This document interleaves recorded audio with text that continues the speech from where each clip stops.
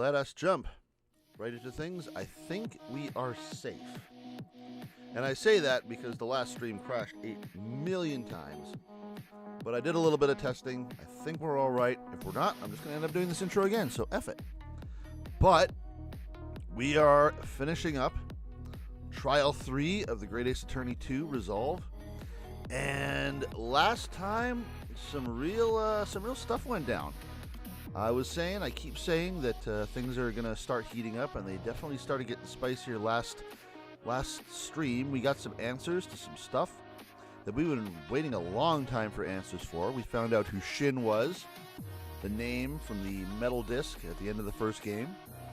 We got some more information on our masked apprentice friend, the masked apprentice of Van Zieks.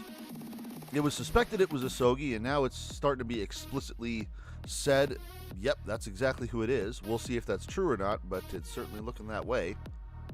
We got some more info on Van Zieks himself, the professor, some of the stuff that happened in the past. We've also got some stuff set up on that as far as who the professor is, because that's still being teased.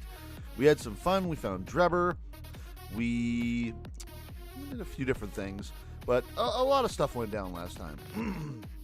And not all of it was related to the actual case. I'm less interested in the case, although there's definitely some interesting stuff happening there with the coroner and her freaky-ass apprentice. We'll find out what that person is about later. And just figuring out whether Enoch is the culprit or not, because we found him. And it might be someone else. Who knows? But I think the more interesting plot right now is the overarching one of just what the heck is going on in the background. What is with the professor? What is with Van Zieks and his apprentice? What is going on with Holmes and the Hound of the Baskerville story that Suzuto apparently read, or at least saw the cover of, a year or so ago in her father's office? And like, why did you see that? But yeah, we're going to go ahead and skip on in, and again, hope and pray that things work well. But we are going to go right into the trial. I'm really excited about this. I don't know how many parts it is. If it is 2 parts, we're going to try and blast through it, because I want to get through it. I want to get to the next trial. Oh, God, I need to do my voices again.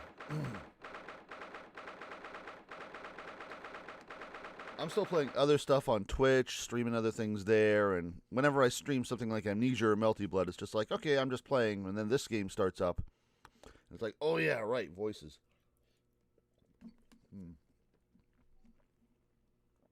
I actually came up with something new for Drebber. And when I say new, I mean just slightly lower. But I figured I was inspired, because he used to be just talking like this, but now I think I'm going to try and talk like this, because it sounds like maybe I should be telling you not to trust the pusher robot. Humans must be shoved. They must go down the stairs. I like that reference. Hey, DeBimbo. Good morning, you, Mr. Naruhodo. Good morning, Professor. Ready for today's proceedings? Do you have any idea what's going on? Because I don't. I hope so. I should be. Even I, with nothing left to... Good morning, my dear fellows. Oh, Mr. Holmes, you're here. Why, naturally. A true gentleman stands shoulder to shoulder with his friends in battle at all times. This is like the first time you haven't slept in, dude. Thank you. I really appreciate it. I'll, see you later then. What's that supposed to mean? Wait, did we just give the cold shoulder? Now, Professor, we really need you to remain calm in the courtroom today. Yes, do try your hardest not to enter the witness stand uninvited again. Yes, I will. I realized it was a mistake, but My dear fellows, I must interject. Okay, we did just shove him off. Oh, you're still here, Mr. Holmes. What's the matter? Do we just expect him to leave? Oh, I just realized I had... Wait a minute. Why am I getting Discord notifications? I should have that turned off. Yeah, my stream is getting choppy. I don't like that. Hang on, we gotta fix this.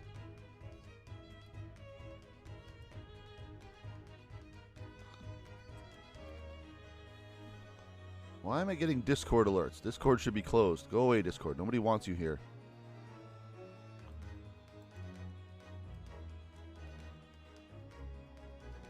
What else do I need to end?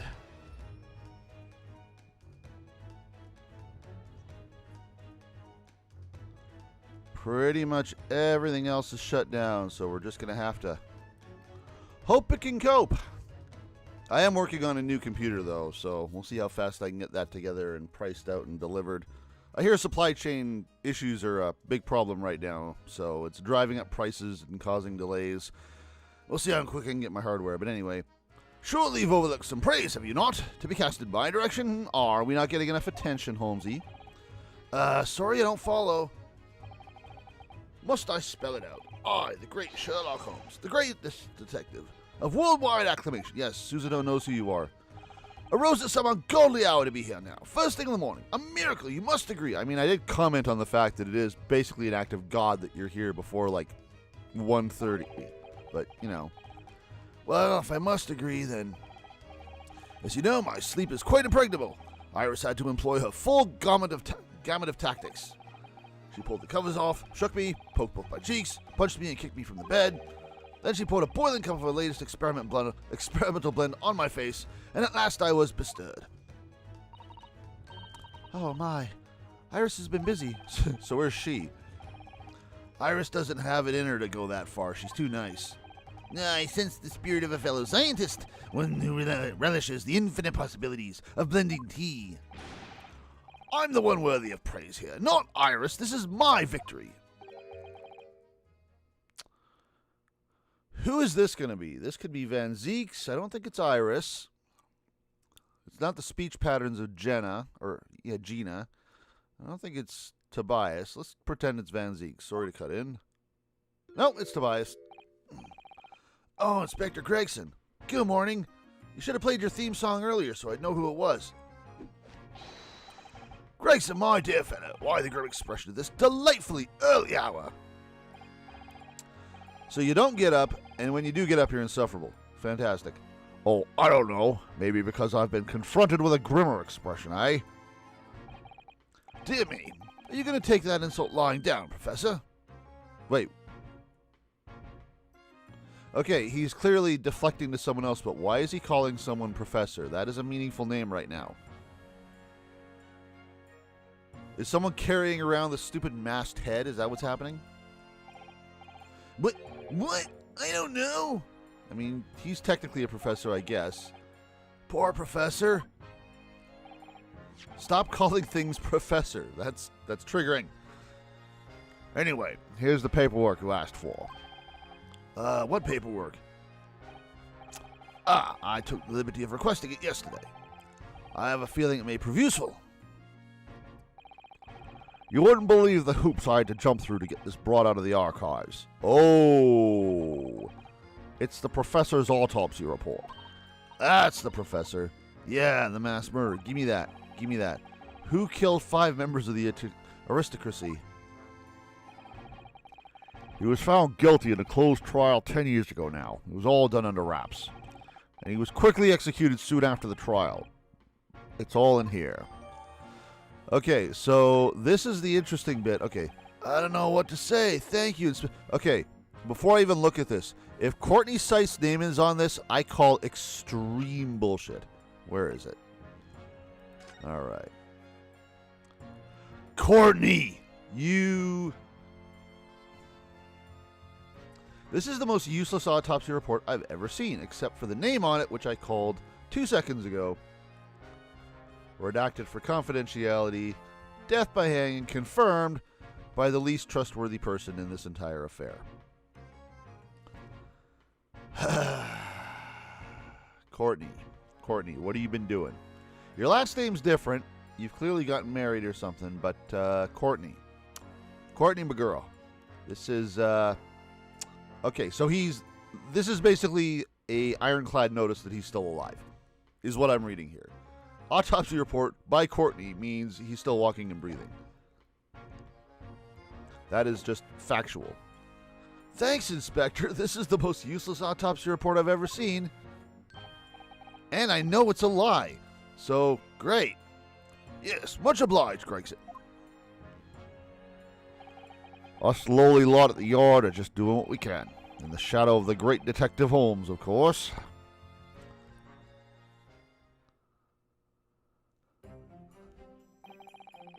Well then, Professor DeBimbo, this is it. Today we're going to lay all this to rest at last.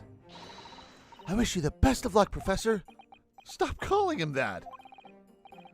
Why aren't you calling the same thing as a mass murderer? I mean, I know I'm a professor, but, I'm starting to get a complex here. I suppose he'll be in there today, will he? Drebber. Yes, we expect the prosecution to summon him as a witness. I'm still amazed that you managed to find him in just one day. I really owe you both so much. Counsel and the defendant, while the trial is about to resume, kindly make your way to the courtroom at once. This is it then, the final chapter of the third chapter. Funny, my heart's racing a little. I've not felt this before, actually, this strange foreboding, as if something's going to happen in this trial that I'm not ready for. Yeah, like I said, I'm expecting things, because first of all, there's the whole bit about the professor. But also, I was talking before about the apprentice of Van Zieks. He's going to be in the trial. So if that is genuinely Cosima, then we're in for some happenings. But I can't let that distract me from the only thing that really matters. Finding the truth. To be continued now.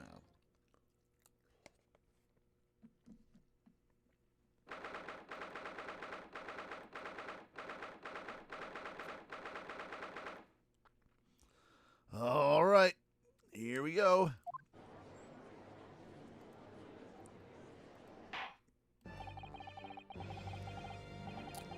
Oh, I was going to say, also, I don't think there's any achievement-related stuff in here, but I also noticed I mentioned last stream that I clicked on the shovel, and I didn't remember it was in the list of things I needed to do for the shovel conversation, so I commented, I can't believe this isn't part of the achievements. It was part of the achievements. So I'm just dumb. In the name of Her Majesty the Queen, I hereby declare this court to be in session again. Took me a minute to find my voice. Ho, ho, ho. We resume the public hearing of Benjamin DeBimbo, here present, who stands accused of murder. And running out of the text box. Are the counsels for the prosecution and defense ready to proceed? Oh yeah, I also keep ragging on how defense is spelled wrong. Apparently this game is going out of its way to use British spellings for everything. Just for the sake of the theme, which is, alright, fair enough, kind of interesting. Hey there, Batman. You look like you weren't actually inserted into the scene correctly. He looks like he's standing sort of in the floor. I feel like someone didn't align that properly. Dude, you're going to get beamed by so much bourbon. I'm just letting you know. Well, there's Cosima. How's it going, man? You want your sword back? The defense is ready, my lord. As promised, Lord Van Zieks has his apprentice with him. His apprentice with memory loss. Because we all love that old plot device. This better have a good payoff. If I may, Lord Van Zieks. Yes, my lord. There appears to be someone standing at your side. I'm not sure if you're aware of that. Ah, yes. My apprentice and assistant. The prosecution believes today's proceedings will see the complexity of this case rise considerably. Like we haven't had complex cases before. What? Oh, you're gonna help. Take that cork out like a pro, like a boss. And he puts... Oh, he's got his own sword now. He doesn't need our sword. Are we gonna cross swords? Interesting. I therefore instructed my assistant to attend to ensure the smooth running of the trial. And the smooth running of liquid refreshments by the look of it. You know not one single drop of that actually passes his lips. It ends up on the audience, it ends up on the wall, it ends up on the desk. The way he holds himself, the way he moves, he couldn't be anyone else. But he's still suffering from amnesia, so there's really nothing we can do at the moment. I know, but... Oh, this is so very hard. He's here for psychological warfare purposes. Okay. Stream looks a little better. Hopefully that keeps up. It would appear the prosecution has done a fine job in responding to the demands of the court made yesterday. I understand you have successfully secured the engineer who disappeared from the scene on the day in question. Yes, my lord. I intend to call him as a witness shortly. So what's your angle now? Are you still accusing us of the crime? I'm still wondering if the dude who died, quote-unquote, is still actually alive. Because, again, we've got a very untrustworthy coroner here and a body switcheroo. So let's see. Let's see if the jury is the same. They should be. Very good, very good. Now then, ladies and jury of the gentlemen, who have been chosen at random to represent the will of the people in this courtroom today? Actually, most of these guys are new, so these are kind of random. Yep. We got sort of Abraham Lincoln here. Of course, my lord. I'm sure we all understand the importance of doing our civic duty. I do so despise deception and deceit. I find it so very wearying. To take a man... this guy's accent is all over the place. I'm not even going to try. To take a man's life with a conjuring trick. Yeah, him and juror number 4 were commenting on Drebber. Because apparently they know him. Hello there, chemist. Why are you wandering around with all these dangerous liquids? Also, are you old enough to be here? We have to listen what's said on both sides of the fence, then settle on one. That's it, isn't it?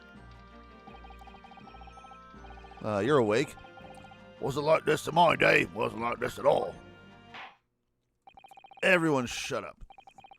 If all parties are ready to proceed, you may begin, Lord Van Zeeks. Before I do, my lord, there is a report I must read to the court. Oh? Gimme. Oh, we get new animations when there's someone with us. I don't have to pick up my own papers anymore. I don't have to open my own bottles anymore. I don't even have to lift my own boot anymore. He's just going to reach down, grab it, and bring it up for me. Yesterday, at the Great Exhibition Grounds, the evidence of primary importance in this case. The super high voltage instantaneous kinesis machine, which was installed on the experimentation stage, was deliberately destroyed in an explosion affected by an unknown person or persons. So that's how the last stream ended. We knew this. It was what? An explosion! This is an outrage! Time bomb go boom. Yes, I heard this grave news yesterday. Scotland Yard submitted a report to my office in the evening. Did any officers die in this? Because there were 2 standing like right beside it. I read that the machine was blasted to smithereens and the wreckage reduced to atoms and the ashes in the flame. Atoms, what a bomb. I have here a photographic print of the scene, taken in the wake of the explosion. Well, we're going to see the false floor, right? Yep. It shows what little remains of the machine. Yes, a terrible business. There were 2 bobbies killed, but they were NPCs, so they don't count. He did it to destroy the evidence, did he? That Enoch Drebber. The court will take this print as evidence. Counsel? I'm pretty sure this is only going to be good for the fact that there's a false bottom to the thing, but we'll see. Actually, let's take a gander at it. I really only noticed the hole, so let's see what else we got going on. Let's see. Nothing of any real importance, so I'm guessing that's what's going to matter. Late yesterday afternoon, the protection afforded to the machine by the Special Dispensation for Scientific Equipment Act was revoked. However, before a thorough investigation could begin, the invention was obliterated from existence. As such, this will become a very different trial. Oh, really? How dat? How dat? How so? What's up? As it stands now, with no evidence on which to draw meaningful conclusions, the authenticity of the kinesis machine will remain forever in obscurity. Well, we got a duplicate in Drebber's. Indeed. A most unfortunate state of affairs. Well, that is going to complicate things, isn't it?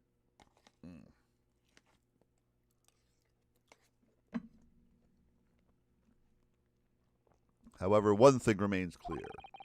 The victim's death was the result of the actions of the accused. Oh, really? Of that we can be certain. I feel it's in question now. For it was the accused himself who was operating the machine and who ultimately caused its loss of control. It was rigged to not be real. We know this from Drebber. As Lord Van Zeeks rightly says, this is a very different trial now. The accused accepts responsibility for his part in the events that transpired. He acknowledges that Mr. Menningen died as a result of the accident caused by his machine's malfunction. However, unbeknownst to the professor, he was being deliberately deceived by a pair of very clever fraudsters. Names, counsel, if you please. The engineer, Mr. Enoch Drebber, and the victim himself, Mr. Elder Menningen. Why would the victim be a part of this? Or are we going to make the argument that he's still alive right off the bat? Because that false floor really is kind of begging the question. So what exactly were these two men up to behind the defendant's back? The defense intends to expose that information, thus establishing the unequivocal innocence of the defendant. What do you think about that, Asogi? Thank you, counsels. The positions of the prosecution and defense have been clearly stated. Lord Van Zeeks, summon your first witness, please. At once, my lord.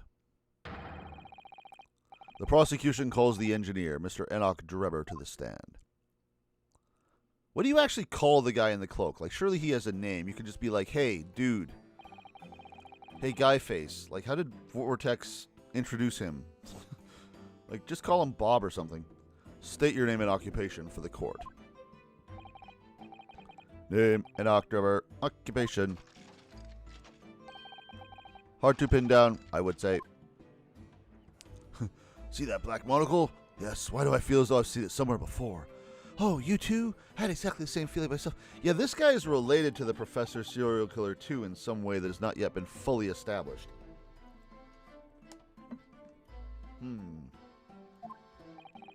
Because he, like, saw him rise from the grave or whatever that we, the scene that we saw depicted in the Wax Museum. We still need answers on that, too. Your file indicates that you are currently being investigated in connection with another case? Oh, yeah, that. The theft of a waxwork model, is it? A most extraordinary sounding business. You are a weird one. But that has no bearing on this trial, I assure you. Cleave it from your mind. Oh, does it not now? You're familiar with the public experiment carried out at the Great Exhibition some days ago. I may bring this guy's voice back up, because I already have a deep voice in Van Zeeks. The accused's super high voltage instantaneous kinesis demonstration. Yes, you could say that. I am aware of it. There was a terrible accident, wasn't there? Next paper. It was you, Mr. Drebber, who constructed the vast machine used in the experiment. Or so our investigations indicate. Can you confirm your involvement? You literally have a prototype of this thing in your workshop. Yes, I constructed it in precise accordance with the blueprints, but that's all. Then the court will be very interested to hear your thoughts about the machine, I'm sure, since it technically no longer exists. First off, let me pop in lock. An amazing device, if you ask me. The pinnacle of modern science, making instantaneous kinesis a reality at last. What? Yeah, we still haven't established whether this thing is a hoax or not.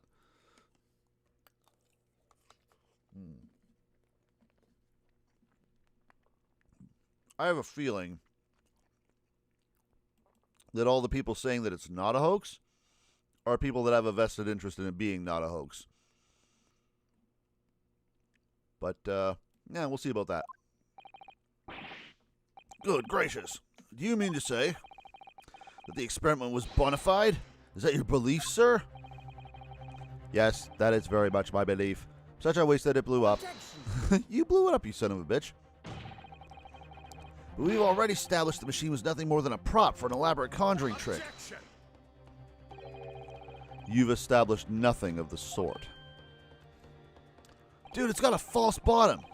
All that was shown during yesterday's proceedings is that the same outcome could have been produced by means of stage trickery. The defense merely proposed a method and demonstrated its feasibility. Nothing more. Well, shouldn't that be enough? I mean, if I can get reasonable doubt, then you get to go pound sand, right? How does law even work in this messed up country? We've procrastinated long enough, I feel. Witness, you will now give your formal testimony about the machine that you constructed for the purpose of the demonstration at the Great Exhibition. Understood. At least this guy's voice is easy. I met the young professor approximately 1 year ago through Mr. Meningen's introduction. He provided me with the blueprints, and I constructed the machine to his precise specifications. It was no trick. If the whole show was a fraud, it would have required a body double. Tell me, did the victim have a twin? All the spectators saw the birdcage appear above their heads, and then crash headfirst into the crystal tower. A terrible accident, I grant you. Perhaps the science on which the machine was built was flawed somehow. See, we already have answers to this. It was hidden in the balloon. A body double? You mean like the Waxworks one you stole? That goes without saying, surely. To give the impression that something has moved when in reality it hasn't. It's a basic conjuring principle. The deception cannot be achieved without substituting the original with a fake at some point in the performance. But would I be right in saying you haven't managed to establish anything along those lines? Sure we have.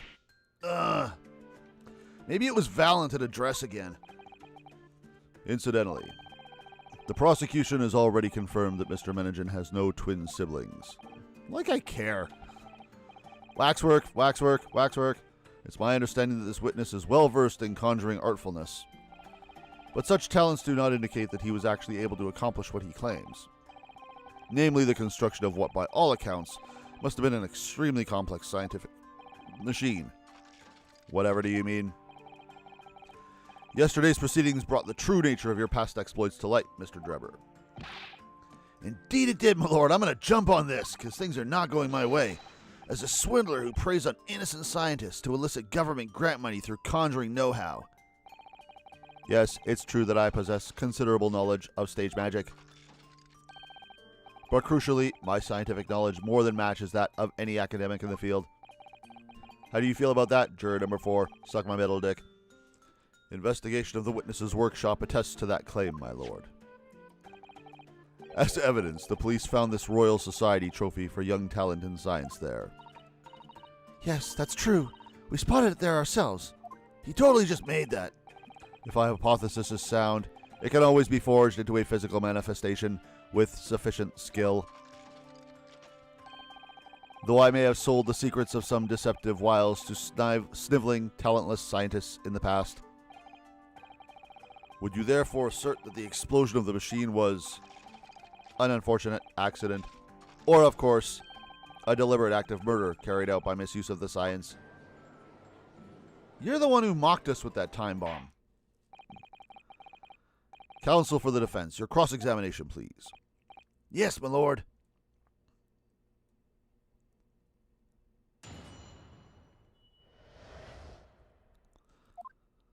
All right. I met the young professor approximately 1 year ago through Mr. Meningen's introduction.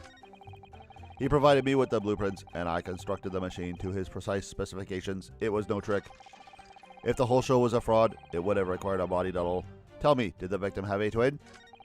All the spectators saw the birdcage appear above their heads, and then crash headfirst into the crystal tower. A terrible accident, I grant you. Perhaps the science on which the machine was built was flawed somehow. He's certainly very sure of himself. What do you think, Mr. Naruhodo? Well, now that the machine has been completely destroyed by yesterday's explosion, it's going to be impossible to argue its authenticity one way or the other. But if we're unable to establish that it was a piece of stage trickery rather than genuine science, we'll have no grounds on which to demonstrate Professor DeBimbo's innocence. Both Mr. Meningen and this man in the stand tricked the professor and used him. They took advantage of his naivete, I always trip over that word, and his unbending belief in his work, and I won't let them get away with it. I also don't see how it being real doesn't also mean that he can't be innocent. It still could have been an accident, dude. And seeing as the professor is an old friend of Lord Van Zeek's, what on earth must he be feeling toward Drebber? I feel nothing. My emotions are dead. Before, I need to actually remind myself what the hell we have. That's not gonna matter. That's not gonna matter. Me? No. We know about this. We know about this. Not super important. Whoops. Not. These are all old things. That was last trial. Oh yeah, I forgot we picked this up. Can we look at this? There's a hole here. That's kind of weird. I guess that's fall damage. Look here, Miss Suzuto. Oh yes, the wood's cracked and broken a little. I suppose because it fell from such a height. Yeah, from the height at which the balloon was flying down into the crystal tower below. A fall of about 30 feet, or 9 meters, leaving the man inside tragically dead. Oh, that was worth something? Why? Why did that get me something? I mean, we know it fell. That's not even in dispute. They're saying it fell because it teleported. We are saying it fell because it was in a balloon. Interesting. What else we got? That's not new. This is weird. Why is this in our inventory? I think we've examined this to death already. How is this going to come into play? There's something in here. Like maybe the face of the professor. Can I do anything with this? I think I tried to do... Wait. There is something I can examine. This piece of glass is almost as thick as it is wide. I've never seen anything like it. There's really no need for such a comparison. Anyway, it can only be from the crystal tower, surely. Well, I'm glad we're saying it out right, because I don't think we said it last stream, and it seems kind of obvious. But yeah, this was found in the waxwork that is back at the museum. So, body double, I mean, we know. I don't understand why this is still in dispute. I don't think we ever examined this either. King of prosecutors. No, wait, that's green. There's a little metal plaque here, look. Fostering burgeoning talent for the future of scientific discovery. It seems rather ironic, doesn't it? But clearly Mr. Drebber really was a very talented scientist. That's all I got. Nothing else. Why we have this, I'm not entirely sure either. Oh, we can actually spin this around. There's nothing really to look at as long as that helmet's on, I guess. What do you... This is your lock that you couldn't open? It's a freaking wire. Just... Yeah, some lock, guys. Come on. Really? Yeah, that we've already laughed at that. We've already looked at that. All right, what do we got here? Let's start pressing. So you were already acquainted with Mr. Menningen himself? Not really. By chance, I'd seen his name mentioned in the papers, that's all. But I had no interest in his private affairs. If he was an unscrupulous investor, it was no concern of mine. As long as people pay their bills, I take out my tools and construct what they ask for. So why did Mr. Menningen approach you in particular then? Who can say? I presume because my name is associated with excellence in engineering. Not to mention excellence in fraud. Oh, leading the witness. I shall pop and lock in response. Hard to gauge, but the point is, all I did was construct the machine according to the blueprints I was given. Were those the blueprints he tried to burn? Why are those not in our court record? In other words, the kinesis machine was built on solid scientific principles. Yes, you might say that. Professor Dabimbo certainly has a mind like no other.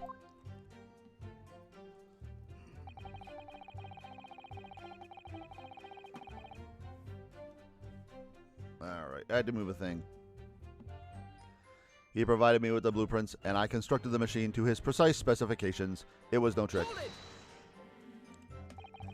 It's clear that you have both scientific knowledge and knowledge of conjuring magic, however. The more knowledge you have, the better equipped you are to handle whatever comes along.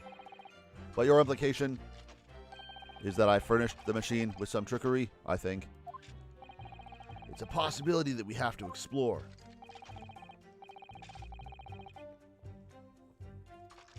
Unfortunately, though, the machine has been blown to Kingdom Come. So there's really nothing left to explore, is there? It appears that the kinesis machine was fitted with a timed explosive device of some kind. And there's nothing left of that device either. Not a single shred of evidence remains. I hear. I have been told. He must have planned all this from the outset, you think? But in any case, it's abundantly clear that the experiment couldn't have been a trick. If the whole show was a fraud, it would have required a body double. Tell me, did the victim have a twin? Of course, that's it. Mr. Menningen was a twin. Objection! Literally just told us he didn't have one. Perhaps my learned friend wasn't listening earlier. Mr. Menningen had no twin siblings. Never mind. No, I heard you before, but the threat of cope hadn't quite left me. The demonstration could have been a trick if there was someone who looked sufficiently like the victim. You mean like a waxwork? But Dr. Psy absolutely ruled that out as a possibility. You mean the person we don't trust at all? It is beyond question that the victim himself, Mr. Menningen, did move from the stage to the Crystal Tower. I still have questions. The fingerprints found at the scene attest to the fact. Those could have been there earlier. So it can't have been orchestrated using someone who looked identical to Mr. Menningen then. I'm still calling BS. What are you thinking, Mr. Naruhodo? I'm thinking BS. Oh, no, nothing. Just that the idea of someone who looked identical to the victim is playing on my mind for some reason. It's almost like we've been to a place twice during the 2 investigation sections where they have people that look identical to people. It's so weird. I'm assuming I'm going to have to present on that statement, but let's see what else we got in case I'm wrong. All the spectators saw the birdcage appear above their heads and then crash headfirst into the Crystal Tower. Yep. It crashed head first, you say? Wait, head first? It didn't land head first. It landed bottom first. According to the many witness reports from those there at the time, yes. Were you not there at the exhibition grounds on that day?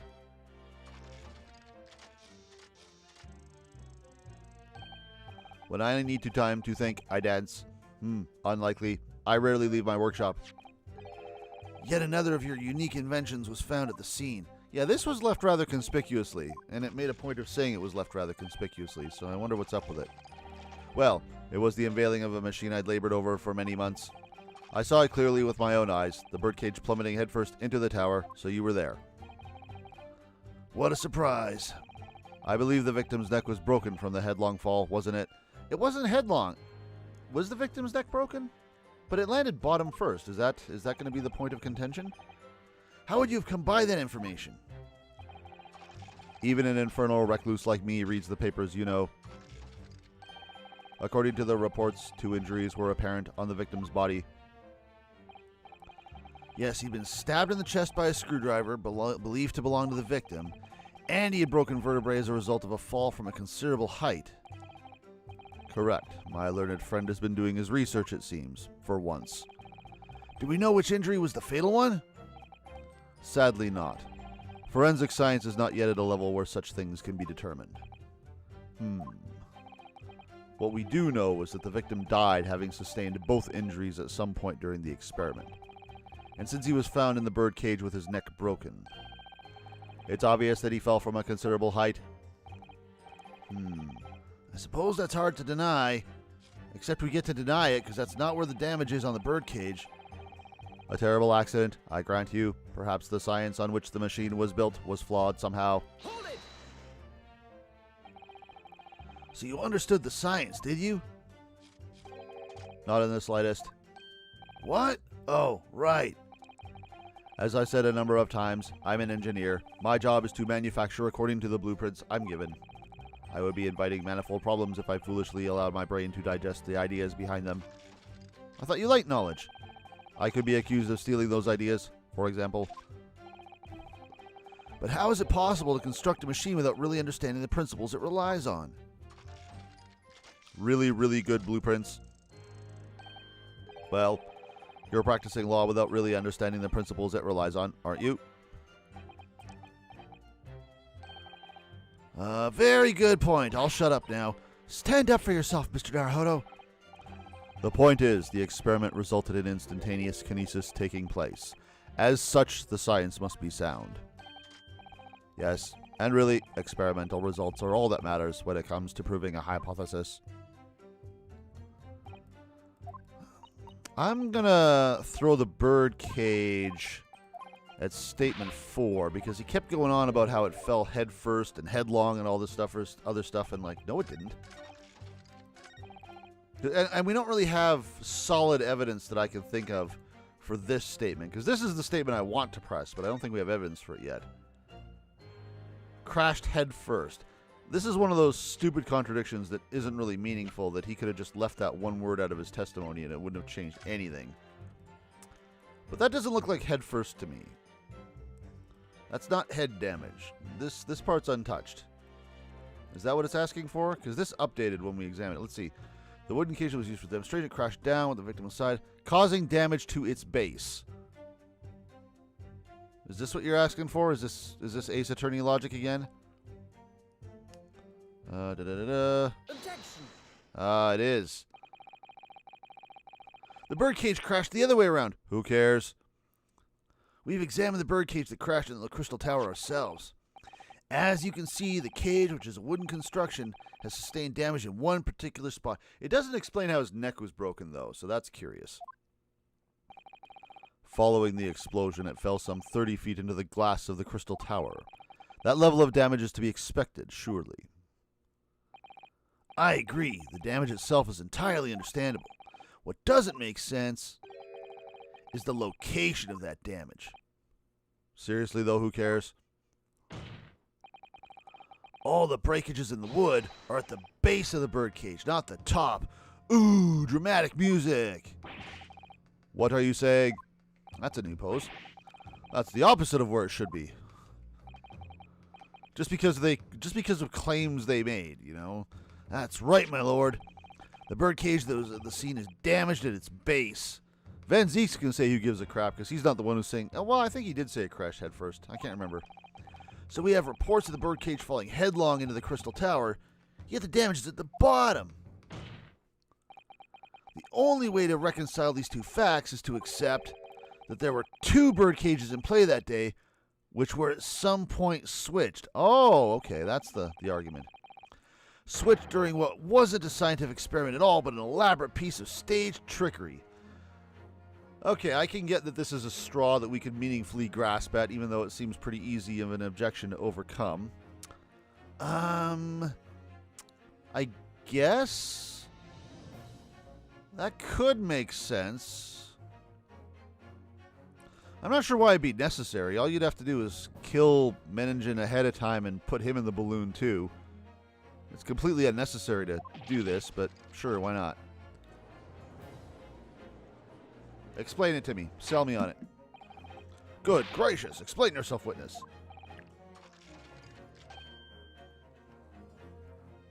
Well,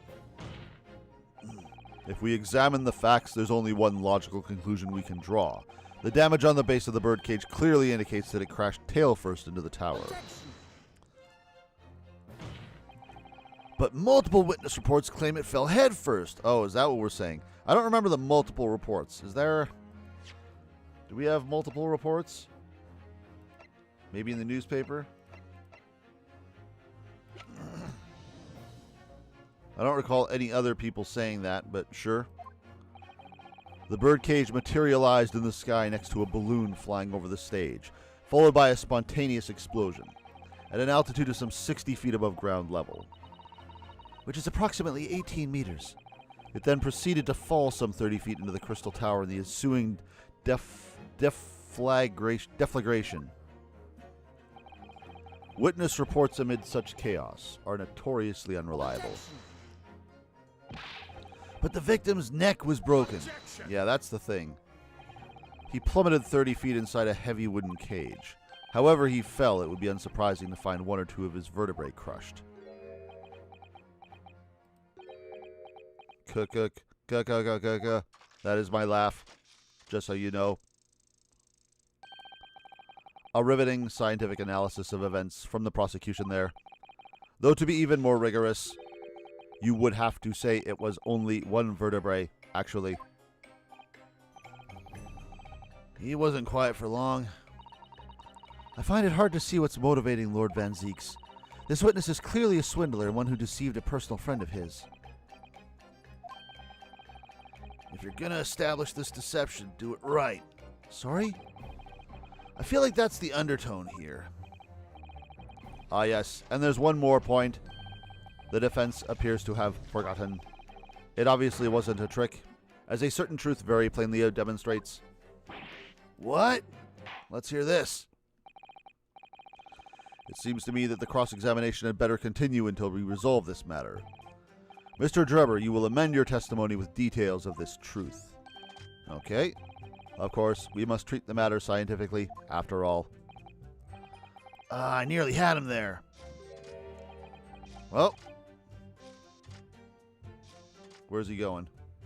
Nowhere. The kinesis clearly took place because there's nowhere else 30 feet high for the birdcage to have fallen from. Well, we know that's not true. Let's give her a quick press. What do you mean? Well, before the demonstration began, the victim was alive on stage in front of the audience. Yeah, there are lots of witnesses who saw Mr. Minigan on the experimentation stage, that's true. And the victim's neck broke as a result of an impact following a fall. Logically, therefore, the victim must have fallen from somewhere. The balloon that exploded was at an altitude of 60 feet. The point of impact on the tower was 30 feet up. Oh, hang on a second. Okay. This is important. 60 feet. Point of impact on the tower was 30 feet up. That difference of 30 feet is therefore the total distance the birdcage fell. So we're saying it fell from the balloon. And there's no other location from which the cage could have fallen that distance if it didn't drop out of the sky. Ergo, the victim himself must have been beamed from the stage into the sky above the Crystal Tower. A trenchant scientific analysis. Dear me, every time I hear it explained, it sounds increasingly plausible. Oh yes, it's all very well thought out. I'm sure your story is. Certainly all the spectators on the day saw it. The birdcage plummeting 30 feet through the air, I mean. Irritatingly, yes. A terrible accident, I grant you. Oh, wait. Oh, this is the one that vanished. Just his headlong comment.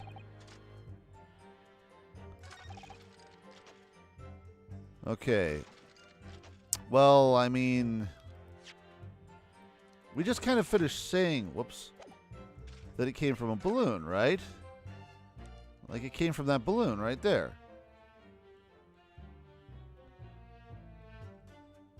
Well, that balloon's not directly over the stage, but I don't think we have anything else that actually shows a balloon, do we? Or this.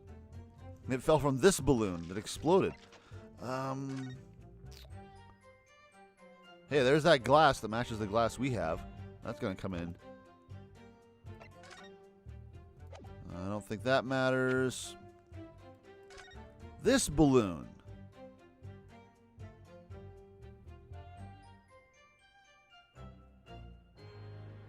Maybe. I don't know if this is what he wants or not. Huh. Not that. Not that. Not that. Not that. Not that. Not that. Okay. It would either be the photo or the sketch. Maybe the sketch just because of the angle?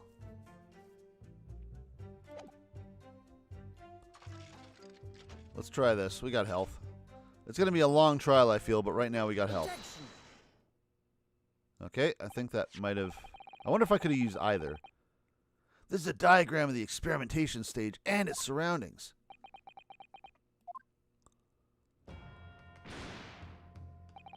I thought there was a balloon up there that we established before.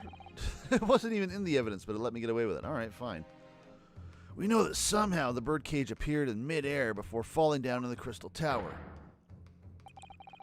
A fall of about 30 feet, or 9 meters. However, if you examine the diagram carefully, you'll see that there is one other possible location from which the birdcage could have fallen. The same distance of 30 feet. No. How are you surprised? We talked about this last trial. Well, it appears the defense has a possible explanation to put forward. Go ahead, counsel. Yes, my lord. Of course. You will indicate the place to which you are referring on this same diagram.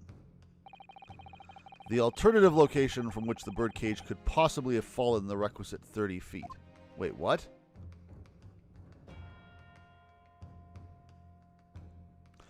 Oh, are we saying inside the tower? I mean, not the tower, but the machine. Is that what we're implying? Oh, it wouldn't have been the balloon then. The other picture wouldn't have worked. It's implying here? So this bird cage over here fell head first, but then it got swapped with a bird cage over here. Oh, I see what they're implying. So Menningen would be dead and the autopsy would stand, because what they're saying is he was killed here, and then the bird cage was dropped here, and then in the chaos afterwards, this cage got brought over here and swapped out. So the waxwork figure was just really visible only while it was falling. Is that what they're saying? Okay, that's not even what I was thinking, but now that he's worded it that way, I'm starting to get it. Because obviously the birdcage would have fallen too. As we've established, there's a false bottom to this thing. I guess that's what we're saying? That's not what I was thinking, but now that he says it like that, I think that's what he's looking for. The place I'm referring to is here. But that's where the birdcage would have been to begin with. Which is exactly the point, my lord. I mean, that would have fallen on the bottom. That's true. That actually makes sense.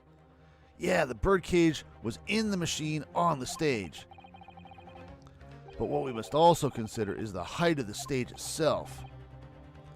Good. Go on, Counsel. It turns out the experimentation stage was built at a considerable height above ground level. If you look at the diagram, in fact, you'll see it's at about the same height above the ground as the balloon was above the crash site. Yeah, kinda. When the experiment got underway, the machine and the birdcage were engulfed in steam.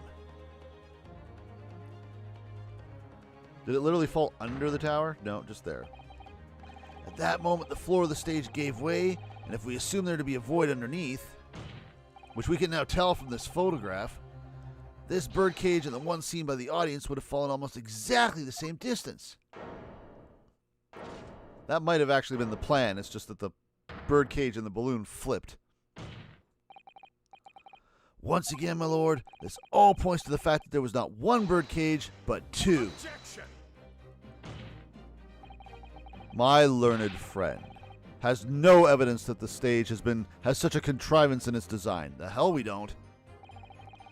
Someone is responsible for the criminal destruction of the kinesis machine itself, it's true. However, the stage still stands. And take a moment to look at the photographic print of the scene following yesterday's explosion. Okay, I don't even need to put this one out. They're just going to be like, yeah, we're not stupid guys, come on. Good lord, the metal grill that formed the floor of the machine is undone. Yep, most likely blown open by the force of the explosion that destroyed the rest of the machine. The defense calls for the space below the stage to be investigated immediately. Knowing Van Zeeks, he already did it, and he's just being coy about it. Asshole. Mr. Drebber, it was you who built the kinesis machine, which means that it was you who built the two bird cages that was used to carry out this deception. It was literally just wood. Anyone could have done it. Whether Professor DeBimbo's hypothesis is sound or not makes no difference, because it's the construction of this machine that matters. A machine designed to take Mr. Menningen's life. And lay the blame firmly at the professor's door, something that could only have been carried out by you, Mr. Enoch Drebber. Oh. He's a pissed little robot.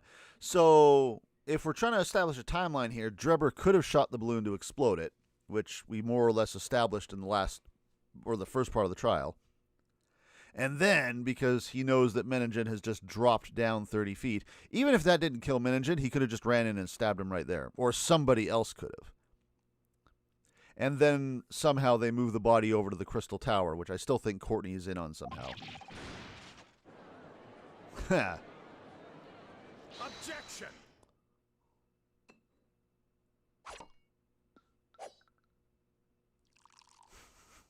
So elaborate. if my learned friend has reached the end of his wild assertions. See, you just poured it to break it. Do you see this? Do you see this? The prosecution would like to crush the defense's argument slowly, but surely. Oh, yeah? Your argument fails to hold water on 2 counts. 2? Just like your chalice fails to hold anything because you keep smashing it? Firstly, before and after the experiment, this witness went nowhere near the kinesis machine. Every relevant member of staff from the exhibition has attested to that. And I believe members of Scotland Yard have also been on watch duty at every public experiment. So someone else could have been in there, like I said. In other words, Mr. Drebber had no opportunity to switch the alleged pair of bird cages. But I've already explained why he wouldn't have needed to. The nonsense with the crossbow, that doesn't bolster your case at all. The man who disappeared from the stage and the man who crashed into the tower are one and the same. The forensic investigation team report is unequivocal on that point. And the second flaw in your assertion is a distinct lack of motive. How come motive is always important when I'm accusing someone, but not when you're accusing someone? Why would this man have wanted to take the victim's life? He had no reason to do so. A motive? Do I have to think of everything myself? Yeah, no kidding. I have here a contract provided by the witness. Contract? The contract into which Mr. Drebber entered with the victim, Mr. Menningen. It reads, Mr. Drebber is to receive 30% of all remunerations from government grants or other income. 30%, certainly very favorable contractual conditions. But there was one very important provision bolted onto that clause. What provision? Mr. Drebber may only uphold this right on condition that both contracting parties are alive. In other words, if either of us were to die, the contract would become null and void. So you see, I had nothing to gain from Mr. Menningen's death. The diametric opposite, in fact. Oh, that's not good. Okay, I'll grant you that one's good. Need I say more? The witness had neither an opportunity nor a reason to commit the alleged crime. In short, the possibility of Mr. Drebber having done as you suggest is nil. I'm going to get thrown against the back wall. Oh, that hurts every time. I will continue to pop and lock. It seems the defense's assertion was somewhat wide of the mark. We'll see about that. Lord Van Zeeks, you will submit the contract as evidence, please. Hell yeah. Let me poke holes in that. Figuratively, not literally. It's true. Well, let's see. The investor, Mr. Menningen, hereby enters a contract with the provider to fund labor and materials, blah, blah, blah. Mr. Drebber is to receive 30%. Who is Osmani?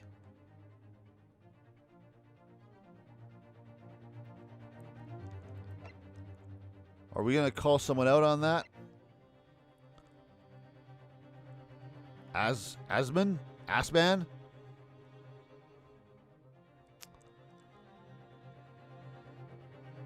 I was going to say it might be A-Sin, because we know that name came up last stream, but that's not quite right. I can't get A-Sin out of that.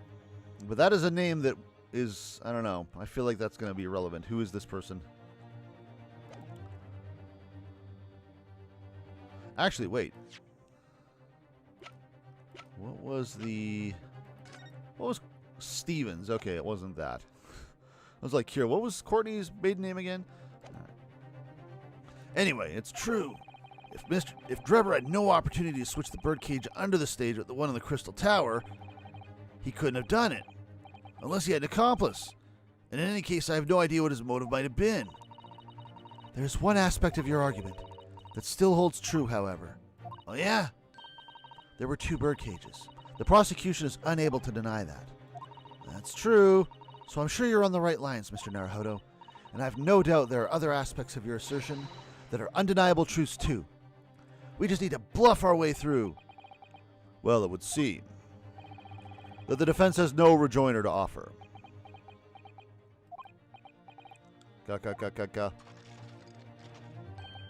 Well, I must say, I'm a little surprised. I came here to testify about the machine I built, and instead my reputation is defiled. But the prosecution's counter has set the record straight, I think. It's impossible that I'm the culprit. It's impossible if you worked alone. At the beginning of this trial, we believed that there was only one birdcage. Yet now we know there must have been two. In other words, there was more to the demonstration than we realized at first. I think it's abundantly clear that the same applies to the culprit. Get to the point. The stage demonstration was constructed and set up in its entirety by you, Mr. Drebber. Therefore, it's inconceivable that you had no hand in the events that transpired. He didn't like that. So circumstances mean it's impossible that you could have carried out the crime yourself. It points to the fact that someone else was involved. There we go. Someone else? Counsel, are you suggesting? Yes, my lord. Mr. Drebber had an accomplice. At least one. An accomplice now. Well then, I presume you are prepared for what's to come. Now that you're accusing not only this witness, but someone else of the most serious of crimes. If these accusations turn out to be false, then make no mistake. The prosecution will demand an equally serious punishment for your slander. Well, Butts. Well, counsel, do you intend to pursue this course and formally accuse another party of involvement in this matter? What do I do here? Is he going to give me a choice? At the moment, this is little more than a hunch on my part. I don't know for sure if Drebber had an accomplice, or even if he really is the culprit here. Of course he is. Look at him. One way or another, though, I have to make my position clear as a lawyer. So what's my stance going to be? Did Drebber have an accomplice or not? I mean, I feel like if I pick back down, Suzuto's just going to tell me to grow a pair of balls and just name the accomplice, right? Because there's nothing, we don't have another option here, I don't think. The defense is ready to name Mr. Drebber's accomplice. Oh, are we now? Somehow the two bird cages must have been switched. Everything points to that. I mean, can I look at people?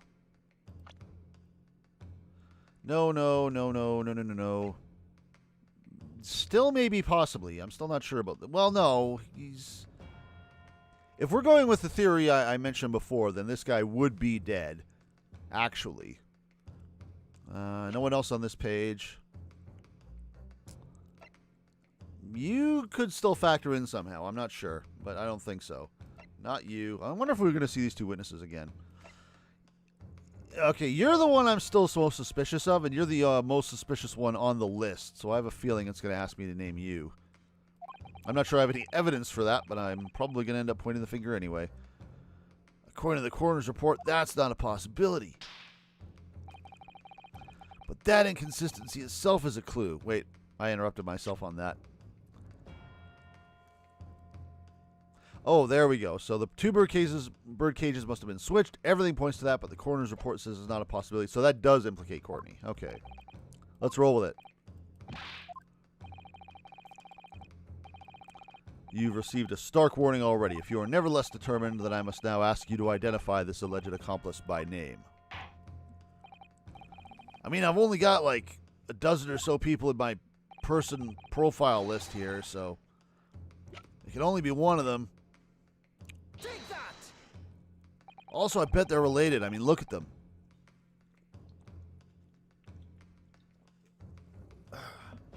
Man, I am stocked up on sparkling water right now. The name of the person in question is... What's wrong, my Nipponese friend? Surely fear doesn't bind your tongue now. It's a little late for that.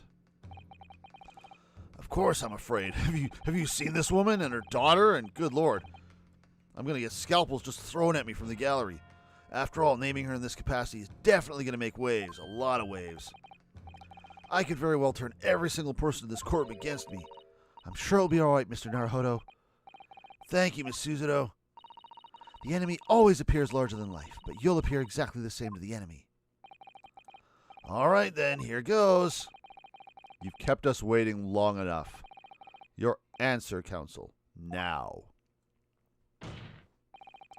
The person who colluded with Mr. Drebber in order to carry out this wicked crime is Scotland Yard's coroner, Dr. Courtney Scythe. What the blazes are you talking about? The head of the forensics investigation team and the coroner who conducted the autopsy on the victim. I suspected her as soon as I saw her name on the autopsy report, because that never happens in this game. We know there were 2 bird cages, so who could have carried out the switch to complete the illusion? The accident happened in front of a huge crowd of spectators and the area was immediately sealed off. Then everyone, police officers included, were banished to make way for the forensics investigation team. When else could the switch have occurred? It could only have been in that team's presence. It's essential that the court determines exactly what happened following the incident. The defense demands that Dr. Scythe be summoned to the witness stand at once to testify. I'm just going to do experiments here. Corner of the car. What? Is there a trial going on? You've got enough, lad. Have you been listening? Standing up there, dragging the odds name through the mud. Oh, yeah, I guess you would have a problem with that. I didn't mean to. Please don't shoot me. I know the woman very well. There's no better dead room worker out there. Is that what they call them? How dare you call her a criminal? My learned friend's imagination appears to be wilder than the East End at night. Gina would know. But the recklessness of your accusation aside, there's another grave problem with your argument. One which the prosecution demands you address at once. A grave problem? Is that a pun? Oh, my word. Who do you claim acted as the victim's doppelganger? What? Certainly if the birdcage containing the body of the victim was exchanged for another. So we're gonna do what we're gonna bring up something about waxwork here now, right? That cage must also have contained a body. And yet, no missing persons or accidental deaths of anyone even remotely resembling the victim have been reported. Which means there was no one, dead or alive, who could have fulfilled the role of a body double for Mr. Menningen. We've had this question answered since like 2 streams ago, guys. Come on. If my argument is that there were 2 bird cages, then there must have also been 1 person inside each. But I don't know if I've got an answer to this yet, have I? What can I do to reveal how this body double stunt was achieved? What can I do? I mean, I've got the head of the waxwork. Does that count? I don't think I've got anything else in my evidence.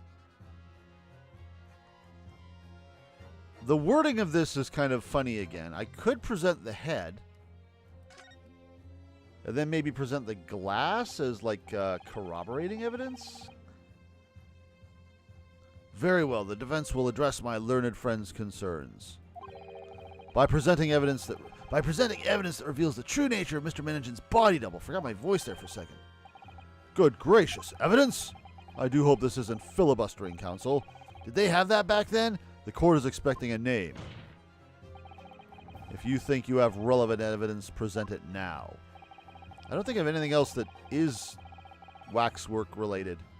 The body double and the birdcage were hiding inside the balloon that were floating above the stage, which means that any witnesses would only have seen them from 60 feet away. So who was it that appeared out of that explosion some 18 meters above the spectators? Aha! The body double inside the second birdcage was... Okay, what do we have for waxworks? Dun-dun-dun. It really is just the head, I think. Is that why we have this in our inventory?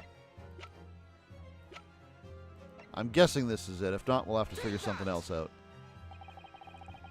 We know that the victim, Mr. Menningen, was in the birdcage that was situated inside the kinesis machine on stage. And therefore, he couldn't have been inside the second birdcage. Instead, that contains something else. What's been described as a body double, which is what fell from the sky and crashed into the Crystal Tower. Yes, counsel, according to your somewhat elaborate version of events. This isn't even that elaborate, guys. And that body double inside the second birdcage was, in fact... It's all right, Mr. Naruhodo. You're ready for this. Just steel yourself and come out with it. Thanks, Miss Suzuto. I needed that. You're just going to keep doing that during the whole trial, aren't you? As I was saying, the body double inside the second birdcage was, as unbelievable as it may seem, that thing there. The whole thing is here? Who brought this in? Was this what was in my inventory? Who supplied this? Did Holmes just show up with it? He's like, oh, look what I got. Rosie helped me bring it in. Why is he just sitting there? Show me that again.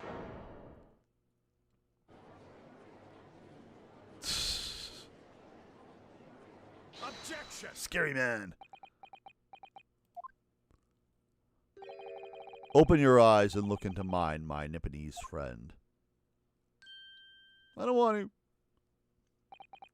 Now tell me, what are you playing at? The hell. Stand firm now, Ryunosuke. This is the time to show your Japanese spirit. As the court will observe, this is a waxwork model. Uh-oh. It's a bad argument because I'm slapping the thing like a wet fish. A model, in fact, of an infamous London murderer from 10 years ago, the Professor. You started by indicting the leader of the forensics investigation team as an accomplice in this crime. And now you've moved on to indicting waxworks? That's about the size of it. But why? And why this waxwork? So it's in a coffin that was transported here on a wheeler. For a second there I thought they moved the whole set, but it's not. It's not the grave, it's just a coffin they threw the guy in. he's just standing there menacingly. And why this waxwork? Are we going to get to investigate it again? It looks nothing like the victim. In fact, it could hardly resemble him less. What possible justification can you give? There's the slap. If you want to know why, ask Mr. Drebber.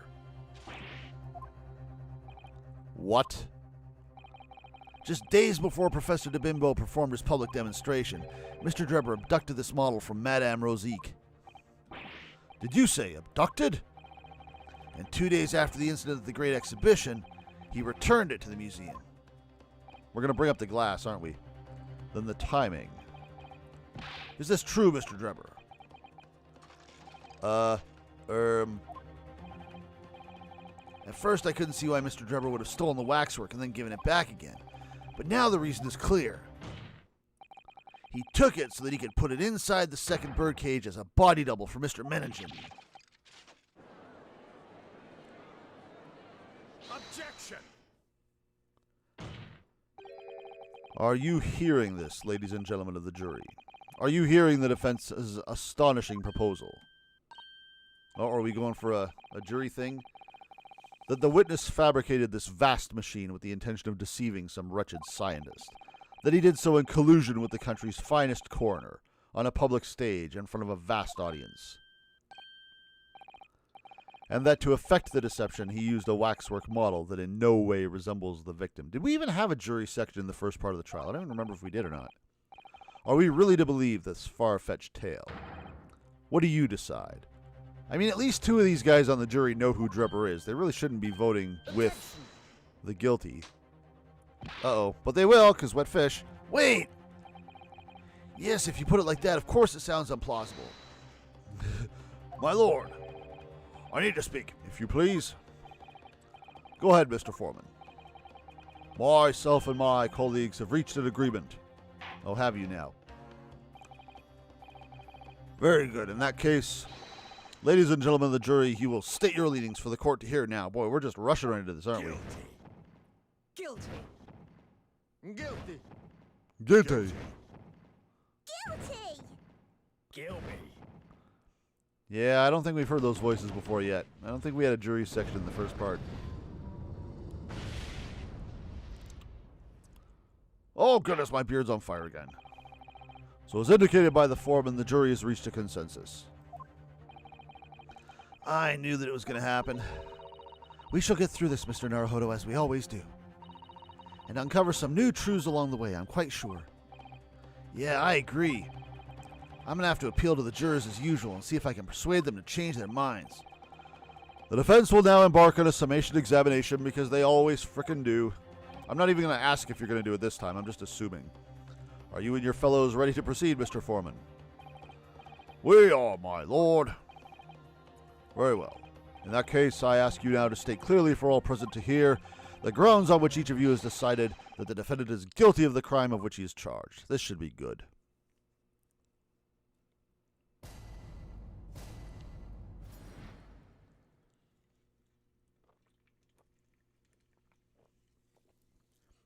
See, I'll bet Van Zeek's had a partner who actually talked as well. It's like, I could use encouragement like Suzuto does.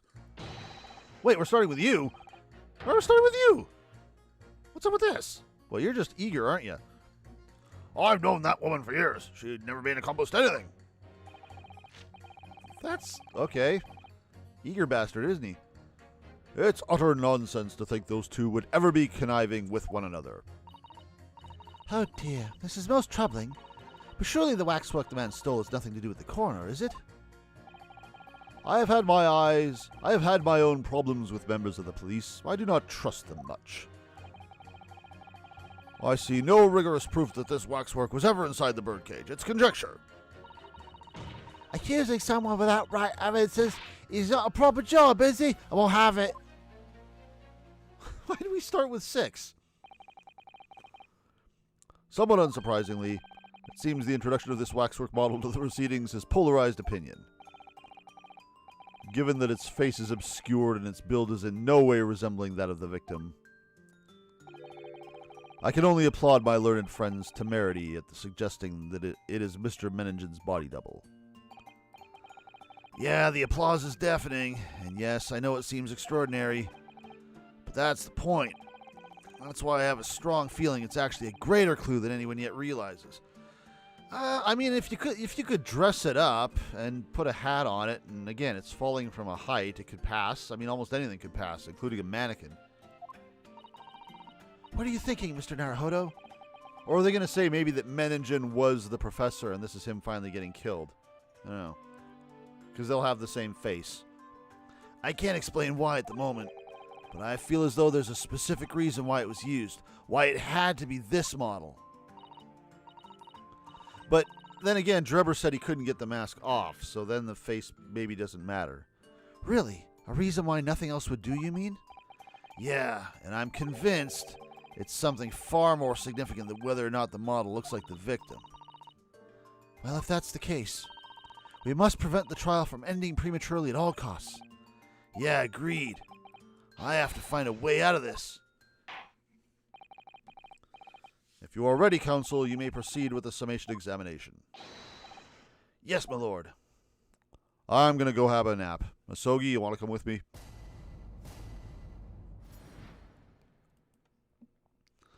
The defense's rebuttal. We keep starting with 6. All right, well... Wow, I was trying to back up through them. I can't even do it. I have to start with 6 and go back. That's weird. Okay, how's that going to play?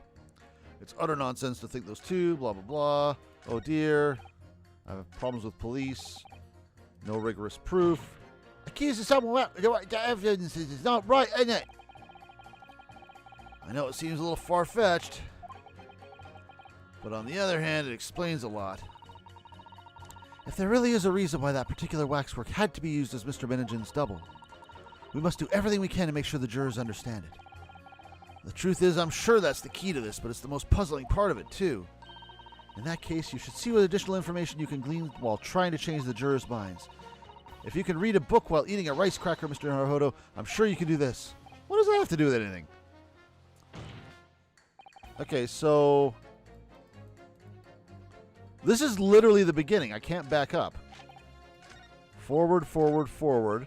Back, back, back, back. What? Why is it set up like this? Oh, this is going to be contrived. Okay, well, let's just do as we do and just press the hell out of everybody. Starting with you, since you want so much attention.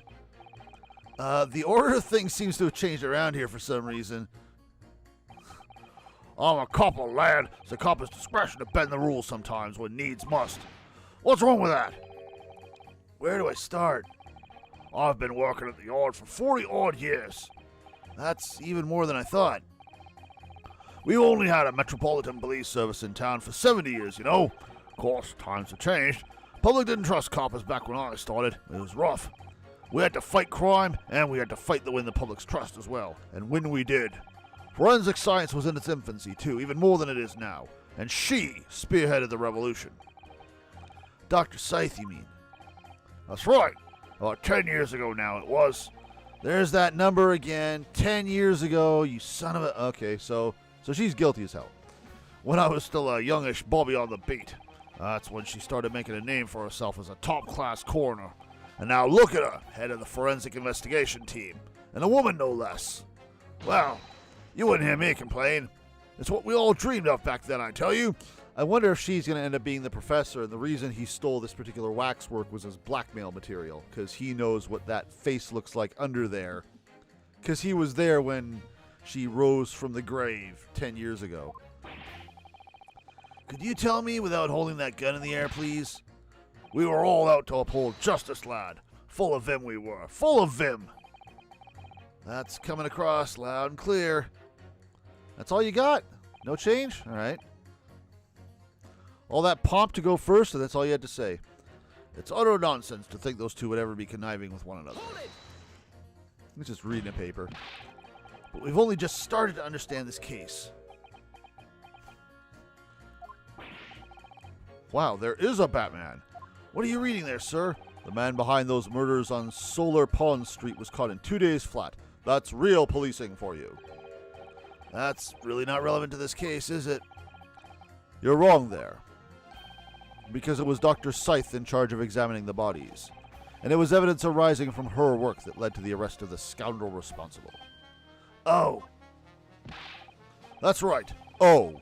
That woman is at the forefront of this country's fight against crime. The idea that she's somehow involved in this murky business is a load of old tosh.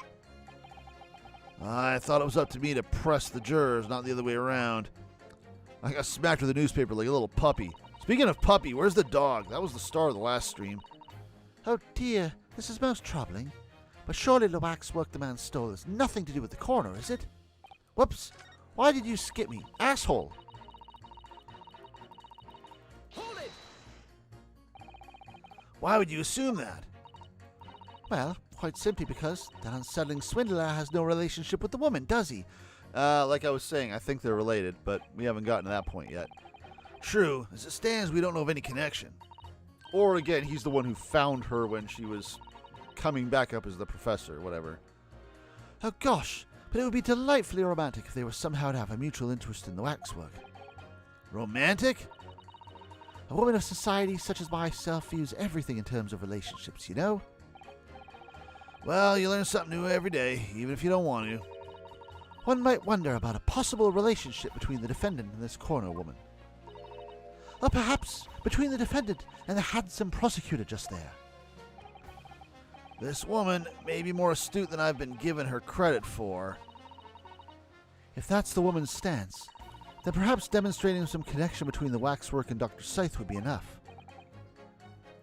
Demonstrating connection between those two, not between the Drebber and Psy'Min? As soon as we have even a whiff of a connection, she'll be the first to know. Okay, coming back to her later. Hey, Magic Man. Hey, Max Galaxy. Whoops, now I'm skipping backwards. That old dude on the end has got me messed up. What sort of problems? Let's just say we have run into each other on numerous occasions while I've been performing on the street. I've had people come up to me when I've been doing street hypnosis too. I've had to explain myself to security once. We actually tried to do street hypnosis at a major mall once, but we found out quickly we had to ask the management about that because we drew a huge crowd like instantly. And security was on top of us right away saying, hey, wait, you can't do that here. Right, I see. That was years ago, damn. Obviously, artists such as myself cannot appear on stage as we work in close proximity to our audiences. So we perform our great magic in parks, on street corners, and the like. That close-up magic, yep. I know a few card tricks. Not in my day. Uh-oh. Did you just piss off number 6? But the police use any excuse to make our lives difficult. And here's the police. Well, Excuse me. what you got to say about that? Do you have something to say in response to that, Mr. Ottermole? That's not Ottermole, that's the Ottermole lookalike. Who are you calling a mass murderer? Oh, sorry, my mistake. I got confused because I heard you look like him.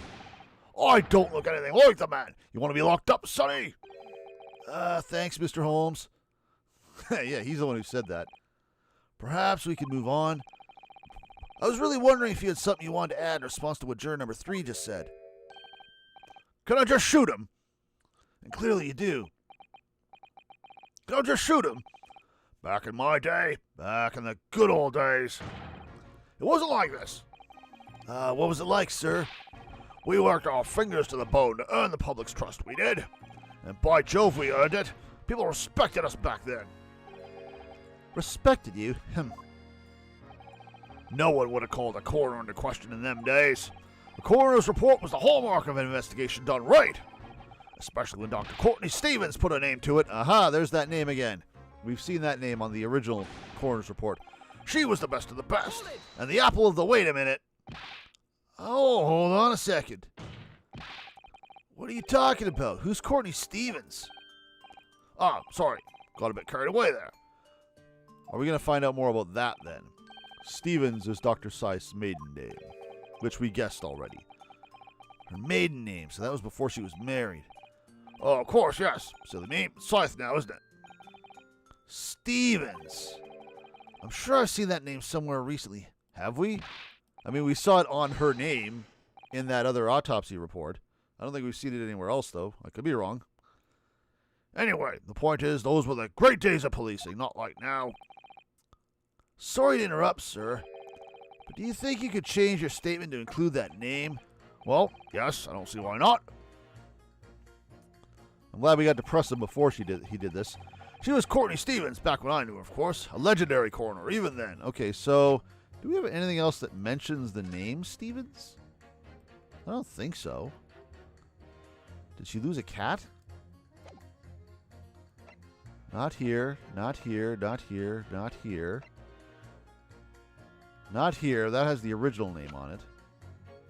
Not there, not there, not there. Wait a minute. No. No. That's where we saw the name Stevens originally. This is not Stevens, right? No. Okay, I don't know what that's going to be, so we'll have to come back there, because I don't think we've heard that name before, but I could be wrong if the protagonist is going to make a comment like that. All right. No rigorous proof the waxwork was ever inside the birdcage. We haven't impressed you yet. But you claimed the whole instantaneous kinesis demonstration was a trick. That I did. But there's more than one way to pull a rabbit out of a hat, isn't there? Sorry? I grant you, given that the cage appeared from amidst an explosion, there'd have been no need to use a real person. But if a waxwork had been used, the culprit could have at least had the decency to make it look like the victim. I'm not sure exactly how much criminals are going to govern by decency. The point is, if you're going to make a claim about that waxwork being inside the birdcage, you need to give us some evidence. Without that, it's just not science. I suppose we should expect nothing less than a logical argument from a fellow of the Royal Society. But that perhaps means his mind could be changed if we manage to present suitable evidence. Evidence that the Professor Waxwork was inside that bird cage. Is this where I present the glass? I've been sitting on that glass for a while now. Actually, I have something I'd like you to see, sir.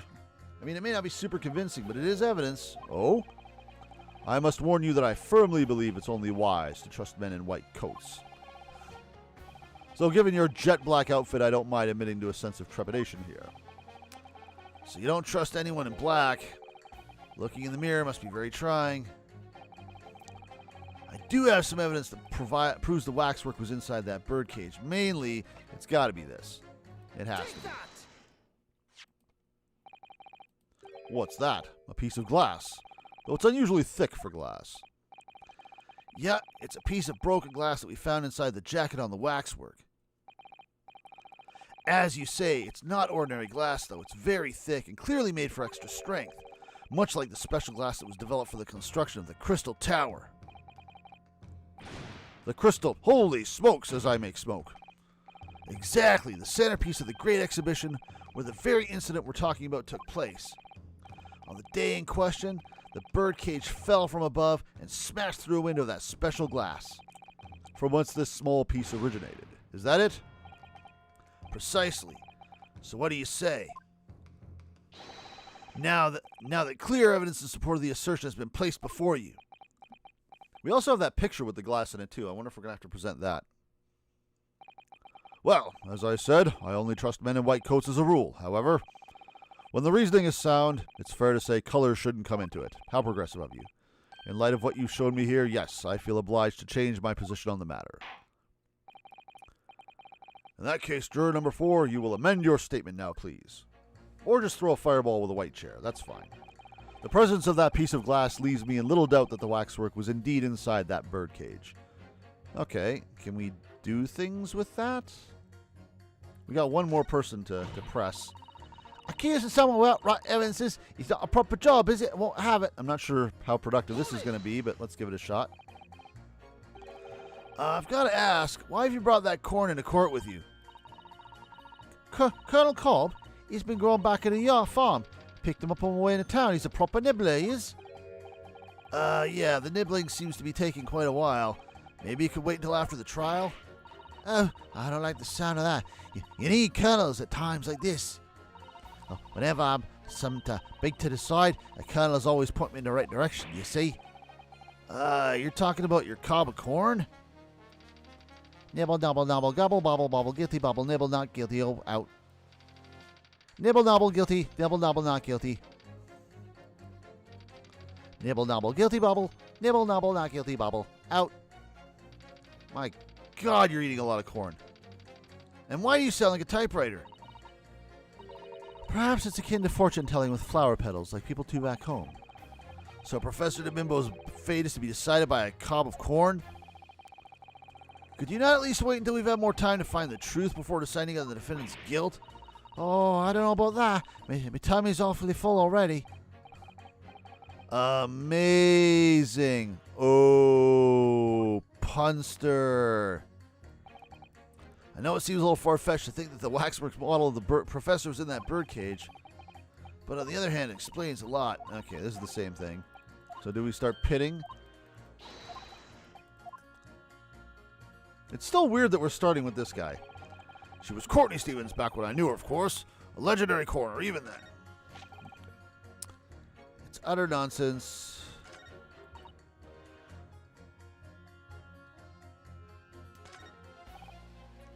Where was the one? You were the relation. Number 2 was the relationship one. Because now that we've got that name, can we connect that? Because, hang on, what is this?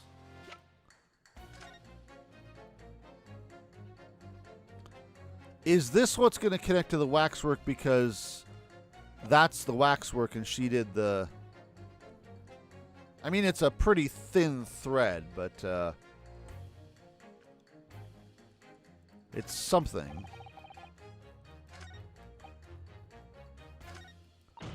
And these two could as well, because that's evidence. Accused of so outright evidences. Can I pit these two? Whoa, wait, what? No. Oh, I must have misclicked. Well, back to juror number 6. While I eat my rice cracker. Yes, yes, yes, yes, yes. Okay, so can I pit you against the little girl? Because we have evidence now. Does that count? Those two statements clearly contradict each other. It's been a while since I did this. Does no music mean I'm right? If you could put down your corn for a moment, juror number 5. Not a chance. Oh, you mean me? You see anyone else up here with corn? You've pointed out that it's wrong to make an accusation without evidence. But the accusation that the waxwork model was inside the second birdcage on the day in question is not without supporting evidence, as the defense demonstrated to the juror sitting beside you. I wasn't listening. Oh, is that right? Was my corn wrong? Would it be fair to say you didn't follow the argument? I don't understand much besides Colonel Cobb, to be honest. Great. Can I pit you against the corn? If I could interject here. Please do, sir. Save me. Now that this assertion of yours about the waxwork has been backed up by some solid evidence, it would be wrong of me, as a man of science, not to pursue the matter further. Well, at least you're on board.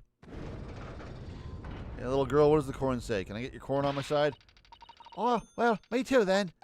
Oh, okay. Maybe the corn agrees with me. If this brainy gentleman says he's right, it must be. Say, I wouldn't dream of going against Colonel Cobb or anyone who's got stuffing between the ears.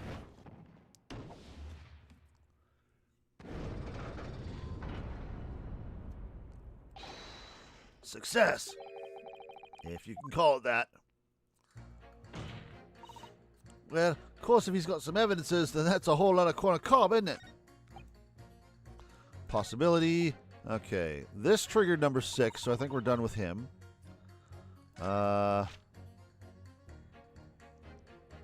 This I don't think we can do anything with.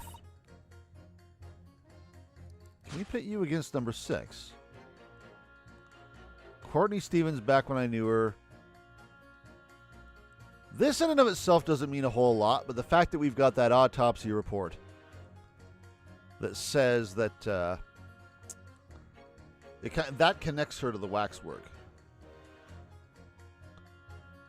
The waxwork the man stole has nothing to do with the coroner. It kind of does. Will it let us get away with this because of the autopsy report?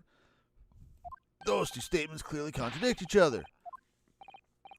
So, juror number 2. Okay, I think this worked. Oh gosh, me? Whatever can I do for you? I presume that you heard what juror number 6 said in his statement. It's brought to light the maiden name of the coroner, Dr. Psy'Min, which in turn has revealed a connection that wasn't apparent before. Well, naturally, as a woman of society, I find such connections and relationships irresistible. I gossip a lot, but oh golly, I'm afraid to see what you mean. I'm afraid I fail to see what you mean. Dr. Psy'Min's maiden name is Stevens, and through that name, the coroner is very definitely linked to the waxwork of the killer. The defense has evidence to prove it. My goodness, evidence, you say? How utterly enthralling! Counsel, the court cannot overlook that last remark. I very much hope there is substance to your claim. Of course, my lord. I would ask that the court look at this. The evidence that clearly links Dr. Psy'Min to the mass murder known as the Professor. Okay, it's got to be this. Because it's literally the only thing in here. There's nothing else in the thing. Take that! Suck it. I have here a certain autopsy report from 10 years ago. A 10-year-old autopsy report? What relevance does that have? It is, of course, from the autopsy of the person portrayed in the waxwork. The killer, known as the Professor. I still want to know how he got that name, because what a name for a killer to have. The Professor's... But the man was a capital offender, so... That's right. This is the certification of death that was drawn up after the convict's execution. The identity of the killer was never made public, so the report gives few details. But what's important is the name of the coroner who wrote it. Courtney Stevens. Oh my, Courtney Stevens! Strike a light! It appears the professor's autopsy was conducted by Dr. Psy'Min 10 years ago, and a few days ago, Mr. Drever very deliberately stole the waxwork of the professor from Madame Rosique. A waxwork that doesn't in fact resemble the victim, Mr. Menigen, at all. Oh! So maybe what's being postulated here isn't so much that the waxwork was stolen because it bears a resemblance, but the waxwork was stolen because of blackmail material. Like, you will cooperate with me or I'm going to expose your ass. Something along those lines. And do you suppose there's some unsavory relationship between those events? Absolutely, I'm sure of it. Because if it's not, I lose. There's no doubt in my mind that the Professor case is at the heart of a link that we have yet to uncover. Between Dr. Courtney Psy'Min and Mr. Enoch Dreber. Hidden links, mysterious connections, secret relationships. This is all most extraordinary. We are surely obliged now to explore this further. This is better than my soaps. All right, number 6, get on board. The innocent train is leaving without you. Quite right. We can't let this trial come to an end now.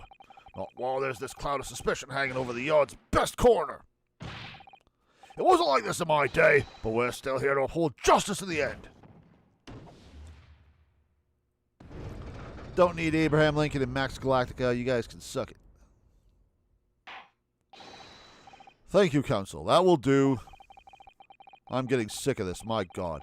As a result of the summation examination, the jury's overall leading has changed. 2 jurors now called guilty, against 4 who call not guilty. Accordingly, the court has failed to reach a consensus at this time, and the trial must continue. Ah, we did it. I was hoping we'd uncover more about the professor. All we did was uncover Courtney's name on the original autopsy report, which we already knew. Oh, well done, Mr. Naruhodo. Another wonderful victory. Who's Stevens? I want to know who she married.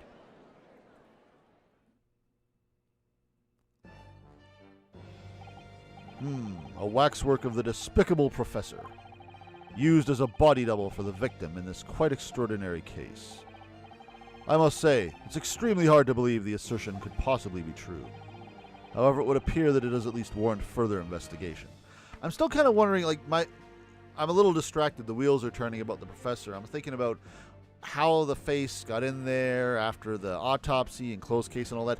Didn't they keep plugging the fact that Rosique would take people's faces literally when they were being hung or when they were being guillotined? Is that how she got the face and somehow they didn't notice or they didn't catch it or they didn't realize or something, and that's why the face under there might be real? I have a feeling that's what we're setting up for. Who the face is going to be really, really big, I can tell, because of the build-up, but I have no idea who it's going to be. At this rate, it's going to be me. I mean, come on. It's the waxwork of the professor that links Mr. Drebber and Dr. Scythe. And I'm convinced that there's a special significance to that link. I don't know what you're hoping to prove, lad. I really don't. The truth, sir, by using evidence and testimony. Huh. If the court is to delve deeper into the alleged involvement of the waxwork in this case, then the prosecution calls for the owner of the model to be summoned as a witness. Oh, are we going to get Rosique on the stand? Interesting. The owner? Is she going to be a part of this? That would be wild. Madame Rosique. I really thought that Lord Van Zieks would object to this whole line of inquiry. And maybe he knows something we don't. Very well, I concur. Make arrangements for Madame Rosique to appear as a witness with immediate effect. Listen carefully, my learned friend. Oh, yeah? You should know that you're on the brink of opening Pandora's box. Uh-oh. The identity of that professor? Because I feel like Van Zieks is in the know on this. After all, his brother was one of the ones that was killed. The court shall now adjourn for 45 minutes. During that time, the prosecution will summon the new witness and prepare her for taking the stand. Madame Rosique, yes. I shall see to it at once, my lord. Boy, so you've sure contributed a lot, haven't you? Is this to be continued, or are we just going back to the waiting room?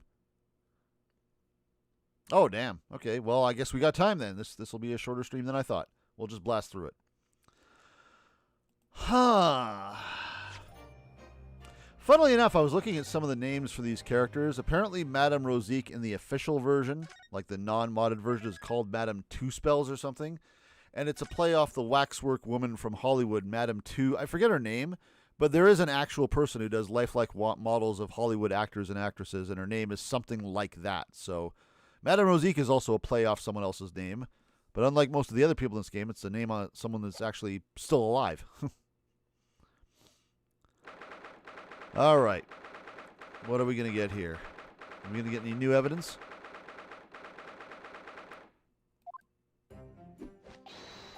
Oh, the knight-errant himself. Oh, you've been watching from the gallery, Mr. Holmes? I've been on the edge of my seat the entire time. Yeah, I have a feeling you know some stuff about this too, you bastard. Courtroom trials are fascinating affairs, as a spectator at least. I'm glad you've been enjoying yourself. I have to ask, what on earth is going on? It makes no sense. What's this professor business all about? I'm the professor.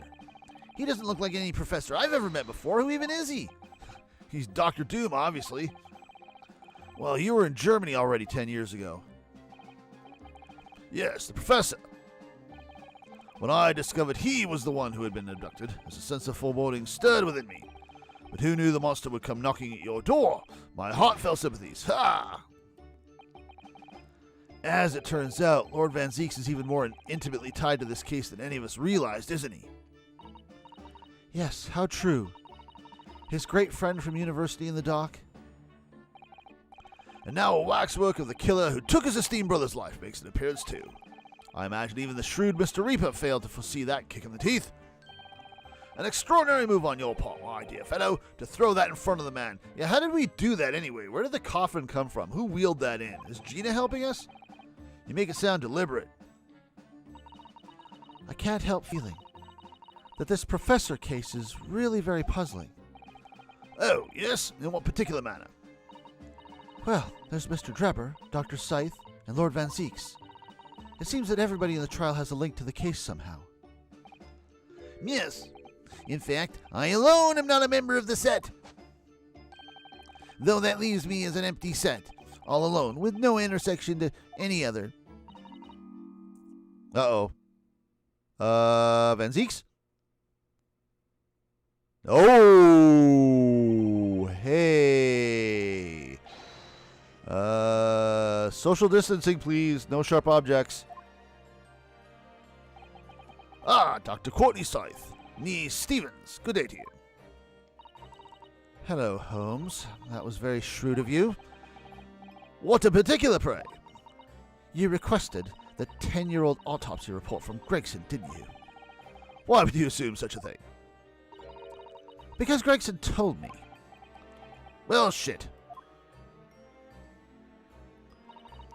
To think it's been 10 years. 10 years in the laboratory, wielding my scalpel. I smell of nothing but corpses and disinfectant. The policeman on the jury had a lot to say about you as it happens, Dr. Scythe. And I've accused you of being complicit in what happened. I'm hoping that you'll take the stand and tell the truth about what really happened. That certainly won't be possible. Sorry? Lord Van Zeeks won't be summoning me as a witness. Lord Vortex has forbidden it. Oh, damn. What's he got to do with this? Vortex's name. The Pandora's box you were warned about is the Professor case. But please don't make the mistake of thinking you'll get any information out of me.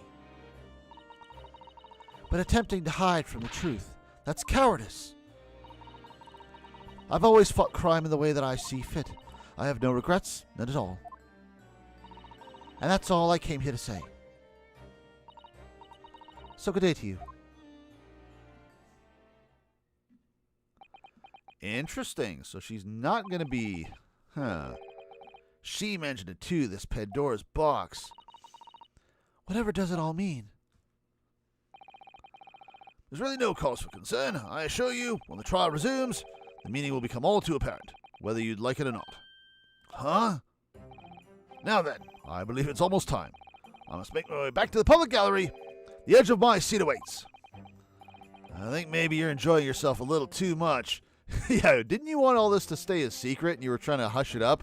Now you're just like watching like you're watching an action movie or something. It's like, Oh, this is too good. Oh, yes, one word of warning before I go. If, in the course of the trial this afternoon, you perceive even a shadow of doubt about the truth, don't let it out of your sight. Pursue it like a dog with a bone. See, you know all this stuff. To the bitter end, you understand. Do not falter, whatever may come to pass. you know stuff and you're not telling me, and I don't like it. Thanks for being a dick.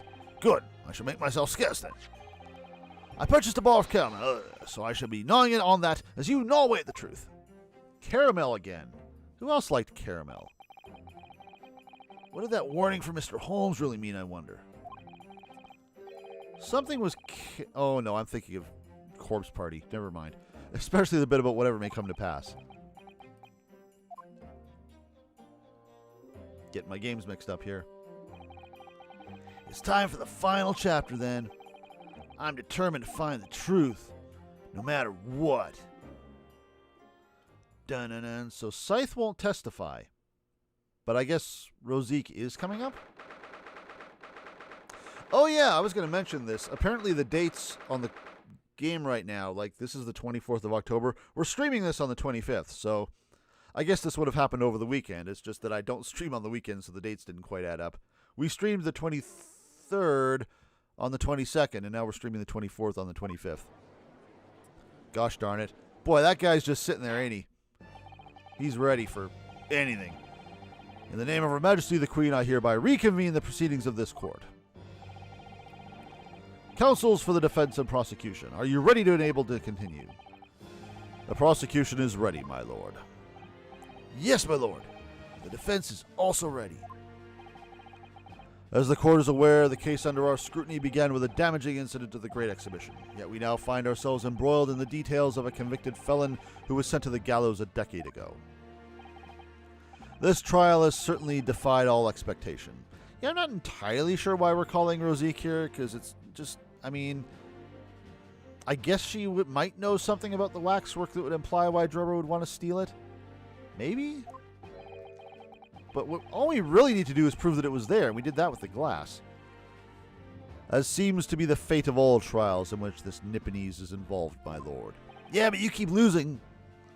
So then, let us begin our exploration of the defense's assertion that the waxwork was cardinally involved in this matter. Lord Van Zieks, my lord, are we still awaiting the arrival of Madame Rosique? Not at all. She is in the antechamber as we speak and ready to be summoned. Very well. Bring in the witness. At once, my lord.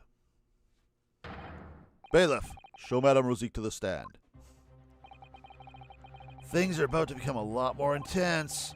If Drebber's responsible, as I'm sure he is, it means he must have had an accomplice in Dr. Scythe. But we can't call her. And what connects the pair of them is the waxwork. Yeah, the model of the professor. Maybe we're just going to have to get something, we're going to have to get something juicy out of Rosique, or maybe threaten to take the mask off or something, and that's going to force someone's hand, and then Scythe will have to testify? That's the key to the link between these otherwise unrelated individuals. It's a tenuous link, admittedly, but at present it's all we have to go on. Oh, it's Holmes. Getting sick and tired of Holmes's performance, so she's just making her own. State your name and occupation for the court, please. My name is Madame Connat Rosique. I'm a waxwork artisan. Here comes my bad French accent. And the proprietress of the Madame Rosique Museum of Waxwork. You will have to pardon me for working as I testify. My new exhibit must open very soon. Oh, so he finally gets a statue, does he? Now there are two of them in the world. Oh my, what expression is she carving onto that face? A number of days ago, a particular waxwork model was stolen from your museum. Can you confirm this? Oui, that is true. At first, we believed that it had been kidnapped. A waxwork model kidnapped? Yes, my lord. There was a demand for ransom money left behind by the culprit. However, according to what I have just been told outside the courtroom, that was not the true reason. I understand it was utilized as a substitute for the body of a murder victim? At present, that is no more than conjecture proposed by the defense. Piece of glass! This is the victim of the case in question, Mr. Elder Menningen. Am I just projecting an image of him into the air here? But of course, I know him well. He is a part of my odious personages exhibit. I detest to say what is evident, but Mr. Menningen does not resemble the professor at all. Yeah, but maybe their faces are similar. Could you take the mask off? Are you suggesting that we should see now the demasked visage of the professor? Oh, snap. I have here the key, but it is strictly forbidden to open the lock. This is absurd. Pardon? I don't know what face you've carved onto your fancy figure beneath that mask, but clearly it won't be that of the actual killer. Oh, are you sure about that? Indeed. The man's identity was never made public, after all. The trial took place in a closed court. The proceedings were strictly confidential. The condemned man was summarily executed. His identity remains a closely guarded national secret. There is no possible way that a repository of tawdry exhibits could get its hands on that information. The fuck you say, bitch? Quel dommage. It would seem you are unaware of the Rosique's principles. What principles? She's going to say what I was saying earlier, right? The family Rosique has always prided itself on sculpting its models à la perfection. Every detail, including the visage, is fashioned with complete fidelity. Et voilà, our principles. There is a well-known legend about the Rosique waxworks from the time of the French Revolution. A member of the Rosique family is said to have made a waxwork of the queen who was executed. Oui, that is true. It was a century ago now. I believe the queen's face was carved in the minutes following her death, actually at the guillotine site. You are correct. The model is on display still today in the House of Horrors. We Rosique will stop at nothing to obtain a faithful replica of our subjects. Dear me, a somewhat disturbing tenacity of purpose. You guys are freaks. It is the only way to obtain a truly lifelike representation of the subject. And it has been my family's secret for generations. Do you mean to say that beneath that mask? Oui, the true visage of the killer is there.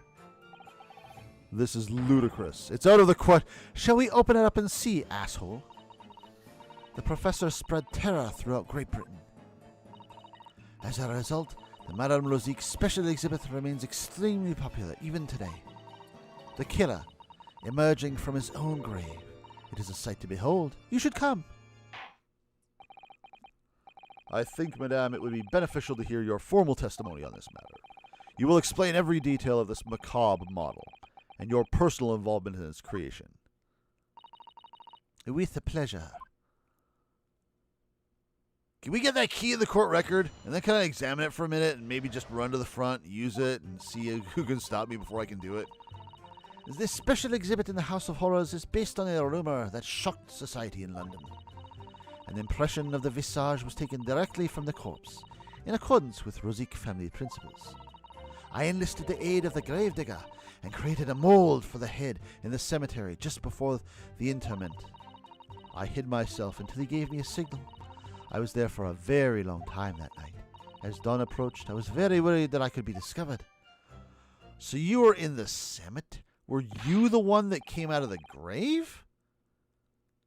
Okay, so you weren't by the killing. You weren't there at the guillotine. You dug the corpse up. Damn. The gravedigger, the man sanctioned this? Oui, I will do all that is necessary to achieve the true resemblance my family is celebrated for. Nobody else knew, only the gravedigger. What harm did it do, huh? So you truly saw it? The face of that monster? Naturally.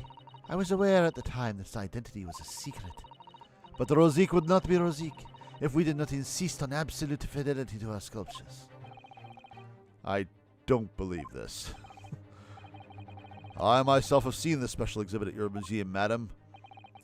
A truly blood-curdling scene in which the murderer is emerging from his own grave. The scene it depicts was the subject of many rumors in London 10 years ago. So was that you coming out of the grave? I have here a newspaper from the time. The hell? Well, there's Drebber. The special exhibit was based upon the picture in this article. It was the most detailed account of what happened, as reported by the eyewitness who saw it. Which, of course, was Drebber. Yeah, it says right out there, Mr. Drebber's dreadful encounter. Man rises from the grave. It's too absurd for words. The public enjoy absurdity, monsieur. That is why I've reproduced the scenes as carefully as possible in my museum. And it's a waxwork from that exhibit that was stolen some days before the incident at the Great Exhibition, wasn't it? That is correct. The professor, you see before you here. Most puzzling. Counsel for the defense, proceed with the cross-examination. This waxwork links Dr. Drebber to Dr. Psy, and there has to be some reason for that, which hasn't yet come to light. But I'll find it. I'll get to the bottom of what really happened. I'll prove that Dr. Psy and Drebber were in on this crime together.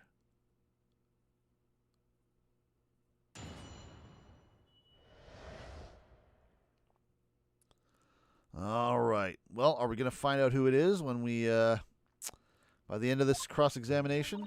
Because clearly she knows. Sneaky little girl that she is. The special exhibit in the House of Horrors is based on a rumor that shocked society in London. An impression of the visage was taken directly from the corpse, in accordance with Rosique family principles. I enlisted the aid of the gravedigger and created a mold from the head in the cemetery just before the interment. I hid myself until he gave me a signal. I was there for a very long time that night. As dawn approached, I was very worried that I could be discovered. So was she hiding there? Was it the gravedigger maybe that was coming up from the grave? I mean, she had to have been at the corpse, so maybe that was him giving the signal, but it scared the piss out of Enoch, so he ran, and then she did her thing. I don't know. What's your feeling, Mr. Naruhodo? For some reason, Dr. Scythe went along with Drebber's plan. Now, if that's really true, then the professor's the only other thing we know of that links the pair of them. So I feel sure that waxwork must be a clue to this mystery somehow. In that case, we must use this cross-examination to uncover exactly what it means. Otherwise, the jurors are sure to revert their leanings and the trial will be over. I agree, but interestingly, uncovering what the professor has to do with all this means more to Lord Van Zeeks than anybody. That's the impression I'm getting anyway. Yes, as do I. I wonder if Scythe is going to end up being the professor. And then we find, well, then we're going to have his reaction to the fact that Scythe killed his brother. I don't know. It better not be something predictable. Come on, impress me, game. As the special exhibit in the House of Horrors is based on a rumor that shocked society in London. Hold it! And that rumor would be? A 10-year-old tale now, but one that no Londoner would ever forget. All right, I know just what you're thinking about, I think. Of course, it couldn't be anything else. Yes, that story will never disappear. The tale of the condemned killer rising from the dead. That is the central attraction of my House of Horrors. The rumor was whispered all over the city, and it was like this. Oh, we're getting a whole tale, ain't we?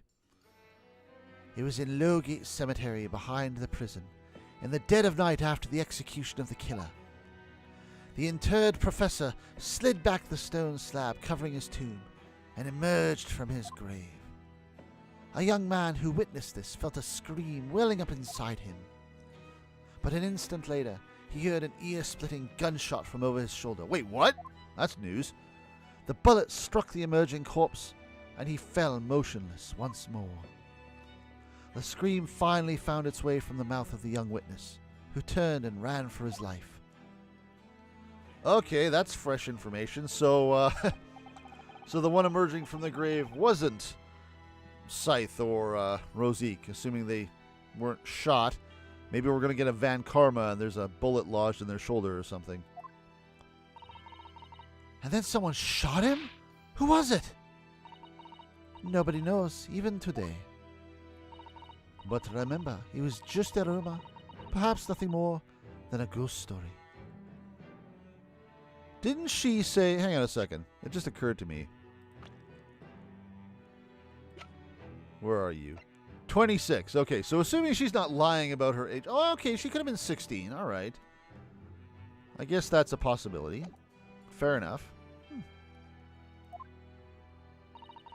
The good people of London, they love stories like this. That is why it was in every newspaper across the capital. But was it just a story? I mean, this is exactly the scene that can be seen today at your museum, isn't it? Oh oui, this special exhibit was modelled on that very illustration. For a while afterwards, the contents of that article were reproduced in every newspaper imaginable. Madam, might I say something? Please, go ahead, mademoiselle. When something is described as a rumor, it doesn't necessarily mean that it's entirely made up. I believe that often rumors contain elements of the truth. Ah, I see that people from the East can be just as astute as the people of Europe. Can we be sure, for instance, that the professor's execution was successful? Hell no. It is not possible for the dead to come back to life. Sorry? 10 years ago, I was there in Lowgate Cemetery. After the criminal known as the Professor was killed by hanging, I took a wax impression of his visage from the corpse just before it was interred. So I can assure you, the man was dead. Okay, fair enough. Fair enough. So it's not someone we know, but it might be someone from the past. Maybe it is Lord Van Zeek's brother. It would certainly appear that the condemned man suffered the intended fate. We'll see about that. I still have my doubts. Ace Attorney likes to pull some BS, but we'll see. An impression of the visage was taken directly from the corpse, in accordance with Rosique family principles. Hold it! Our principles of grave robbing. Is that true of every waxwork in your museum, then? It is. Assuming the subject is dead, of course. Live subjects have to cooperate in a similar way, Holmes. I have letters from imprisoned criminals all the time, you see. What sort of letters? When my time comes, please make a waxwork of me. Come in, sir. No. My museum is famous, monsieur. To be made into a waxwork is an honor, and for some criminals a symbol of status even. We shouldn't be rewarding that, because nothing says hardened criminals better than wax. And it is thanks to one killer in particular that my museum has gained such popularity in London. I refer to the star of the special exhibit, of course, the Professor. Whose form you claim to have captured by taking an impression from the actual corpse. There are no exceptions to the principles of Rosique. So is that your first name or your last name? Hang on. Oh no, she said her name was Connette or something, wasn't it? Where'd she go? Oh, I can't say it anymore. I enlisted the aid of the grave robber and created a mold, blah blah blah. Whoops, that's not the button I wanted to hit. Hold it! Surely that's illegal, isn't it? I'm gonna double check her name. Connette or something like that? It is Connette, okay. And? It would seem the proprietress of this repository of novelties was blinded by monetary greed. It has nothing to do with the money. The man is part of London's criminal history. That is why I had to sculpt him, to record this history. It is the raison d'être of the Rosique Museum. But if the man was convicted in a closed court and sent for immediate execution, then surely nobody but the members of the judiciary present know the killer's true identity. I am sneaky. I assure you, behind that mask is hidden the true face of the Professor. You realize what you're saying. The Professor's identity is a national secret. Except it's right over there. I understand. And now that the truth about the special exhibit has been revealed, it must perhaps close. Of course it will, as will your entire museum if you don't tread very carefully, madam. That could be another interesting chapter in the history of my family, I think. Don't you? Watch, she's made 2 or 3 heads. So 10 years ago, on the night of the Professor's execution, you took a wax impression of his face from the corpse? Oui, exactement. I hid myself until he gave me a signal. I was there for a very long time that night. Whoops. Hold it! You were there longer than you expected to be. I had some difficulties in capturing the subject's form correctly. As I removed the mask, the mouth of the cadaver fell open, and I had some problems with the chin. Wow, you're The man had been dead for a short while already, you see. His muscles were relaxing, and consequently his chin would not align itself correctly. delightful. Oh dear, what a horrible thought. Under normal circumstances, I would have an assistant with me. However, that night I was alone, and as a consequence, I missed my preferred window of time. What do you mean? When I take the impression of the visage of a cadaver, I always wait until 3 hours after death. Why 3 hours? Is that amount of time significant? It is because of rigor mortis. Wriggly mortis? Let me get my book. It's the name given to a phenomenon that occurs in recently deceased bodies. As a rule, 3 hours post-death, the muscles in the body begin to stiffen. By approximately 10 hours post-death, the entire body is completely rigid and inflexible. And then from that point on, the muscles slowly start to revert to their relaxed state. The effect is often used to estimate the time of death when a body is discovered. Well, that was an education, if a slightly scary one. As the mademoiselle says, rigor mortis commences 3 hours after death, and it starts in the jaw. I see. So that's why you wait. Before that time, the mouth falls open, and it is very difficult to do my work. It's getting hard for me to do my work with all this talk of corpses. It's like a corpse party in here. I wonder about that information. I wonder about that information the court's just heard from Madame Rosique. It's always significant. The information about rigor mortis you just shared with us. Do you mind including it in your formal testimony? I believe it could be significant, you see. Of course, I do not mind at all. Whoops, misclick. I can't help feeling that after this latest topic, the atmosphere in the courtroom has become extremely grave. This is no time for jokes, Miss Suzuto. Only I get to make puns.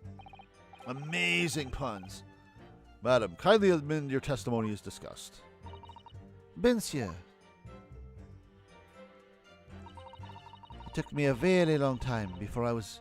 It took me a very long time because it was before the onset of rigor mortis.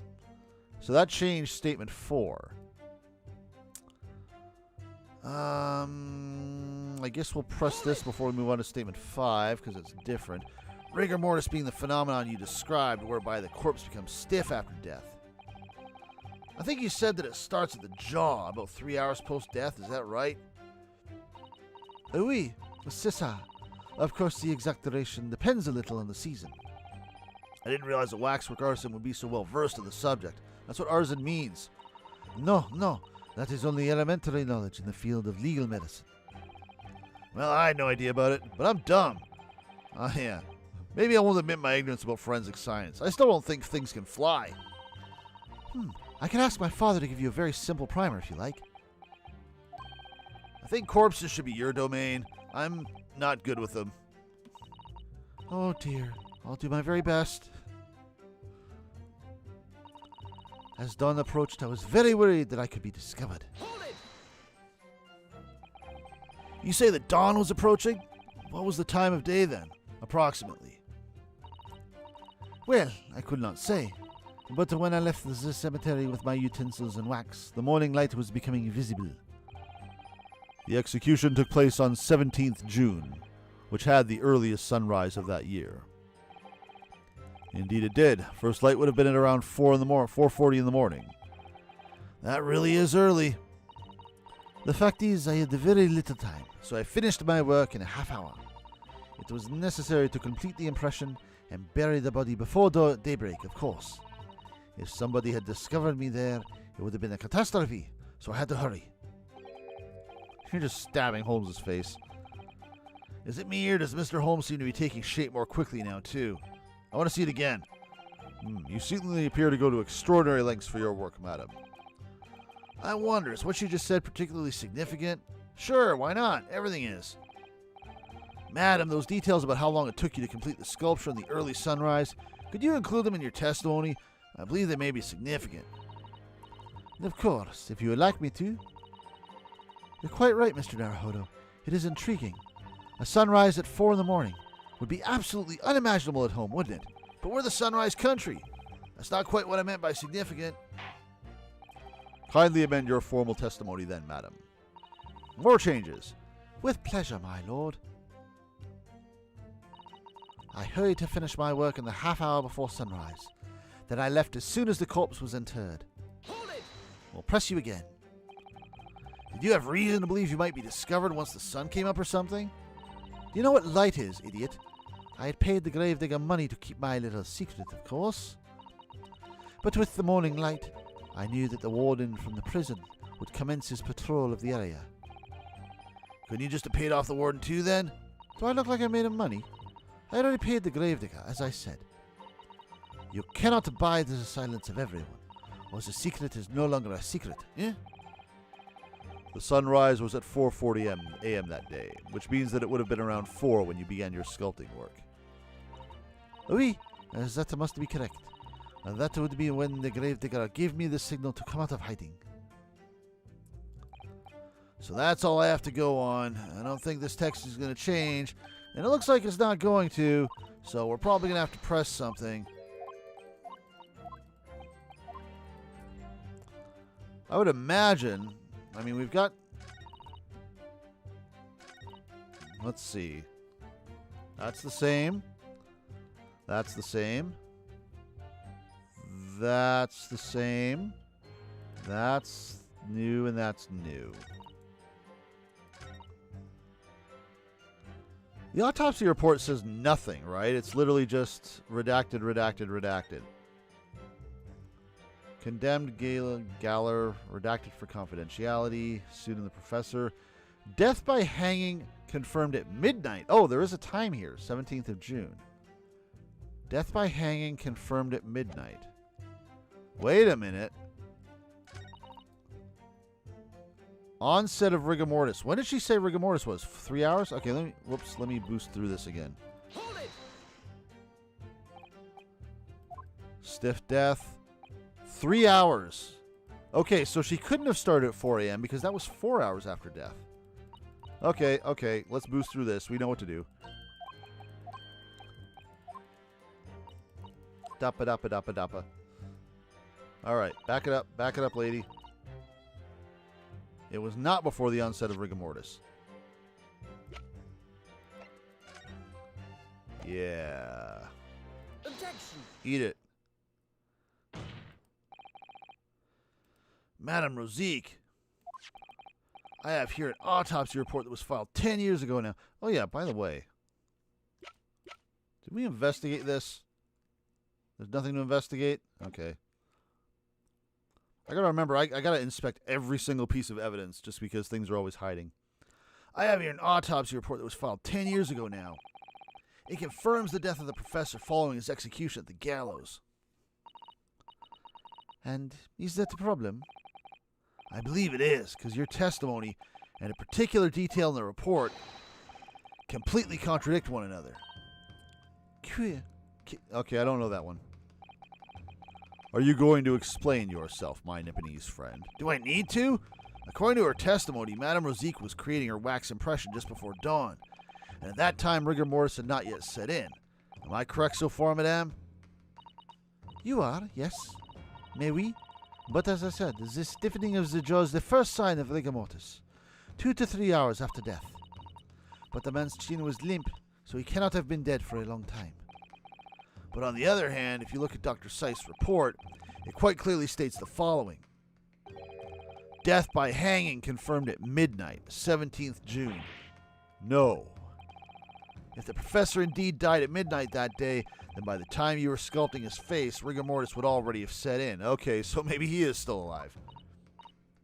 Oui. Yes, you're right. The chin, it would have been completely stiff. In other words, this report is wrong. Objection! In one way or another. No coroner makes mistakes when recording the time of death. The very idea is absurd. In that case, there's only one possible conclusion. The execution didn't actually take place at the stated time. Or it's another person that was killed later. And something was fake. Who knows? Order, order. Counsel, this is beyond folly. Not only do you indict the author of the report, Dr. Psy, but you also implicate members of staff at Barclay Goal where the execution took place. By heck! Not my day! I mean, don't look at me, look at Rosique. My learned friend appears to have overlooked one very crucial fact. What fact? The professor died that night, without question. He did. Of course he did. I moved the man's limp jaw with my own hands. There was no... Yes, the professor died that night. But what if he didn't die at the gallows? Didn't die at... Are you insane? What exactly are you suggesting did happen in that case? I'm a little lost here too, if I'm being honest. It's almost impossible to leave, but that would explain the link between Dr. Scythe, the professor, and that one other person of interest. I have evidence that will explain exactly what I'm suggesting happened that night. Do you now?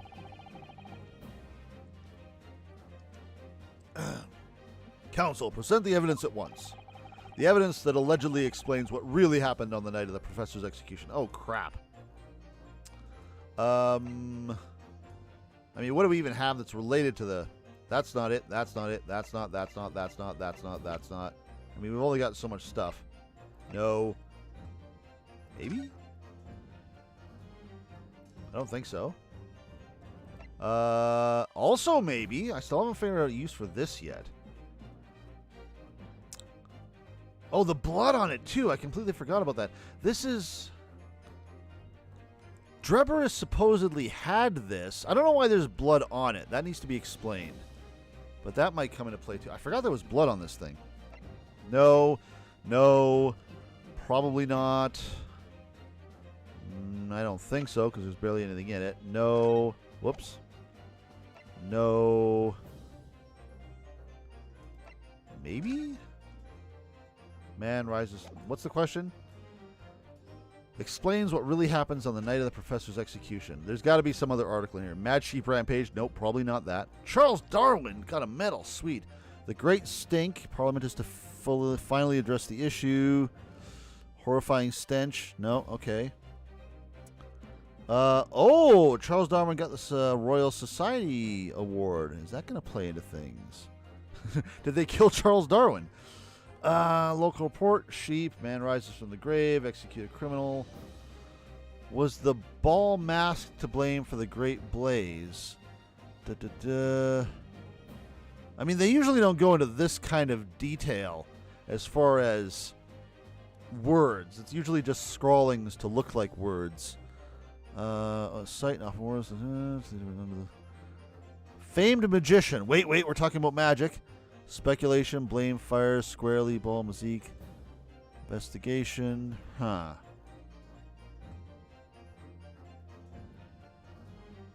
Young man who was witness to scene, virtually shriek. Gunshot. That still hasn't been explained either.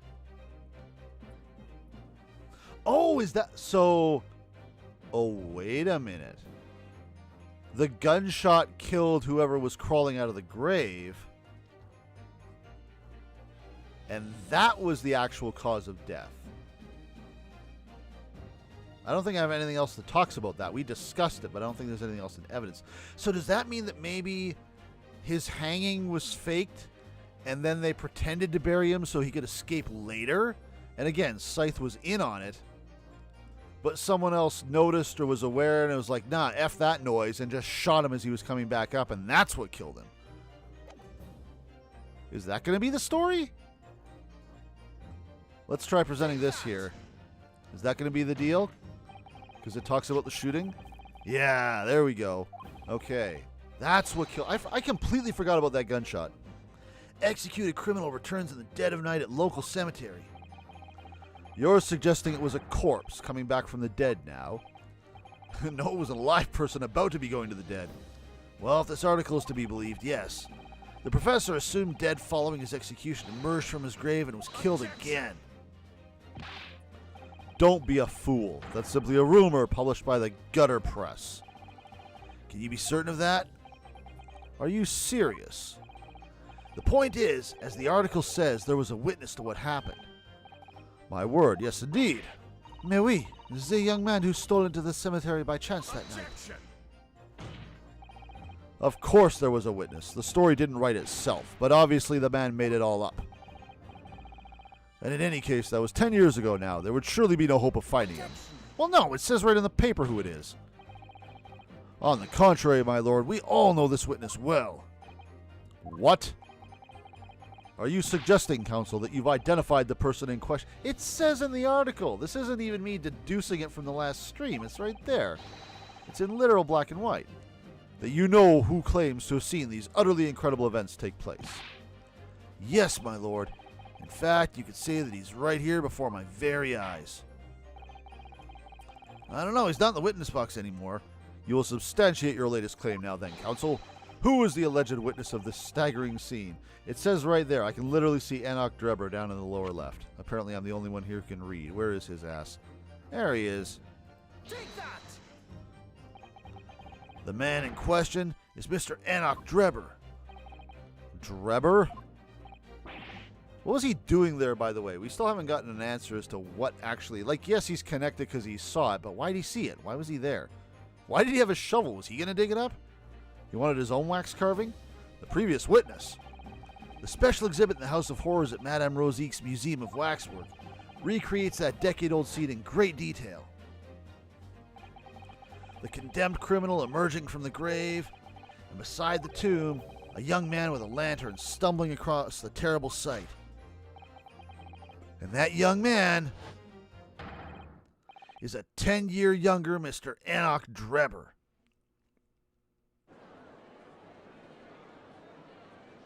Also, you can just read the paper. Order, order, order. Surely not, counsel. Why not? Drebber was there in Lowgate Cemetery. What is all this talk about Mr. Drebber? Is the name significant? Of course, Madame Rosique doesn't know, does she? Yes, it's extremely significant, madam, to your situation as well, in fact. What situation? The theft of the Professor waxwork from museum some days ago was perpetrated by the very same man. No, but that would mean... Madame Rosique, it would appear you know the name, Enoch Drebber. Well, yeah, it was in the newspaper. Oui, yes, I know it. But from long ago in the past. What? Oh my. Like before 10 years ago? Explain yourself. Tell us everything you know. Was he maybe the gravedigger? That would give him a reason to be there. More testimony? Nope, just chit-chat. The story of the young man and the terrible sight he witnessed in the cemetery 10 years ago. Okay, so it is just 10 years. Was published in every single newspaper in London and throughout the Great Britain. However, in all of the articles, the witness was simply described as a certain young man. It says Enoch Drebber. Is this a typo? Is this a mistake in the translation? No details were published about his identity. His name was never revealed, except in the newspaper where his name was revealed and his identity was published. Okay, I'm going to assume that's an error then. That is apart from one newspaper. Okay, so never mind. Take back everything I just said. The Daily Circus. It is the paper from which comes the article I have already shown the court. You're saying that his full name was only publicized in that article? Goodness me, yes, here it is. I could have just read it. The university student who experienced this shocking event is Mr. Enoch Drebber, a discipline of science at the University of London, and a resident of its student dorms, so not a gravedigger. Unbelievable. It's right there. It literally says Mr. Drebber's dreadful encounter. When I read the article, I went to meet with the man. His discovery of the condemned criminal coming back to life in the cemetery in the dead of night would make a perfect exhibit for the House of Horrors, whether it was true or not. I see. So you went to meet Mr. Drebber in order to sculpt a waxwork of the man, did you? Exactement. He was studying science at the University of London in those days. He was just a poor student. I paid him £5 to model for the waxwork. And since that time, it has been in my museum to recreate the scene of terror from the cemetery. Bum bum bum.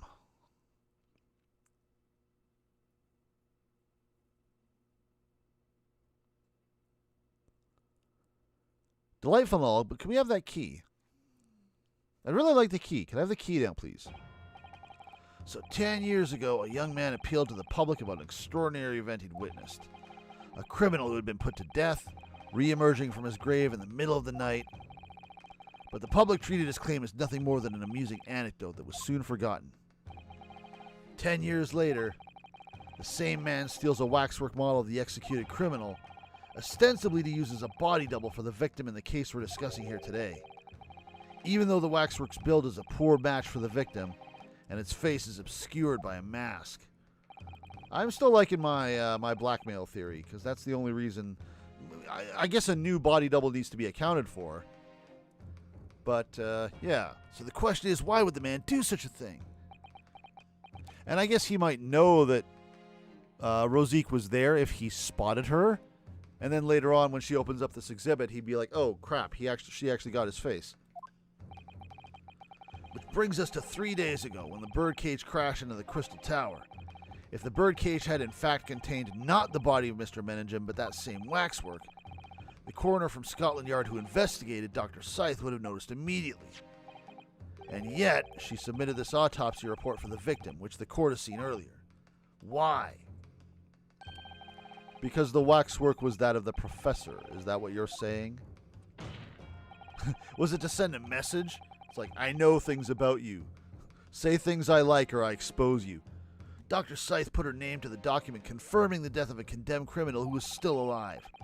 A criminal whose apparent resurrection was witnessed by Mr. Drebber. But that misconduct was a deadly secret the coroner would do anything to protect, which is precisely why Mr. Drebber used that particular waxwork as the body double.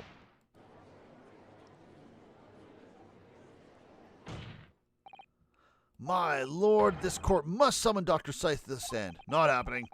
The defense is determined to find out exactly how the coroner and Mr. Drebber are connected.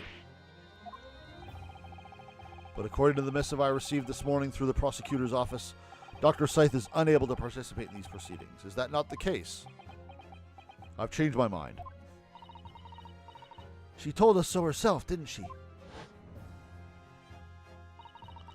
Lord Van Zieks won't be summoning me as a witness. Lord Vortex has forbidden it. Lord Vortex? The Pandora's box you were warned about is the Professor case. But please don't make the mistake of thinking you'll get any information about it out of me. Key, please. Something happened on the night of that killer's execution 10 years ago. And surely nobody would want to get to the bottom of that more than Lord Van Zieks. Oh yeah, he's known for bucking authority. Come on, Van Zieks, be a bro.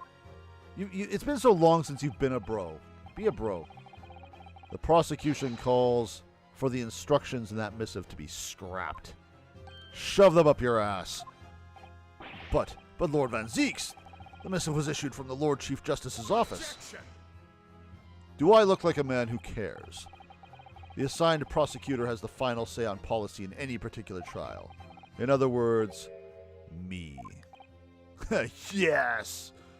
Brofist! Let Enoch Drebber and Dr. Psy'Min both take the stand together. Get their butts up here. Very well. Bailiff, send a subpoena with immediate effect addressed to Dr. Psy'Min of the Forensic Investigation Team. The woman is compelled to attend on Her Majesty's orders. All right then, Enoch Drebber and Dr. Psy'Min. If they weren't colluding with one another, this crime could never have been committed. I'm just a stone's throw away. I can feel it. The truth behind all of this is about to come out. There's still a lot missing here. I'm still unclear on Drebber's motivation entirely.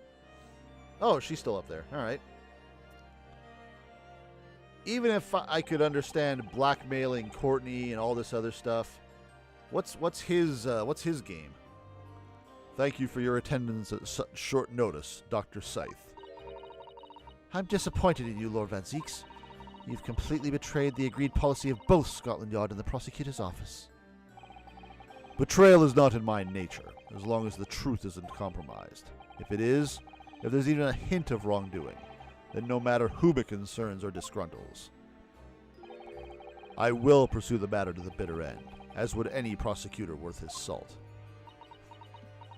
I am very disgruntled. My jimmies are rustled. Mr. Drebber, you took the victim's life by means of a machine that you constructed in your workshop.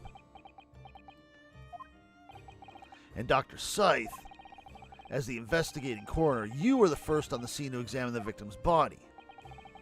It is the belief of the defense that you collaborated with each other and were both complicit in this crime. And where's your evidence? At present, we have no definitive evidence, but we do have a very significant clue. What are you talking about? I'm talking, of course, about the waxwork. This freaky bastard. When is that mask coming off? This model of the killer known as the Professor, who was sentenced to death 10 years ago. You don't need to tell me. I witnessed the man's execution with my own eyes and officially pronounced him dead. That remains to be seen. Is that so?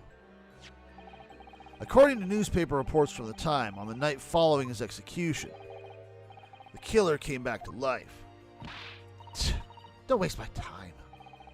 And the sole witness to that mysterious event was you, Mr. Drebber, wasn't it? If what you saw in the graveyard that night 10 years ago wasn't some chilling fiction but reality, it would make you privy to a very great secret of Dr. Scythe's.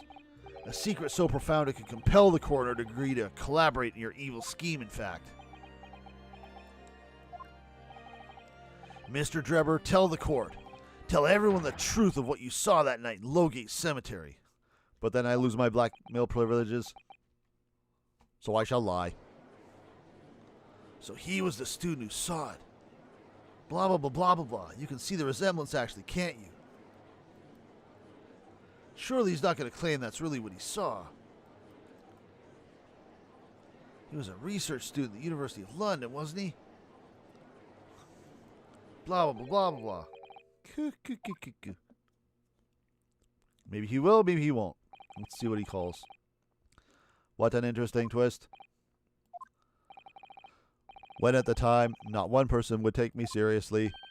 Yet now here we are, 10 years later, and suddenly my story matters. And in a court of law, too.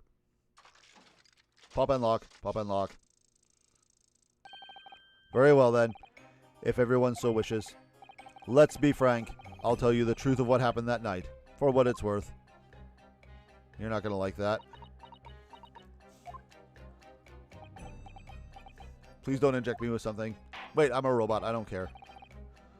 So, Mr. Drebber, your testimony, please, about the events of that night, 10 years ago. You will tell the court exactly what you stumbled across in Lowgate Cemetery. Yes, of course, as you wish. I feel like if he tells the truth, that only implicates him in the current crime, though, because it gives him a way to have compelled Courtney, and of course him being the mastermind of the whole thing, plus being the one that blew up the balloon and other stuff. So maybe he'll be honest, maybe he won't. We'll see. The reason I was in Lowgate Cemetery at all 10 years ago was for a spot of moonlighting, shall we say? Yes, the illustration in that newspaper article was based on what I witnessed that night. But thinking back now, I realized that I never actually saw the professor. Ah, you lying sack of crap. Soon afterwards, I was visited by a young woman who sculpted a model of me from wax. Then I gave up on my dream of becoming a scientist, and it was all because of that newspaper article. Wait a minute. You're claiming you didn't actually see the professor now? Of course, you'd have to have a screw loose if you believed a corpse could come back from the dead. Well, you guys believe teleportation is possible, so where's your screws? Oh, look at all these screws all over the floor. Look at them all. Where are they coming from? But you're saying this article is not worth the paper it's printed on? I think that would describe it perfectly, yes. But if the details in the article aren't true, it nullifies your argument for why Mr. Drebber and Dr. Scythe would have been working together. So he's discrediting himself to cripple my argument, just like I thought he might. Tell me, witness, you claim to have been in the cemetery on some auxiliary business. Care to elaborate? That's right. Grave robbing, to be precise. As you know, Lowgate Cemetery is at the rear of Barclay Gallows. So among students at the university, it had a reputation for being haunted by the ghosts of condemned convicts. Grave robbing, you say? Yes. Exhuming fresh corpses to sell is reasonably lucrative. Of course, I never laid a finger on any valuables buried with the dead. So you were one of the so-called resurrectionists, a particularly unpleasant scourge on society. Actually, my fellows and I went by another name, the repurposers. That is quite beyond the pale. You would invite divine retribution, sir.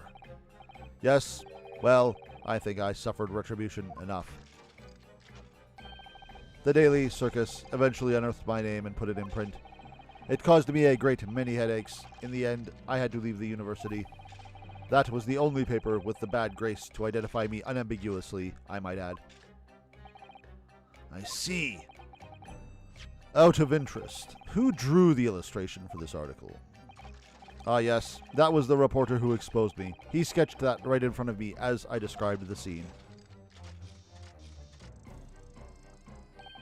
Obviously, as time ticked on, I bitterly regretted what I'd done. Claiming to have seen something I never truly saw. Foolish. Very foolish. I call BS on you saying it was BS. At once, my lord. Let's make it happen. Don't you have a camera? That's still got to come into play. Where did that come from? Was that your camera? The reason I was in Lowgate Cemetery at all 10 years ago was for a spot of moonlighting, shall we say. Yes, the illustration in that newspaper article was based on what I witnessed that night. Thinking back now, I realized that I never actually saw the professor at all, though. Actually, that means the camera and the waxworks head could be used as identifying the professor. We'll see about that. Wait, why am I not clicking? There we go. Soon afterwards, I was visited by a young woman who sculpted a model of me from wax. Now, the others aren't even testifying at all. I'm going to have to pursue something, I'm guessing. Then I gave up on my dream of becoming a scientist, and it was all because of that newspaper article. What's Drebber up to? Why would he suddenly change his tune and recant his claim? I wonder if perhaps it's because his circumstances have changed now. What circumstances? Well, if he admits to having seen the professor emerging alive from his grave 10 years ago, it will expose a secret in Dr. Scythe's past that she would desperately want to hide. Yeah, of course. If Drebber and Dr. Scythe are working together now, then if Drebber were to betray her, there would be no reason for her to continue to cooperate. That's what I was thinking. In that case, there's only one way around it. I have to prove he really did see it. Prove he really did see the professor's corpse coming back from the dead as he originally claimed. Yes, Mr. Naruhodo, exactly. That's going to be the camera, I'm guessing. The reason I was in Lowgate Cemetery at all 10 years ago was for a spot of moonlighting, shall we say. By moonlighting, you mean grave robbing, do you? Surely you only need to look at the graveyard scene and my appearance to gauge the answer for that. The lantern and spade. But who on earth would want to buy a dead body? Any major hospital. A hospital? In order to better understand the human body, the study of anatomy is crucial to medical science. But there isn't a hospital in the world that has enough specimens to work with, though obviously they can't openly express an interest in obtaining more by dubious means.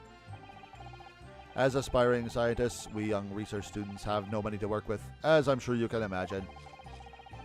So we made serendipitous arrangements with a hospital via some of our medical student acquaintances. We would never take anything of value from the graves. This was all for the furtherance of science, you see. That was what we all told ourselves every time we stole into the grave at night, spade in hand. You realize body snatching is a serious crime. If you were caught, you could expect the gravest of consequences. We students were caught between the hammer and the anvil. We needed funds for research. Professor DeBimbo said exactly the same. I'm quite speechless at the apparent levity with which you've revealed this abhorrent behavior. Well, if you wanted to know why I was there at Lowgate Cemetery, that's the reason. But I never expected it to end the way it did. That I regret to this day. Yes, the illustration of that newspaper article was based on what I witnessed that night. The strange happening at Lowgate Cemetery, which you now deny. Not entirely. I ran to fetch the police at the time, you know. I was shaking like a leaf. But they didn't believe a word of it. In fact, I was very nearly arrested myself. So you went to the papers instead? I started big with the London News, but unsurprisingly, they didn't want to know either. In the end, though, it was reporters from the gossip rags, the gutter press, that came to get my story. And it spread like the plague throughout the capital, as gossip-hungry Londoners lapped up the tale. Juror number 2. The story was in every single paper at the time, with the exception of some broadsheets. And yet only 2 or 3 of them actually interviewed me personally. Most of the accounts turned out to be very interpretive ghost stories. What about the article in the Daily Circus? That particular journalist found me at my dormitory. I don't know how, but he discovered my name. So I recounted to him exactly what had happened that night. And from your description, he drew this illustration? Precisely. That's how I learned that the condemned man was the infamous professor. Because the reporter told me so. I had no idea myself, you see. Newspaper reporters are wont to snoop around in matters that don't concern them. So the scene portrayed in the illustration is accurate then? Well, kind of. Thinking back now, I realize that I never actually saw the professor at all, though. Hold it! What are you talking about? I think I explained already, didn't I? Lowgate Cemetery is at the rear of Barclay Gallow. So it was renowned among us students at the university for being haunted by the ghosts of condemned convicts. For some absurd reason, I was scared of the graveyard at night. And as a result, only too willing to believe that nonsense about the dead coming back to life. But you said you actually saw it. I said what I'd seen in my mind's eye. After all, resurrection is impossible, isn't it? You'd have to be unhinged to think otherwise. Unless, of course, you have some evidence that proves I encountered the professor that night. I don't know. Is there any material evidence that could show he really did see the professor? Oh, I thought I was going to get an option there. If we have anything at all, Mr. Naruhodo, I know. I need to present it against that irritatingly backtracking statement of his. The point is, that night was a pivotal moment in my life. Let's finish pressing here. Soon afterwards, I was visited by a young woman who sculpted a model of me from wax. Hold it! That young woman being Madame Rosique, of course. We haven't heard from her yet, even though she's standing over there. Precisely. I must say, I didn't expect to run into her again like this 10 years later.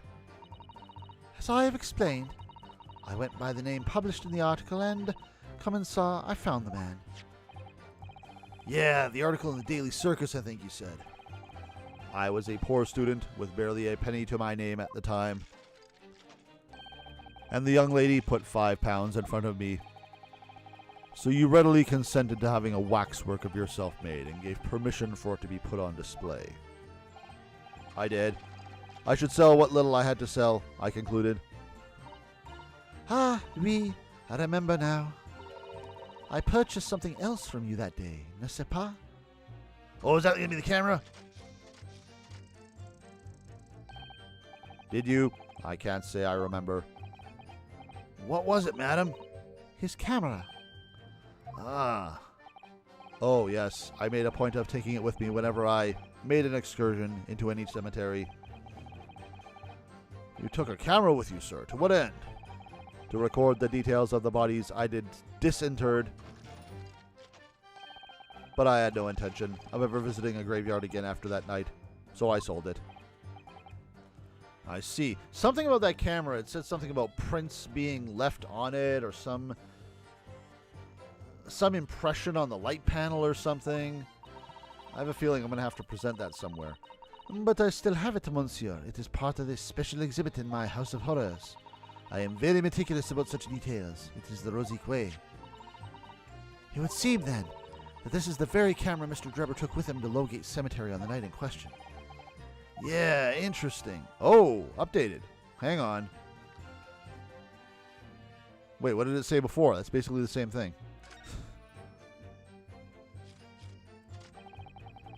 Then I gave up on my dream of becoming a scientist, and it was all because of that newspaper article. Hold it!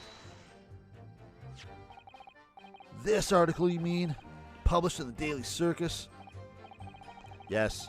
Somebody informed the dean that it was my name that appeared in the article, and carelessly let slip that night after night I was digging up graves. Hardly a model student, you might say. The university's reputation was execrably defiled, and I was expelled as a result. Mon Dieu, I had no idea. And having been run out of university, you found employment in a somewhat specialist trade. Not disagreeing. You combine your knowledge of science with knowledge of stage magic to create various experimental machines intended to demonstrate never-before-seen technology. And you use those deceptive machines to trick the government and private investors into giving you money. No comment. Professor Benjamin Dabimbu was just your latest victim, wasn't he? Actually, I think I'm supposed to be pronouncing that Dobbinboo. I remember hearing that somewhere. Whatever are you talking about? I have no recollection of doing anything of the sort. Yeah, what good are you up here? We called you and you ain't done nothing. What's Drebber up to? Why would he suddenly change his blah, blah, blah, blah, blah? Let's see if the camera matches his statement here. If there's something we can do with that camera, I'm not sure. Maybe Holmes will jump down from the gallery and be like, I can develop it or whatever. Maybe this.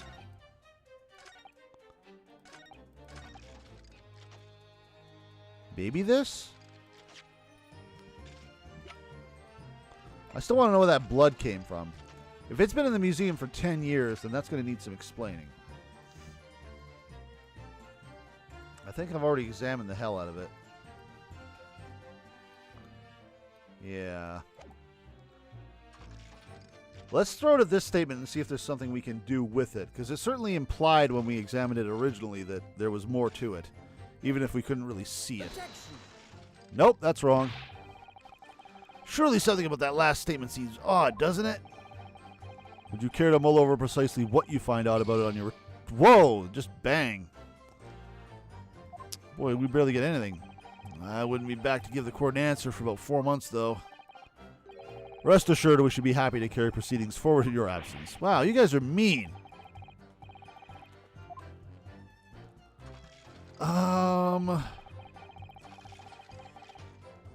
I never actually saw the professor at all. Do we have something else? Is there something else in the article? Just behind the prison, blah, blah, blah. I don't think so. Gunshot.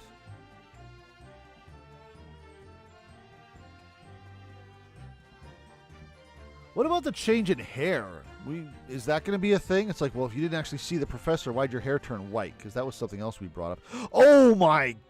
I just noticed the signature. It's the Ass Man again. That's the signature, Ass Man. It's the same signature and name over here. It's the Ass Man. Oh. Oh, who is this reporter? Is Mama Momi going to make a comeback? Oh, snap. I didn't even see that. Okay, there's a connection. I have no idea who that is, but I guess we'll... Interesting. All right, well, what are we doing here? I realize I never actually saw the professor at all, though. Could it be the white hair? Because we commented on that.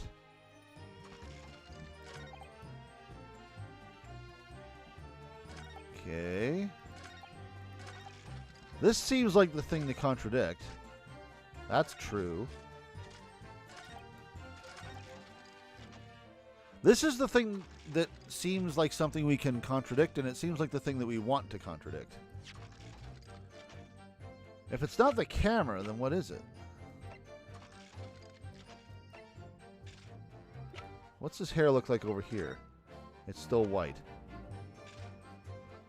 I feel like the white hair is my lead. Maybe, let's try this. Objection. Oh, that is it. Okay. Is it the white hair? Or is it something else? Did I do something by accident? Or did I do it right? Don't believe what? Your latest claim. You did see the professor on that night 10 years ago. I'm sure the camera is going to come up shortly. I just threw it too early, I'm guessing. Oh dear, we seem to be at odds, but I was there, and you were not. I know what I didn't see. The illustration with this article was drawn based upon what you told the journalist that you witnessed. And who is that journalist? Because you said that he drew this. A figure emerging from a tomb wearing an iron mask. Yes, when the killer was tried 10 years ago. It was decided in the closed-circuit ruling that the man would wear the mask to hide his identity. It wasn't to be removed even during his execution and subsequent burial. Not even the prison wardens were to see the man's face. But Rosique saw it. But obviously the provision of this mask was not public knowledge. So, Mr. Drebber, as you've just heard... Oh, is it just because he knew that he was wearing a mask? A lowly student of the University of London certainly would have known about the condemned man's mask. Is that the logic? So unless you'd actually seen the professor that night, it's inconceivable that the artist would have included the mask in that illustration. Did we have evidence that they never told anyone about that mask? Because I'm pretty sure we just pulled that out of our butts. I actually like my logic a little better there.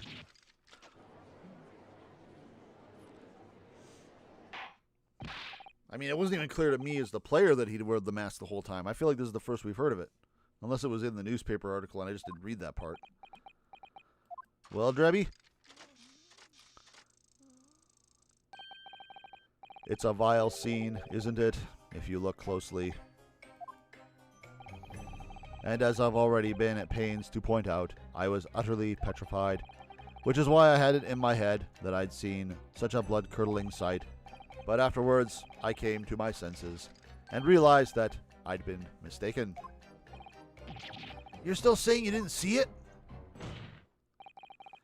If you're stubbornly sticking to that story, witness, then amend your testimony to explain exactly how you think your eyes deceived you.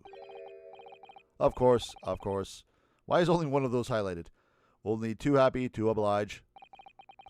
I can't believe he's still not going to concede the point. Why won't this witness cooperate like the other ones? What I in fact witnessed was a fellow grave robber at work. What? Hold it! A fellow grave robber? What are you talking about? Oh. This is going to be, what's her face, Rosique. Well, I wasn't the only one busy in the cemetery that night, you know. Other body snatchers were at work. Man, they need to patrol this place better.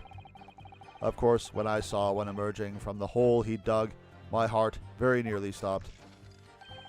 So that's the terrifying sight I actually saw, you see. You're claiming it was just another student on equally insalubrious business as yourself. Explain the gunshot, though. We still haven't gotten around to that yet. Many of the medical students who wear metal masks to protect them from bacteria during dissections. Clearly, the fellow was using such a mask to protect his anonymity. Wouldn't you say? But there's more to the story, isn't there? The article goes on to say, in the next second, a gunshot rang out suddenly from behind. Yeah, no kidding. The bullet pierced the resurrected man's chest, whose breath then stilled once more. So he was shot in the chest. Okay, so it's not someone walking around with a bullet. Unless they are really freaking lucky. Or unlucky, as the case may be. We might assume that the sexton discovered the miscreants at work, perhaps, and fired upon one of them. If the grave digger had shot someone in the cemetery, I think it might have been rather big news, my lord. Ah, yes. Well, I can only assume it was an embellishment bolted on later by the reporter. Oh, we're getting mad. Taking it out of Holmes's face. Excuse me. Madame Rosique, don't take it out of Mr. Holmes. I'll do what I please. Oh la la, pardon. I was lost in my thoughts. Would it be fair to say that Mr. Drebber's last remark was significant to you in some way? I thought it was a little strange, that is all. How Monsieur Drebber could claim this now? If you don't mind me saying, madame, what are you talking about? Well, when I met you 10 years ago at your university dormitory, you recounted to me about your adventures in the cemetery, no? Including the gunshot. Stop. You might want to watch your tongue, you know. Objection! Have a care, Drebber. That's no way to speak to a lady. Please, Madame Rosique, carry on. Of course. According to what Monsieur Drebber told me at the time, He did hear a gunshot from behind him, and the bullet hit the condemned man. I said nothing of the sort. No, you were very explicit about the details. About the mask that the figure was wearing. And the blood that splattered over you when he was shot. Aha! So it is the camera, but not the reason I thought it was. Enough. Shut up, woman. You're making all this up. That will do.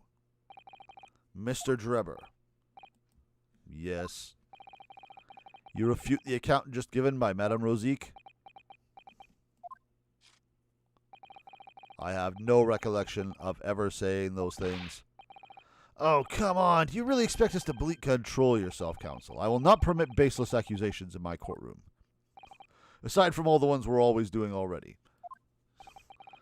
Under the circumstances, I think it best that you supplement your testimony with a statement to clarify your position on this witness. Very well. I've already examined the camera. It has blood on it.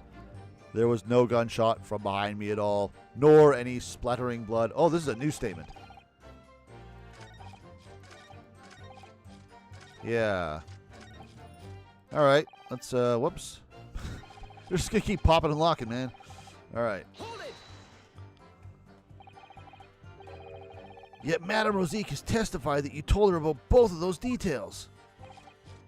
Not true. I said nothing of the sort. 10 years have passed. Without material evidence to the contrary, you have no grounds on which to question the witness's words. Oh, I've got material evidence. Tell me, Madame Rosique. Oui. What exactly did Mr. Drebber say about the blood that apparently splattered on him? Alors, this is what he told me. All of a sudden, he heard a very loud gunshot from behind his back. The bullet hit the figure who was emerging from the tomb in the middle of the chest, in his heart. One dreadful sight after another. No shit. And since Monsieur Drebber was at the time facing towards the condemned man, the blood sprayed from the wound and splattered on his body. That is what he told me. So not an experience you would ever forget, is it? Precisely. And I didn't forget it, because, as I've already said, it never happened in the first place. He's clearly lying. If only I had some evidence to prove it.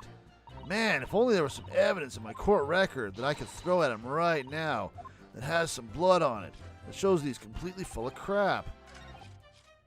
So now, and I've already examined this, so it noticed the blood, right? When the lens is extended, dark staining can be seen on the bellows. Objection! There we go. Finally, the camera comes into play. Please tell me we get to develop it at some point. Mr. Drebber, do you remember this camera? Oh, crap. But that is the camera from the fateful night. Yeah, we stole it. Borrowed it from the House of Horrors. It's the camera you took with you to the cemetery that night, Mr. Drebber. Well, butts. And is that supposed to be significant? This kind of camera is rarely seen in our homeland, so my colleague and I were keen to examine it closely. We noticed that the lens extends forward on the end of some bellows. Like this. What's that? They're just on the bellows. It looks like a dark red stain. That's right. It's a rather conspicuous mark here on the bellows, in fact. Good Lord, are you suggesting? Yes, my lord, it would appear to be a splatter of blood. Something that could be confirmed with a simple chemical test. Isn't that right, Dr. Psy? It would be difficult to determine if it was human blood and not the blood of some animal. But yes, to test whether or not it's blood at all is simple enough. I propose that Madame Rosique's testimony was correct, and that on that night in question 10 years ago, you were splattered with blood from the gunshot wound. I don't know why I keep putting an L in there. Is spattered a word? And that furthermore, you really did witness the condemned professor emerging from his tomb. I am broken. Like an Egyptian. There's simply no way you could have forgotten such a traumatic experience. In other words, the only explanation is that you're trying to hide the fact that you saw the professor that night. But why? Why would he want to do that? Well, not for his own gain, it would seem. For whose then? Who could benefit? Well, derp. Mr. Drebber is obviously lying in order to protect somebody. He's shielding someone? Oh, he looked! Holmes knows what that means. He's already on his Roomba. Yes, my lord, and clearly. It's someone who doesn't want the truth about the professor's coming back to life to be exposed. Well, counsel, who is it then? Who is this witness trying to protect by lying about what he saw that night? Well, derpy derp. Who else? Take that! The obvious answer, like Psy'Min says, is Dr. Scythe. Scythe. Whatever do you mean? Yeah, she didn't put up with nothing. She was standing there like a boss the whole time. Imagine if the convict who'd been sentenced to death was not in fact killed. Imagine if that was to come to light. What are you insinuating? And imagine if the convict in question was the country's most hated mass murderer. If it was the professor, That would be an unprecedented scandal. I keep forgetting I wanted to make her sound like a snake.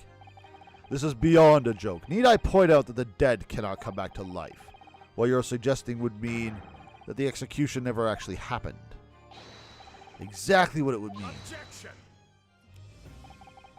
Once a man is sent to the gallows, he hangs. No one could escape. Not in Great Britain. But the fact is, there was a witness to the fact that the man did escape his hanging.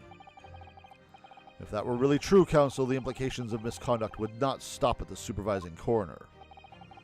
It would taint the honor of the entire judiciary from the ground up. Well, it might, depending on who the professor was. And it's exactly because of those monumental repercussions that Dr. Scythe would consent to any demand made of her by someone who threatened to expose the secret, even if that meant being complicit in a crime. You mean... I mean that Dr. Scythe wasn't collaborating in Mr. Drebber's wicked scheme. She was coerced into collaborating in order to protect her decade-old secret. She switched the dead body of Mr. Menningen with the waxwork model and fabricated the autopsy report.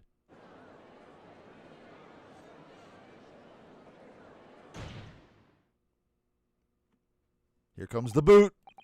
Lord Van Zeeks? Pray forgive my freshly filled hallowed chalice. And a whole raft of other discourtesies now. I'm just doing all my discourtesies at once. Let me use my other hand and throw my bottle at Holmes's head. It's just the sort of tall tale Londoners would enjoy, I grant you.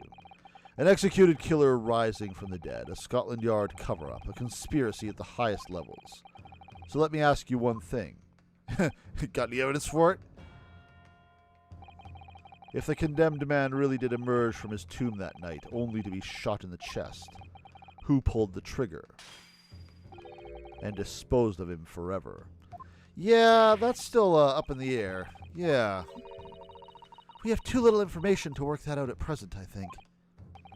Maybe it was Van Zeeks. Maybe he was just pissed because of his brother and he wanted to make sure. And he's just bluffing right now. The Old Bailey is no place for wild fantasies. Just because I don't know the name doesn't mean it's a fantasy. And have you considered this, my learned Nibonese friend? Considered what?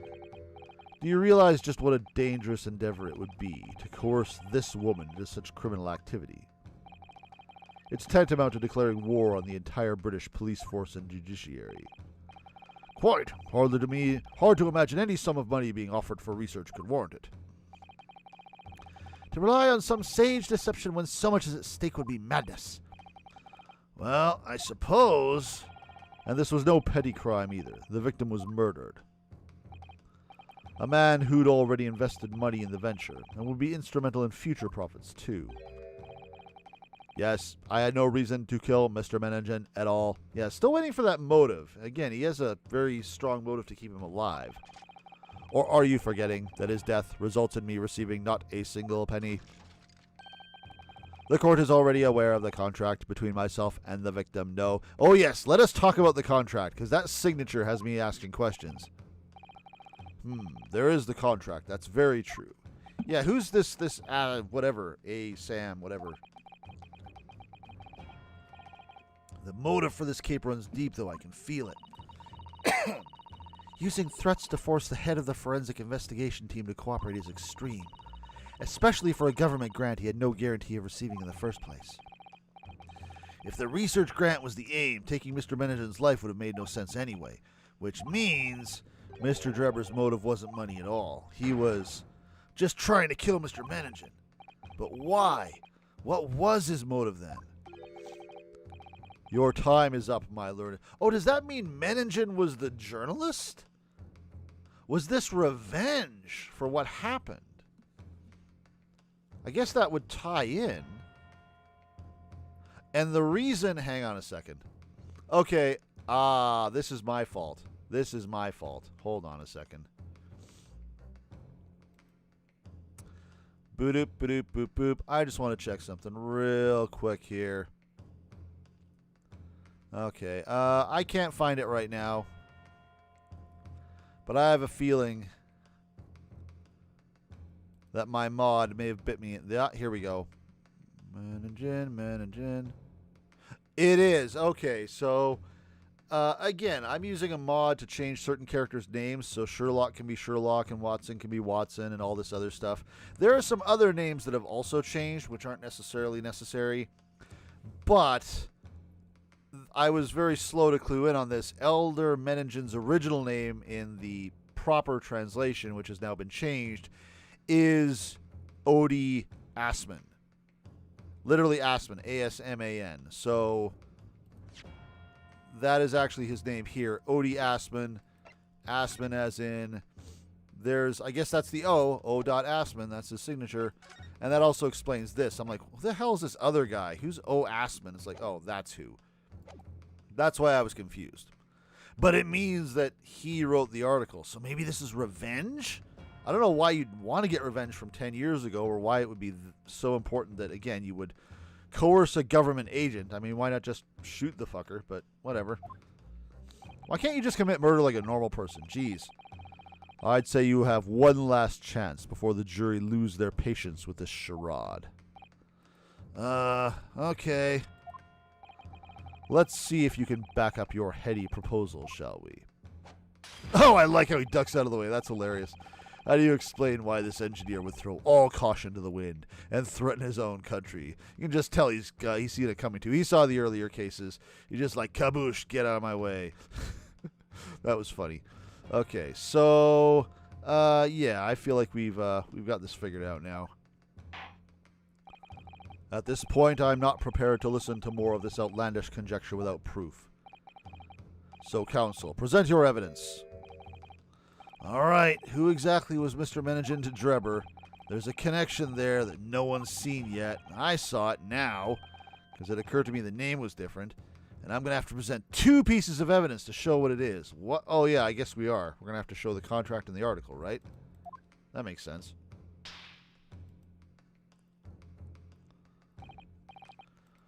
Yes, my lord. The evidence that establishes a motive and explains why the witness is one of the dead is right here. Okay, so we're going to have to pick both. So let's, start with the contract. Take that! Number 1. Mr. Drebber, I have here the contract that you signed with Mr. Menningen. Actually, Mr. Assman.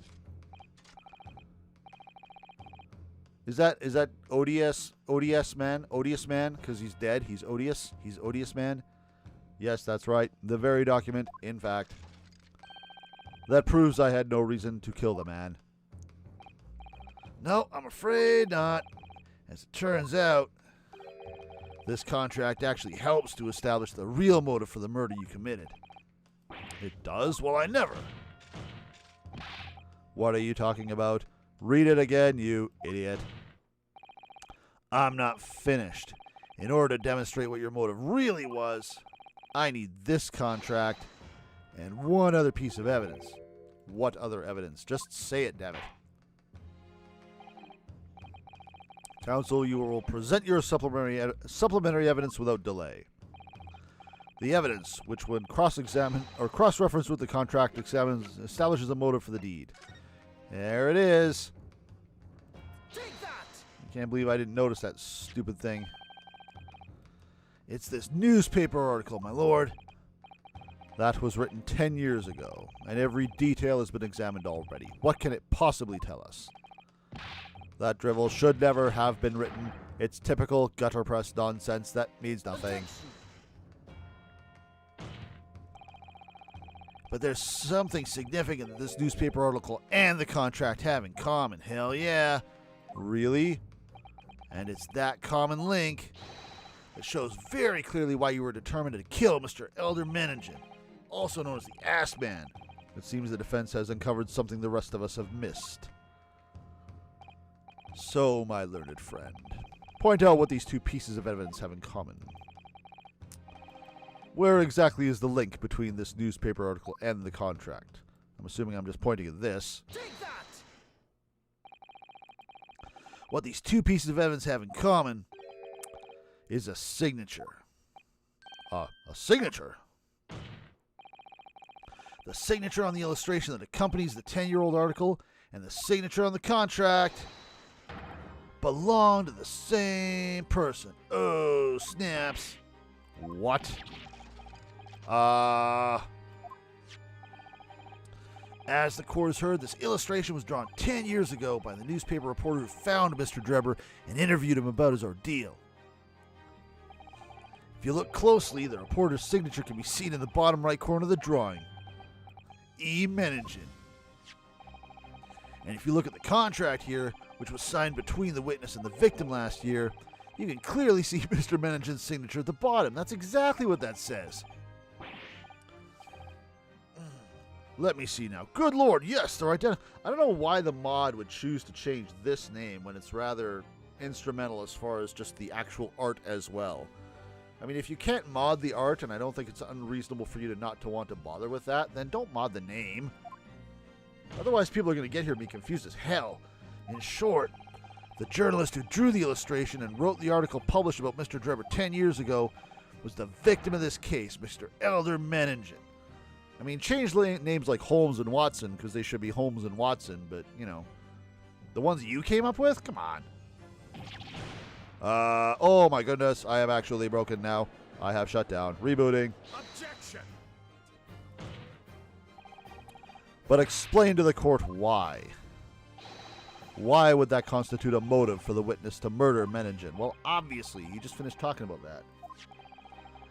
You'll remember that Mr. Drebber talked about that article in his testimony. Grave robbing, you say? Yes, exhuming fresh corpses to sell is reasonably lucrative. That is quite beyond the pale.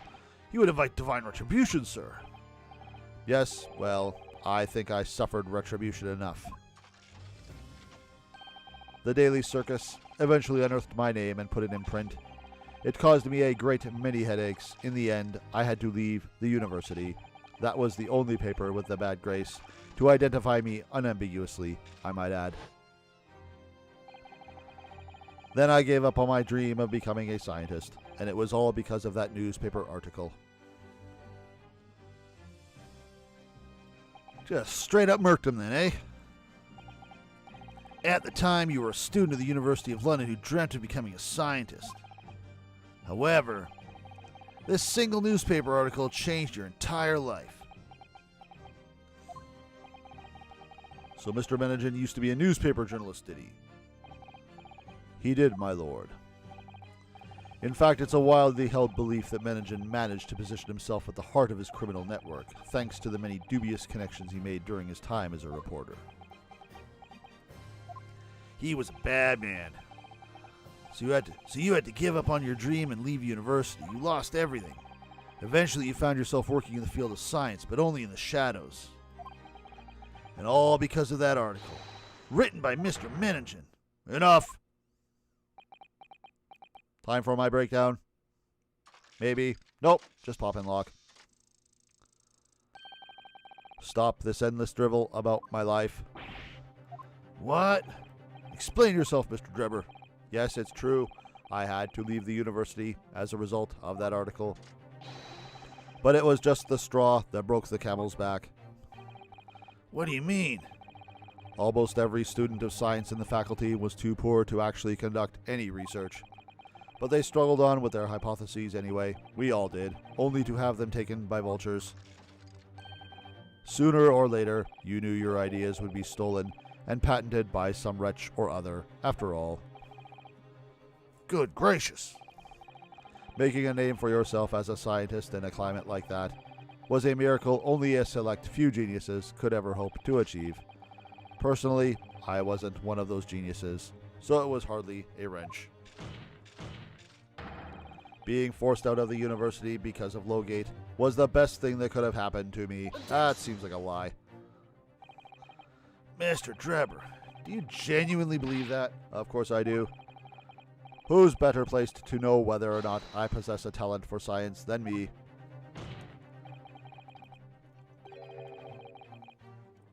I'm sorry to say that your words don't ring true at all.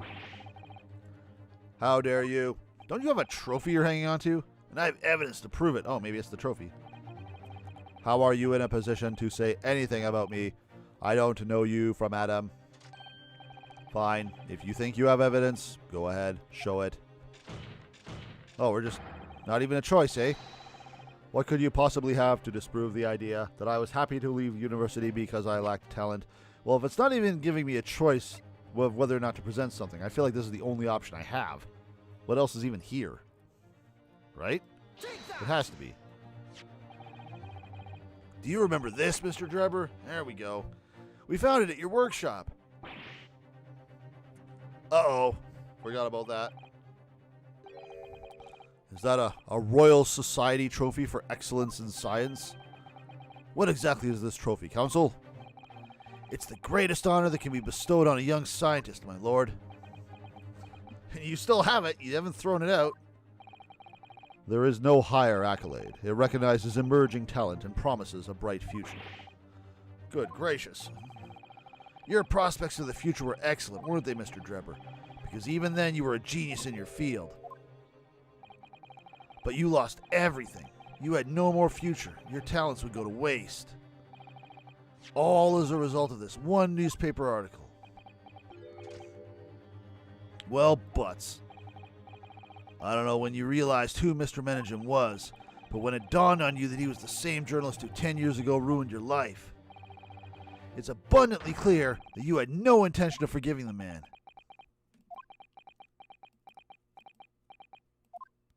Breakdown? Do it. Do it.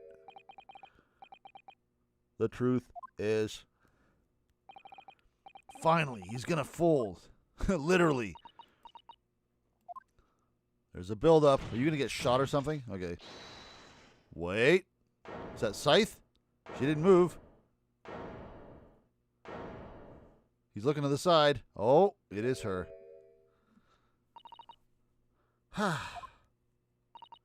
Fine. Clearly this has run its course now. What? I admit it. All of it. What? What are you doing? It's exactly as the Japanese man said.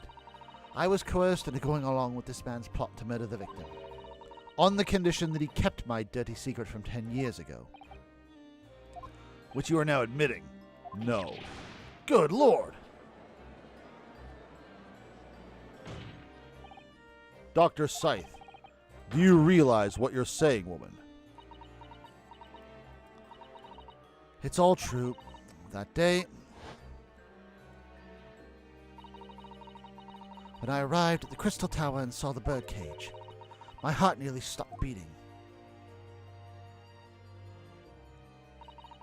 That memory from a decade ago that I'd done my best to bury deep inside myself. It was the professor again, staring me in the face. And then, before I had a chance to react, I noticed something else. Ah, there's a little letter in his pocket there. There was a note tucked inside the model's jacket. Dr. Scythe, you will go along with my plan. From someone who knows the truth about what really happened that night 10 years ago. Well, piss. All the instructions were there in the note. Every detail was meticulously written out. I had no choice but to do what it said. I made the necessary alterations to the scene and fabricated the autopsy report as instructed. There was really no other choice. It had to be done to protect the judiciary.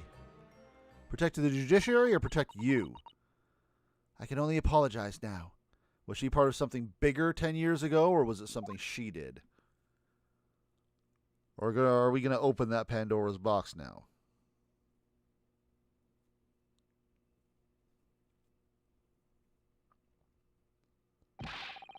Why on earth would you buckle now?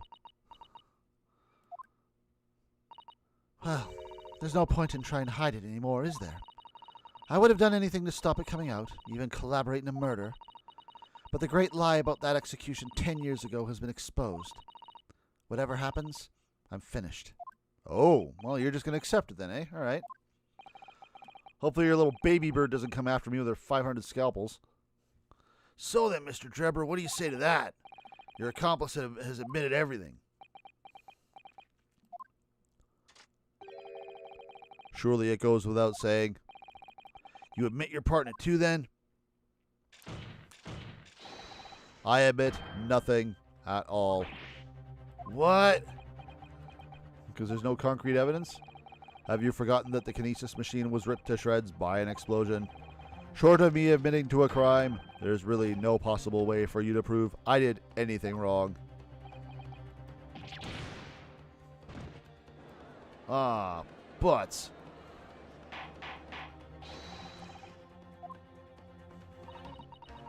Whatever this man says, I admit everything.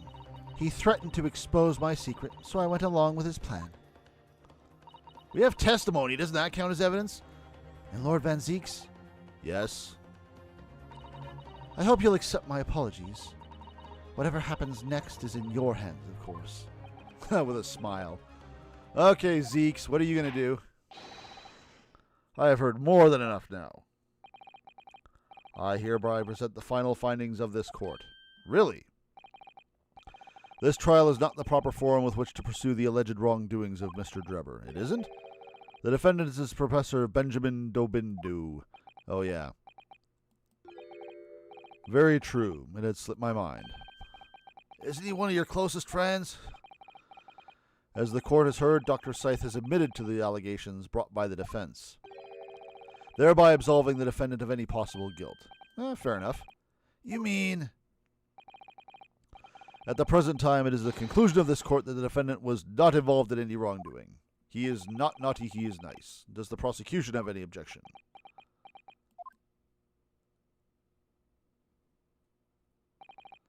None, my lord. Oh, congratulations, Mr. Naruhodo. You've proven Professor Dobinbo's innocence. Without further ado, then, the adjudication. Well, this is not ending great. Why can't we get the engineer? Unless the prosecution or defense have any other matters to discuss. We'll probably follow up with it in a later trial. Also, Asogi, you didn't do squat. Why are you here? Just stealing the oxygen. I don't know. This doesn't feel quite right. Why did Dr. Scythe suddenly admit to it like that? Well, didn't she say so? Didn't she say why? Is everything all right, Mr. Naruhodo? Like you said before, the way the trial is set to end now, the judge will certainly deliver a verdict of not guilty. Is that really what we want? No, we want to win everything. I'm greedy. What the defense should be pushing for now.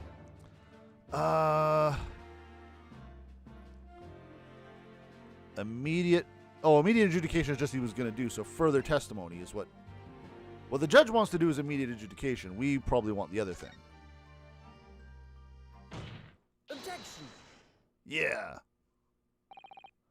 The defense objects to the trial ending at this time, my lord. I beg your what? We demand one final testimony. What? Rosie's just hanging out. You finished your Holmes yet? You do realize I'm about to adjudicate in favor of your client, I presume. What are you playing at now, my Nipponese friend? Why would you want to obstruct the conclusion of the trial at this point? No defense lawyer in his right mind would do that. Mr. Naruhodo, what exactly are you thinking? The truth, the whole truth, and a way to bring it all out in the open. Take off the damn mask! Right. Yes, in hindsight. Give me that key. Oh, right, what he said. Oh, yes, one word of warning before I go. If in the course of the trial this afternoon you perceive even a shadow of doubt about the truth, don't let it out of your sight. Pursue it like a dog with a bone. To the bitter end, you understand. Do not falter, whatever may come to pass.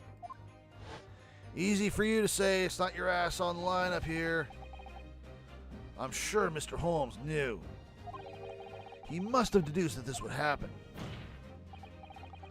Yeah, I'm here in court to advocate for my client and to secure an acquittal. Obviously. But that's not all. I believe that I have a duty to the court to pursue the whole truth of the case until every last detail is laid bare. Did I not specifically tell you don't open Pandora? Did you listen to a word I said? And that is why the defense calls for further testimony from Dr. Psy. Testimony from me? About what? About the nature of your collaboration with Mr. Enoch Drebber. Yeah, I guess we could stand to get a little more info from her about that. In case it's escaped your attention, I've already admitted to everything I did. The whole truth has already been revealed. So stop wasting everybody's time. As his lordship made very plain, your client will get the acquittal you wanted for him. There's simply no point protracting this business further with another tedious cross-examination. Objection! Uh-oh. Oh, God, that hurt! Pray forgive my careless handling of that hallowed bottle. I slipped. The hell you did! That's what you call it? Holmes needs to go to the hospital again. What is your objection, Lord Van Zeeks? The prosecution also calls for supplementary testimony from the witness.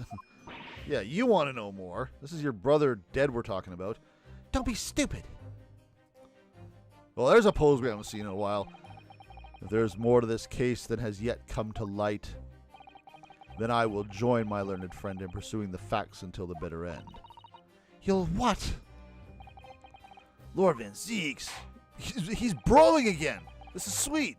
This is most irregular, to say the least. However, as the prosecution also calls for it, I will uphold the request. Dr. Scythe, you will testify for the court, explaining the full extent of your involvement in the murder apparently committed by Mr. Drebber. Very well. At least you didn't kill him. You're not up for murder. You're just, you were coerced. Your punishment won't be that bad. Now, about what happened 10 years ago, that might be a different story. It all began at the scene when I saw the waxwork and the note tucked inside its jacket. The actual body of the victim, as indicated in the note's instructions, was beneath the experimental stage. The body had to be arranged in certain ways to implicate the defendant, which was my job. I enlisted the help of the entire forensic investigation team to dress the scene appropriately. The truth about the execution 10 years ago is a state secret of the highest level. I had to protect it. So I was right. The stage and the machine were all specifically designed for the deception. So it seems, and all meticulously prepared. You did well to see through it. You're a very shrewd boy. So kind of you to say. And what about this autopsy report then? All I did was record the location of the body as being in the Crystal Tower instead of under the stage. That's all? That's a terrible corruption. What about the broken neck? That's still weird to me. Only my team were aware of the deceit, and then only under my explicit instructions. Nobody else at Scotland Yard knew anything about it, I assure you. We must be thankful for small mercies, I suppose. Well, I believe that testimony has clarified everything. There's no particular need for a cross-examination, I would say. Well, hang on a second. No, I disagree. I can't shake the feeling that something's wrong. Just look at that expression on Dr. Scythe's face. It's the defense's right to cross-examine any witnesses following testimony. What is it about you Japanese that makes you all so doggedly persistent? Hey, where'd that comment come from? No racism. Very well. If you so desire, counsel, proceed with the cross-examination. Yes, my lord. So how's this gonna play? I mean, I don't think I saw anything out of the ordinary here. It all began at the scene when I saw the waxwork and the note tucked inside its jacket. The actual body of the victim, as indicated in the note's instructions, was beneath the experimentation stage. The body had to be arranged in certain ways to implicate the defendant, which was my job. I enlisted the help of the entire forensic investigation team to dress the scene appropriately. The truth about the execution 10 years ago is a state secret of the highest level. I had to protect it. So that's her story. She admitted everything and revealed her full involvement in the crime.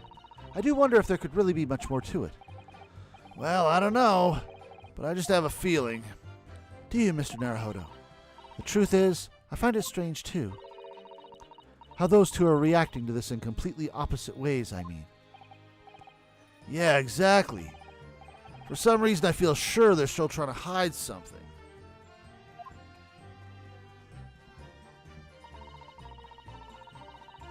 Okay, stream still seems good. I hadn't looked at it in a while. It all began at the scene when I saw the waxwork and the note tucked inside its jacket. From what you described before, it sounds like the note was anonymous. Do you have any idea of who was behind it? There are very few people in the know about what really happened 10 years ago to start with. But anyway, I'd never heard of this engineer. So no, I had no idea. We still haven't accounted for the gunshot yet. And now we've just moved on. Yet despite not, it must have been Gatto. Yet despite not knowing who was behind the plan, you went along with it? I had no choice. Protecting the professor's secret was my only concern. But the horse is bolted now, and the stable door will never shut again. Take off the mask! Scotland Yard's reputation will be immeasurably damaged as a result of all this. Yes, thank you, Lord Van Zeeks. I'm well aware of that. So as I understand it, what you found in the birdcage was the waxwork model. Where, then, was the victim's body?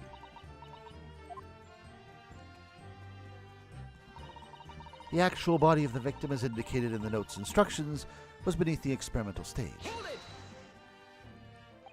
So you knew about the special construction of the stage used to carry out the trick, then? It was quite obvious what had happened with the victim in the waxwork. And you switched the two over, didn't you? In other words, you recorded the victim's body as having been discovered in the Crystal Tower. And the waxwork? I wrapped it and sent it by carriage to the specified address at the specified time. And why were you given such directions? Presumably so it could be recovered by Drebber and returned to Madame Rosique. I see. And then you put the birdcage back on the experimentation stage. Yes, although someone obviously made a mistake about which cage should go where. I thought I'd made it perfectly clear to the team, but still. I suppose you were focused on the victim's body, that being a more important detail.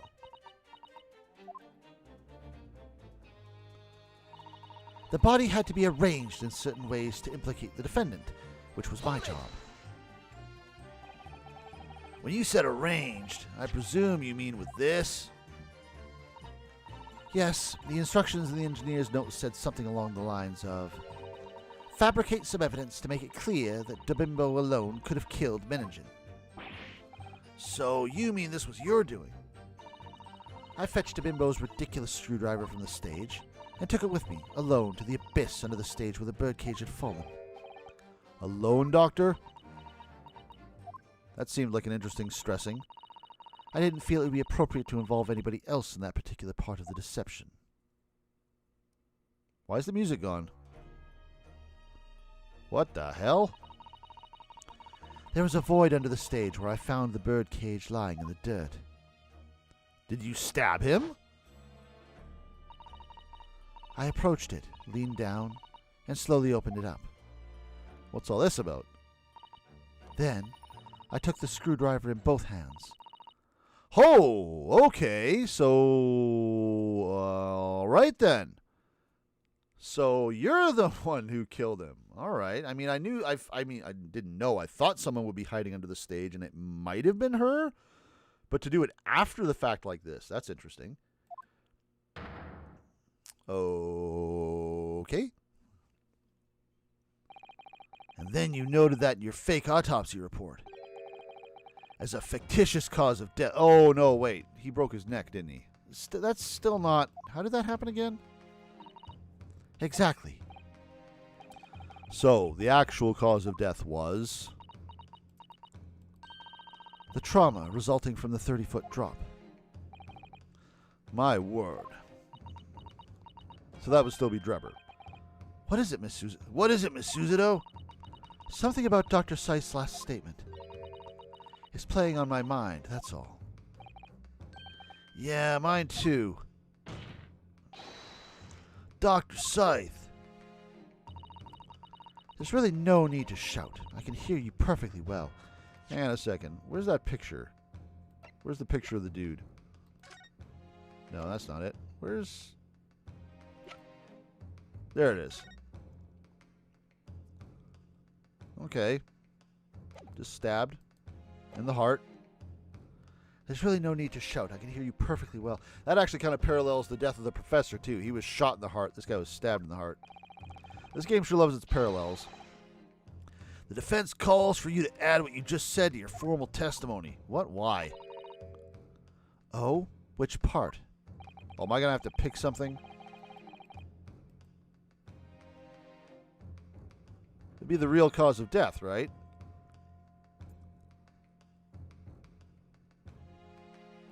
I want to hear more about that. The real cause of death being the fall of 30 feet. That part. Fine, if that's what you want. Just stop yelling, please. The prosecution concurs. Oh, did I pick the right one? Very well, you will supplement your testimony now, witness. If you wish, my lord. The actual cause of death was the neck trauma Menningen suffered from the 30-foot fall. Is this... Oh, this is a whole new statement. Okay, interesting. All right, well, let's press it. We'll see if we get anything out of this, and if we don't, we'll try the other one. You're quite sure that it was a result of a broken neck? Yes, as a professional, that was more than apparent. You'd never know just by looking at the photograph of the victim, though, would you? No, that's very true. Obviously not. Which is precisely why coroners are needed to determine the actual facts. Yeah, assuming they can be trusted. Oh, snap! Yeah, that's right, I went there. There's no point calling her assessment into question without evidence. Let's get back to the testimony. Very well. That didn't really go anywhere. I enlisted the help... We'll see what the other option is and see if there's something in that. I enlisted the help of the entire forensic investigation team to address the scene appropriately. Hold it! Also, we'll see what else we got in these other statements. The entire team in perverting the course of justice? My team consists of the very best investigators there are. I demand loyalty from all members. We operate on a code of chivalry of sorts. You aided and abetted a murderer commit perjury and dare to talk of chivalry? It was a matter of priorities. What? Nothing was more important than protecting the secret of the professor, which is going to come out by the end of this game, so I don't know why you're bothering. My team did what was necessary without losing sight of the primary goal. I consider their conduct exemplary. Don't concede the point, Mr. Naruhodo. You mustn't let her win. I need a lawyer. Someone get me an adult. I'll take that silence as tactic acceptance. Now can we move on?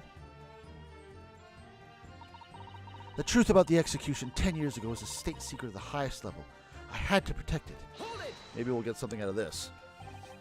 But at what cost? Faith in Scotland Yard is going to suffer a terrible blow as a result of this. And your precious secret is out now anyway. Not yet, it isn't. Yes, as you say. And I take full responsibility. Blow me down, Dr. Scythe! Surely there was some other way you could have protected the secret. I keep forgetting about juror number 6. He's been weird this trial. I wonder if he's going to do something. He's got a gun. No, there really wasn't. I've done my utmost, believe me. In many ways, I respect your determination. Wow, I nearly froze under that cold stare as she said that. I do believe she was being genuine, though, Mr. Naruhodo. So that's her story. She's admitted everything, blah, blah, blah. Let's try that other option. Yeah, the way they're reacting is a little bit weird. Trevor hasn't said anything in a while, either. Alright, let's try... Let's see what the other option here gets me. Oh, I can't skip through this because it's a question at the end. I was merely carrying out the engineer's instructions. In his words, fabricate some evidence to make it clear that Dabinbo alone could have killed Meningen. And so you went without any of your team to where Meningen had fallen. That's right. Yes. How did you move the birdcage exactly? I leaned down. Oh, we're going quicker. Okay. In both hands. That's kind of neat. It's not going through the overly dramatic version anymore. It's just giving us the Coles notes. I appreciate that. After that, it was simply a matter of recording the stab wound, blah, blah, blah. The real cause of death being the fall, of course. I'm sure there's something here in this testimony. Oh, that's why I can't skip it, because it actually is new. I'm sure you could ask Dr. Scythe to change the Sepuloni testimony she gave before. Ah, interesting. I'm not sure if this game has actually given me this option before. Because there have been other cases in other games where we have a choice as to what sort of new testimony gets added, and some of it is relevant and some of it isn't. But I think this is the first time this game has done it. Do the other one. What you just said before, what you did to the victim's body. That may be significant. So could you change your supplementary statement? Why can't you just add both? Add all the statements. I stood over where the victim's corpse where it laid in the toppled chest and plunged the screwdriver into the chest. Hold it! So it was you who stabbed Meningen with this? Yes, far easier than dissection, I assure you. No precision required. What a welcome change. The victim died instantly from a snapped neck. All I did was carry out the instructions I'd been given. As unflinchingly as ever, no doubt. I imagine you didn't bat an eyelid when you drove the weapon into his body. There was no need to bat my eyelids. And what else did you do to twist the facts? Remind the court, why don't you?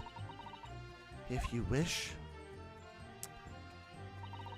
I enlisted the help. Okay, I'm not sure I got anything out of that either. Okay, I stood over the victim's corpse where it laid in the toppled cage and plunged the screwdriver into the chest. Okay. Yeah, pretty straightforward. Nothing about this is new or different or weird. That's the report for him. Hemorrhage of a wound to the chest that pierced the heart, inflicted by a sharp implement. Oh, she... Oh, well, I guess she would have lied here. She admitted she lied, so this isn't that surprising. So these should be switched. The cause of death is the broken vertebrae, and then additional observations. Oh, yeah, he was just, stabbed in the heart, whatever. I don't think there's anything in here. I don't think so. I don't think so. Blah, blah, blah, blah. No. Maybe? Wow. How did you stab him through the heart through that? Boy, you couldn't have done it double-handed like you were saying. You'd have to like, throw a friggin' falcon punch with that screwdriver to stab him from that distance. Is that going to be what I need to say? What do we got here? What do we got here? What do we got here? Plunge the screwdriver into the chest. Is that visible in this? Not real. Well, kind of. Can I mean, I have to present on something here. I'm tempted to present on this, because how did you do that?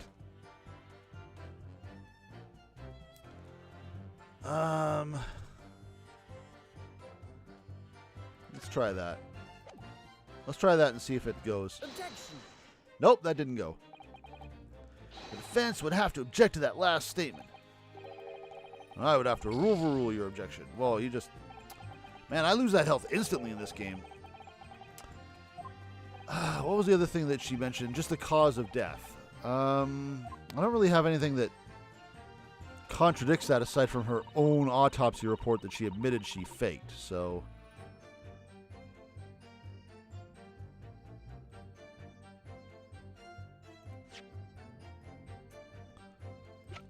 I mean, I have to contradict that with something, and there's only so many things that apply to it. Is it the screwdriver?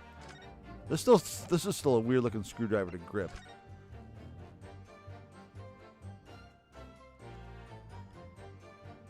I don't see anything out of the ordinary here.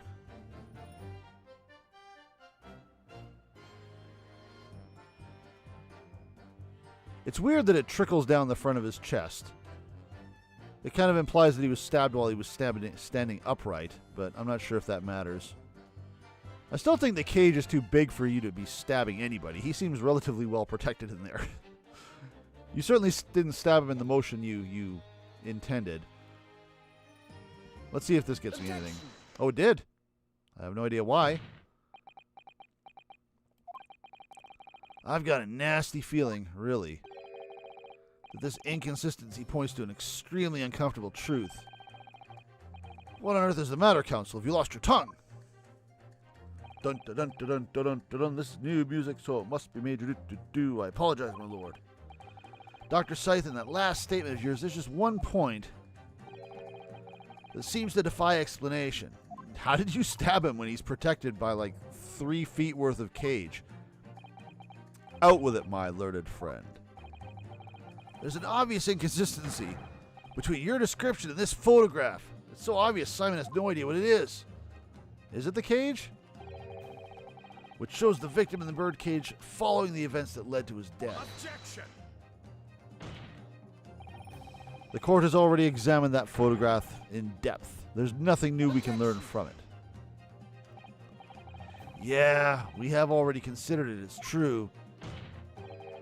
We now know the facts to be different. What do you mean? Yeah, I kind of pictured that the cage would have been vertical because it was damaged on the bottom and it didn't really seem like there was enough room to be lying there. I mean, in that image that we sort of envisioned with Courtney being there with the cage, I mean, my God, she looks like she's in the middle of a house. How much room is under that damn thing? I believe we should let the defense explain. Where in this photograph will we see the alleged inconsistency with the witness's statement? That's a weird text box, too. I mean, is it not the cage? Is it the bloodstain? I mean, this is the right evidence because it didn't ding me a health. Is it the bloodstain?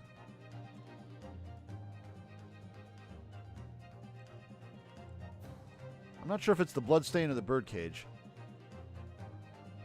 Was there something in his pocket that would have protected him? I can't remember. Also, where's his hat? Where's that sick hat? Can I have the hat? Let's try the blood. Hopefully we're near the end of this case here, because I don't have a whole lot of health left. Look closely at the bloodstain on the victim's chest. Oh, is this a thing? Oh, it is going to call out that. That is I mean, it is already sort of angled that way, so I wasn't sure if that was going to matter, but all right.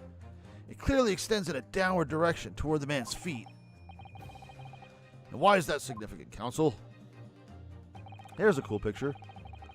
If the victim was stabbed moments before the kinesis machine was set in motion, that's entirely expected. Ah, of course. No, that's not what happened. Exactly, my lord. Dr. Scythe made it very clear in her testimony just now that the point at which she stole Professor DeBimbo's screwdriver and stabbed the victim. See, how much space are we saying is down there? Jeez. Was after the grand deception was set in motion, which the birdcage had fallen below the stage out of sight. I guess it is a much wider stage than it's implying here, because we've been up there. There's a lot of foot room. From the shape of it, it's clear that the birdcage would have fallen on its side after the 30-foot drop. Yeah, who designed this thing to have a point on the bottom? What the hell's wrong with you? And if the victim had really been stabbed while inside the birdcage in that position, the blood from the wound would have spread out equally in all directions. Probably? For it to have formed the longitudinal appearance we see in the picture is inconceivable. I don't know, I could conceive it. Given that the victim's blood seeped vertically downward from the wound, it must be the case that when you stabbed Mr. Menningen, he was standing up. So not broken neck. In short, Dr. Psyth, your latest testimony was a total fabrication.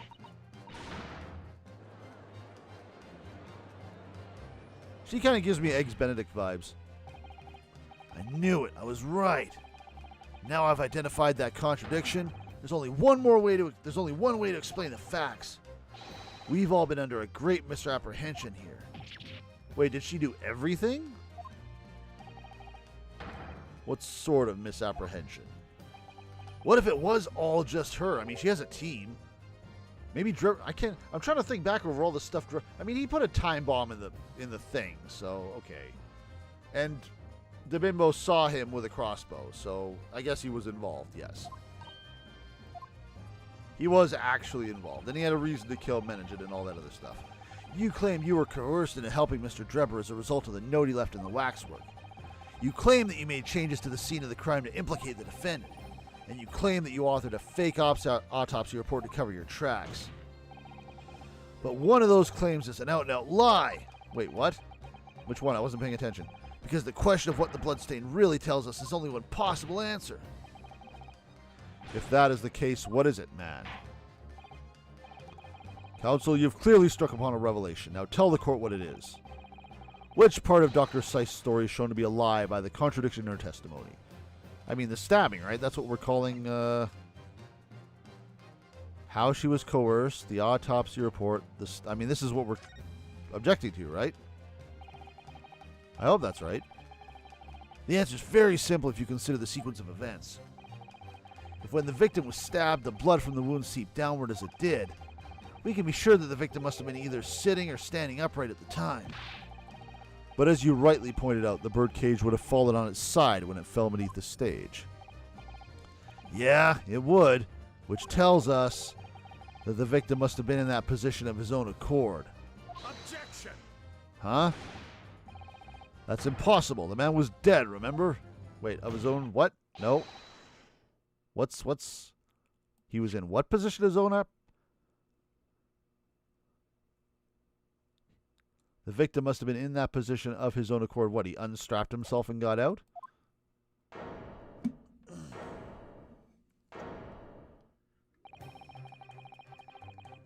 When the birdcage fell from the stage into the void below, it must have hit the ground with considerable force.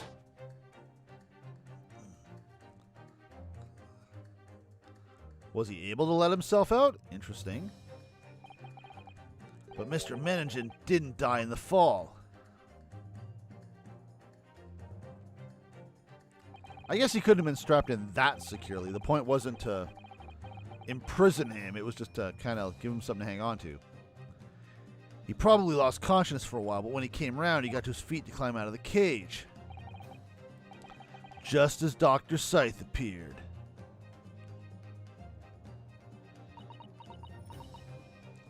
So did she actually kill him as per the note, or did she take matters into her own hands for some other reason? Maybe because she knew he was the reporter and they're both tied to this whole thing.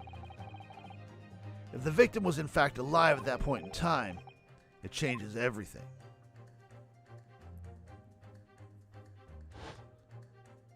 And we're just going to find out who the professor is anyway. Yeah, are you going to be able to change your story now? Maybe what was written on the note, because you've been denying you had a hand in this. Are you going to have something to say here? Mr. Eldon Menningen's killer wasn't the defendant, Professor Benjamin Dabimbo. Nor was it the mastermind behind the stage trickery, Mr. Enoch Drebber. 360 no-scope, it was you, Dr. Courtney Psyth.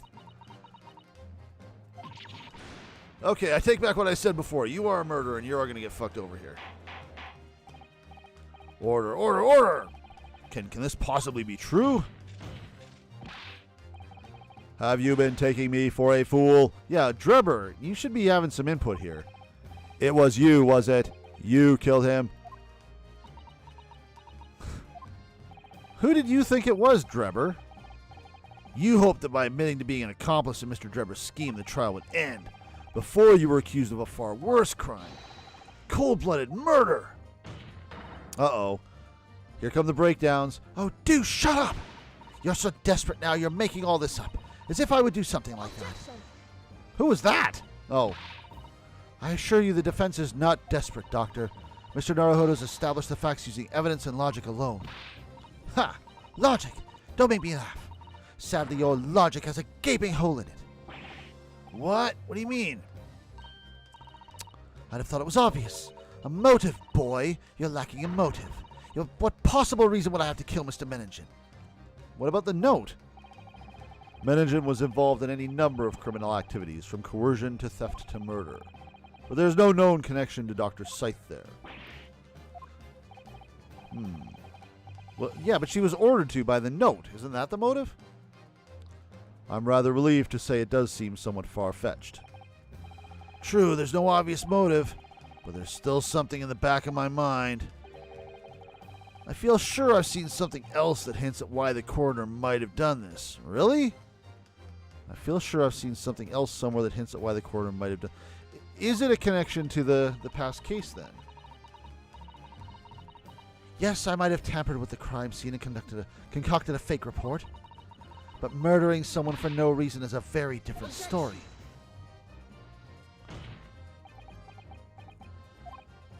No, when you questioned what possible reason you could have for wanting to kill Mr. Menningen, something did come to mind. What? What was it, Counsel? Enlighten the court at once. Yeah, we saw it yesterday, didn't we? Something that seemed strange, but we had no reason to suspect it at the time. There's a particular object that explains why Dr. Scythe would have wanted to kill Mr. Menningen. Wait, what?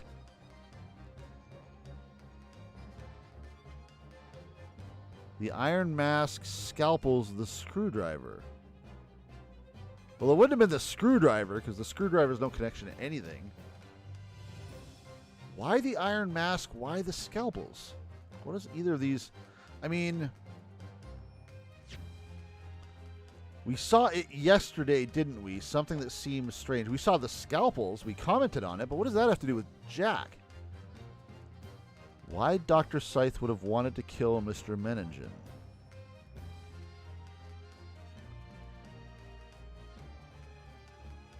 I don't see how either of these connect to anything, but just because of that previous comment. We saw it, yes. Was there an iron mask in her office? I don't remember one. I don't see a life meter, so let's just... If it's not scalpels, it's got to be iron mask, but I don't see a connection to any of these. But we have no life meter, so F it. Let's just roll. It's a scalpel. Or rather, scalpels. Did you say scalpels? Huh? It would appear the word has struck a chord, Doctor. I'm going to need some explanation here. You, come on out with it. It was yesterday when we visited your laboratory. Yeah, we commented on this. I don't remember. Look at this big book here. Yeah, I need a refresher on this. It appears to be an accounting ledger. It's a record of the forensics investigations team spending, I think. Oh, is this like a money laundering thing? Like maybe she's been doing some stuff and he was going to blackmail her and she was just like, nah, I ain't having any more of this. And they just sort of cooked the books to look like money they were spending on other things was actually being spent on a bazillion scalpels. Oh? What is it? It's clear that the team purchased various equipment and supplies on a monthly basis, but, well, one entry seems rather strange. Really? In what way? They're buying 500 scalpels every month. That's got to be some sort of hush money or something, maybe. Is that what it's going to mean? 500 scalpels? A month? At first, I wondered what on earth you could be using that many scalpels for. Couldn't you come up with a better lie? But actually, I realize now it's not the scalpels themselves that are significant. It's the money for them. Disappearing every month from the department's accounts. Menningen's criminal organization relied heavily on extortion for its funding. Tracing the money from the forensic investigation team's account to find out where it was going would be extremely straightforward. Uh-oh. Well, now you're done. 10 years ago, when Mr. Menningen was still a journalist and wrote this article about Mr. Drebber, he may well have stumbled across information as he was researching the story. Information relating to Dr. Seiss' darkest secret that he would use to rack money from her for the next decade. Her darkest secret? Good Lord, you mean... I don't know what happened on the night of that execution 10 years ago. Hey, where's Rosique, by the way? Could you just sneak over and take off that mask? I know I keep saying it, but it's kind of important. Also, the hooks on there are really weak. Suzuto, maybe you could just go over there and, pry them open. But clearly the opportunity to rid yourself of that menace was too tempting to pass up. Seriously, the lock on that thing's pathetic. So in the end, you weren't coerced at all, were you? You did it entirely of your own free will. You stabbed Mr. Menningen in the heart with all your might to silence the blackmailer who knew your dark secret forever. Breakdown, breakdown, breakdown. It's a breakdown, breakdown. You'll never understand. None of you. That's a cute thing on the back of her hair. What we've had to keep covered up all these long years. And it's not just for her sake that she's been doing that either. But it's going to get uncovered anyway because it's an Ace Attorney game, so, haha, joke's on you. I appreciate that she's kind of been forced in. It's kind of like Tobias at the end of the last game where he was he didn't want to do bad things, but he had to get that metal disc and was on government orders and stuff. As very little of the machine remains after it was ripped apart by the bomb, the truth of this case can never be properly established unless you speak out. And if you decide not to, it's very possible that Courtney Scythe will escape punishment for her crimes. Please, sir, own up to what you've done and tell the court the truth about what happened. You going to do the honorable thing, Drebber? You going to redeem yourself? Come on, buddy. 10 years ago, you told the truth, and you were robbed of a bright and successful future as a result. I can certainly understand your bitterness and your consternation now. However, this is surely the chance you've been waiting for, to sever the hold that fate's had over you all these years. Come on, let's have that story. Super high voltage, instantaneous kinesis. I mean, really.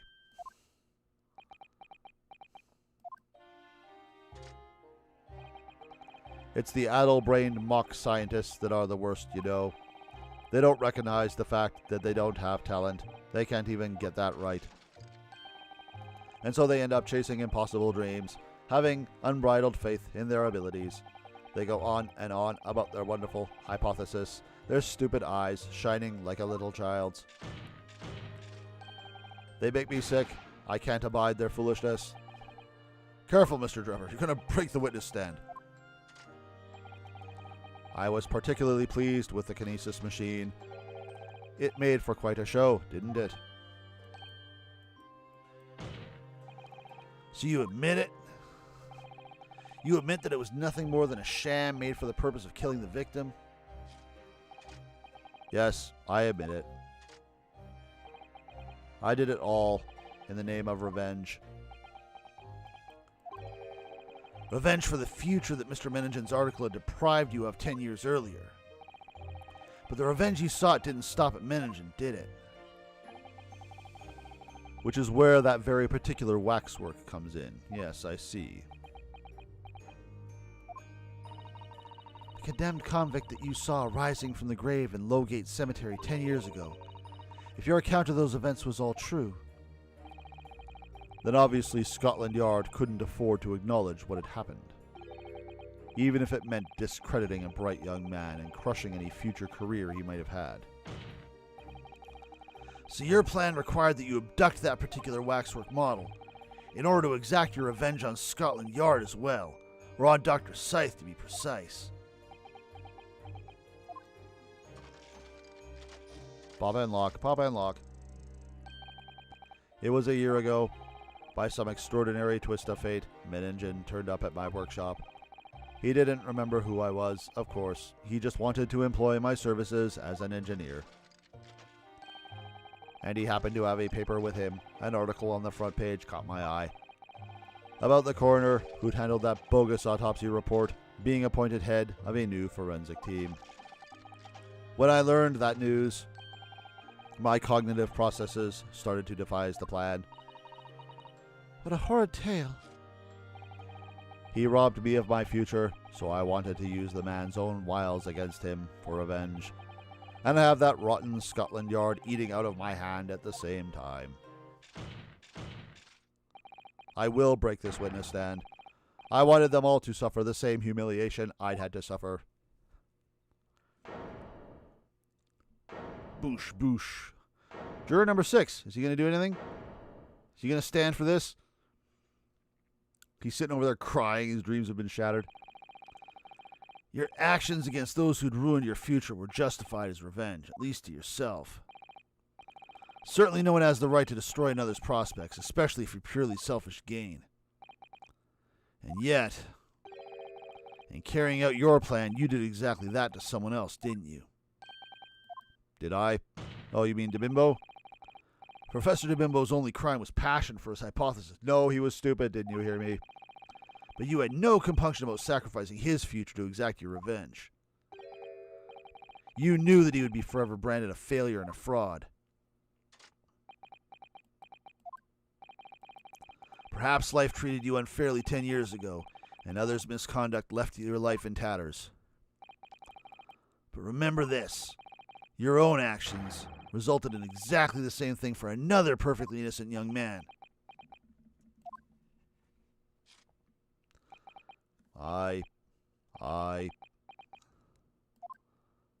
Self-destruct in 5, 4, 3.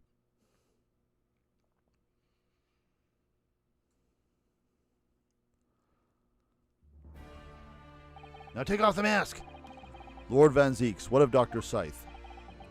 An immediate warrant for her arrest has been granted, and she's been reprimanded in custody, my lord. I presume she will face trial in the coming days, along with Mr. Drebber. A most regrettable situation indeed. She's made great contributions to her profession over the years. It really is a hard truth to swallow. We are actually wrapping up. There better be some more stuff before the end of this.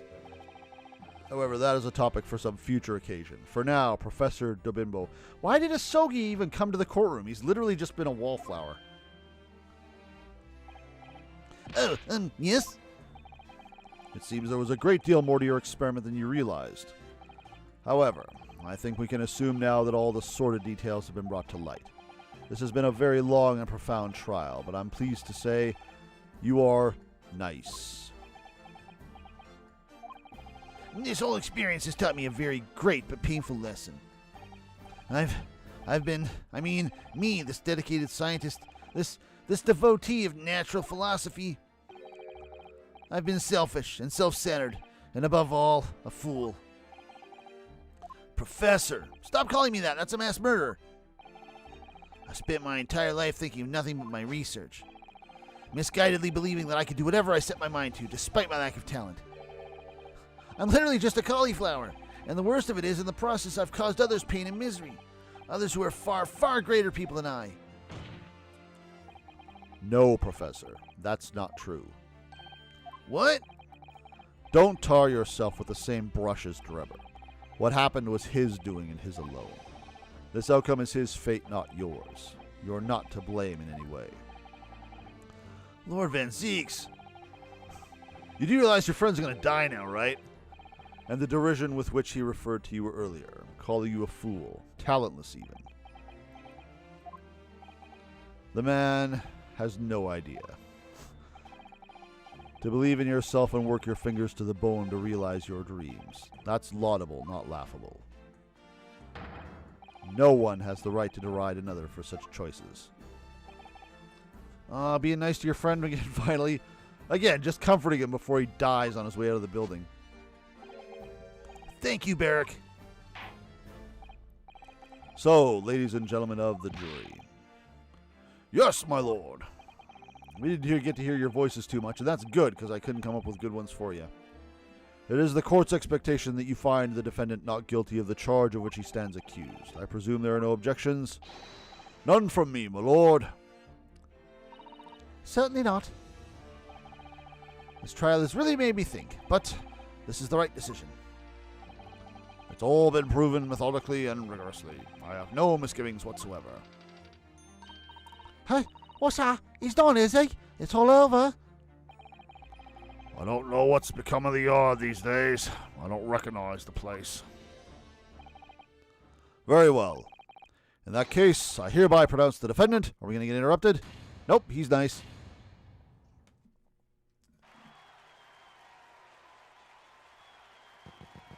More answers need to be forthcoming. We're going to get some sort of dun-dun-dun before this is over. I know it. Come on, Asogi's going to meet us in the antechamber, and something's going to happen. Come on, come on. Next trial's going to be fun because we're getting even closer to the end and even more is going to come out, but we're not done here. It's not over. Come on. That was some trial. Sure was. 24th of October, just yesterday. All right, what do we got? Professor, what a splendid outcome, isn't it? Oh, it is, it is. Congratulations, Professor Dobimbo. Mr. Naruhodo, Miss Suzuto, I'm truly beside myself with gratitude. How can I ever thank you enough? I'm just glad it's all been cleared up, that you realize you were just caught up in a bad situation. Right now, you know, if I had that research grant money, I'd give that whole lot to you, every penny. Well, that's very kind of you, but I'm just a student, so... We don't need any financial reward. Yes, we do. Your acquittal is more than enough. I can't pay the bills with acquittal, Suzuto. Oh, dear. Oh, what can I do? How about this? As a memento, the paper about my hypothesis is inside. Well, just as a memento, then. Thanks. I've been wondering, Professor. What are you going to do now? Oh my. Yes, what am I going to do? My hypothesis of my great machine lie in ruins. But still, it's been too long since I was last in London, so perhaps I'll enjoy some sightseeing. I must explore the great exhibition while I'm here, too, and see if new inspiration hits me. Oh, yes, that's a wonderful idea. Okay, who is it? Is it Van Zieks? Maybe it's Asogi Finally talking. I'm going to say it's Van Zieks. Yep. Let my theme music kick in. Lord Van Zieks, what are you doing here? Barrack! I'm sorry you had to go through that, Benjamin. Is he going to say, like, you need to get the hell out of this country before you die from being in my presence? Well, if I'm honest, it was terrifying.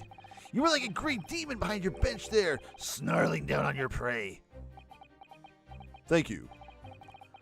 You're one of the few true friends I have. I couldn't leave it to anybody else to handle the prosecution or the defense. Sorry? Or the defense? Did I just hear that right? Yeah, what's up with that? I always knew that you had my best interests at heart. Don't worry. How about you show me around while I'm here in town? It's been a long time since we left university. We have a lot to catch up on.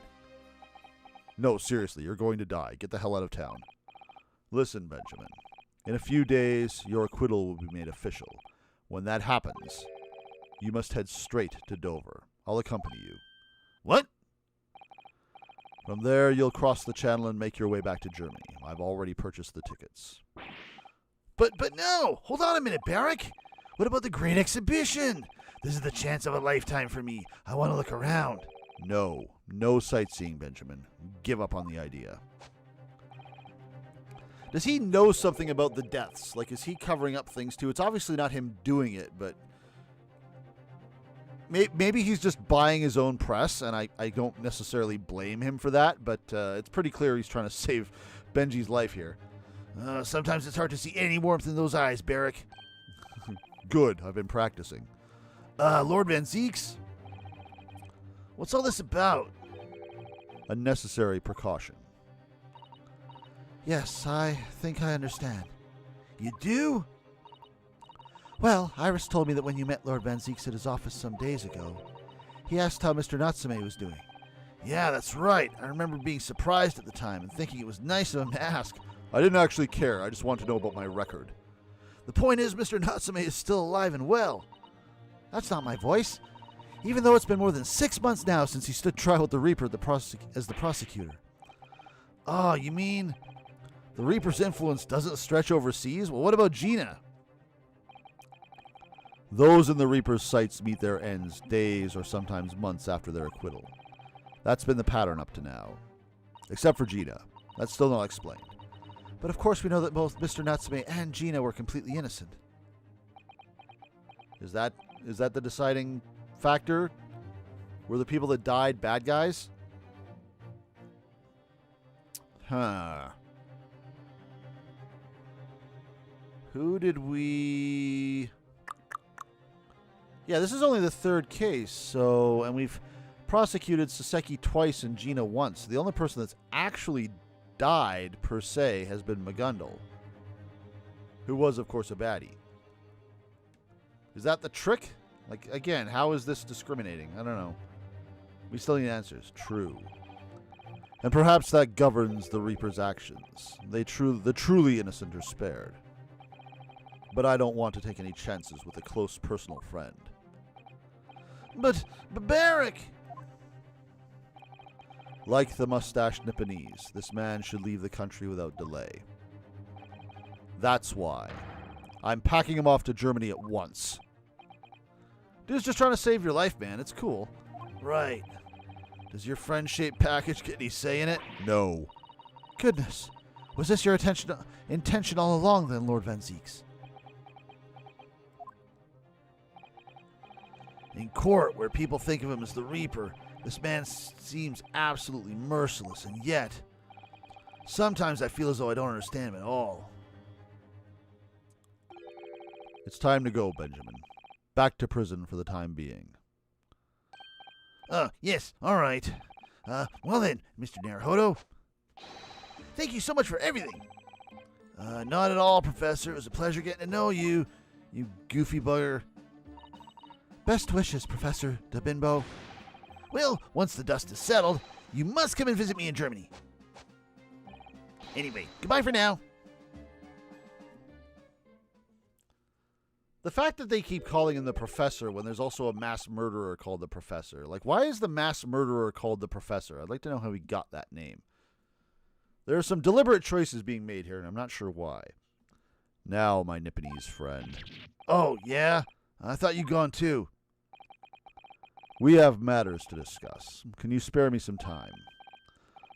You want to talk with me? I'll be waiting in the courtroom in 10 minutes. Oh, damn. So there is going to be some stuff going on. Is that where the mask is? Are we going to take it off? Well, that was strange. For some reason, I didn't get that sense of impending doom as he walked away this time. Or is this about a Sogi? This could be about a lot of things.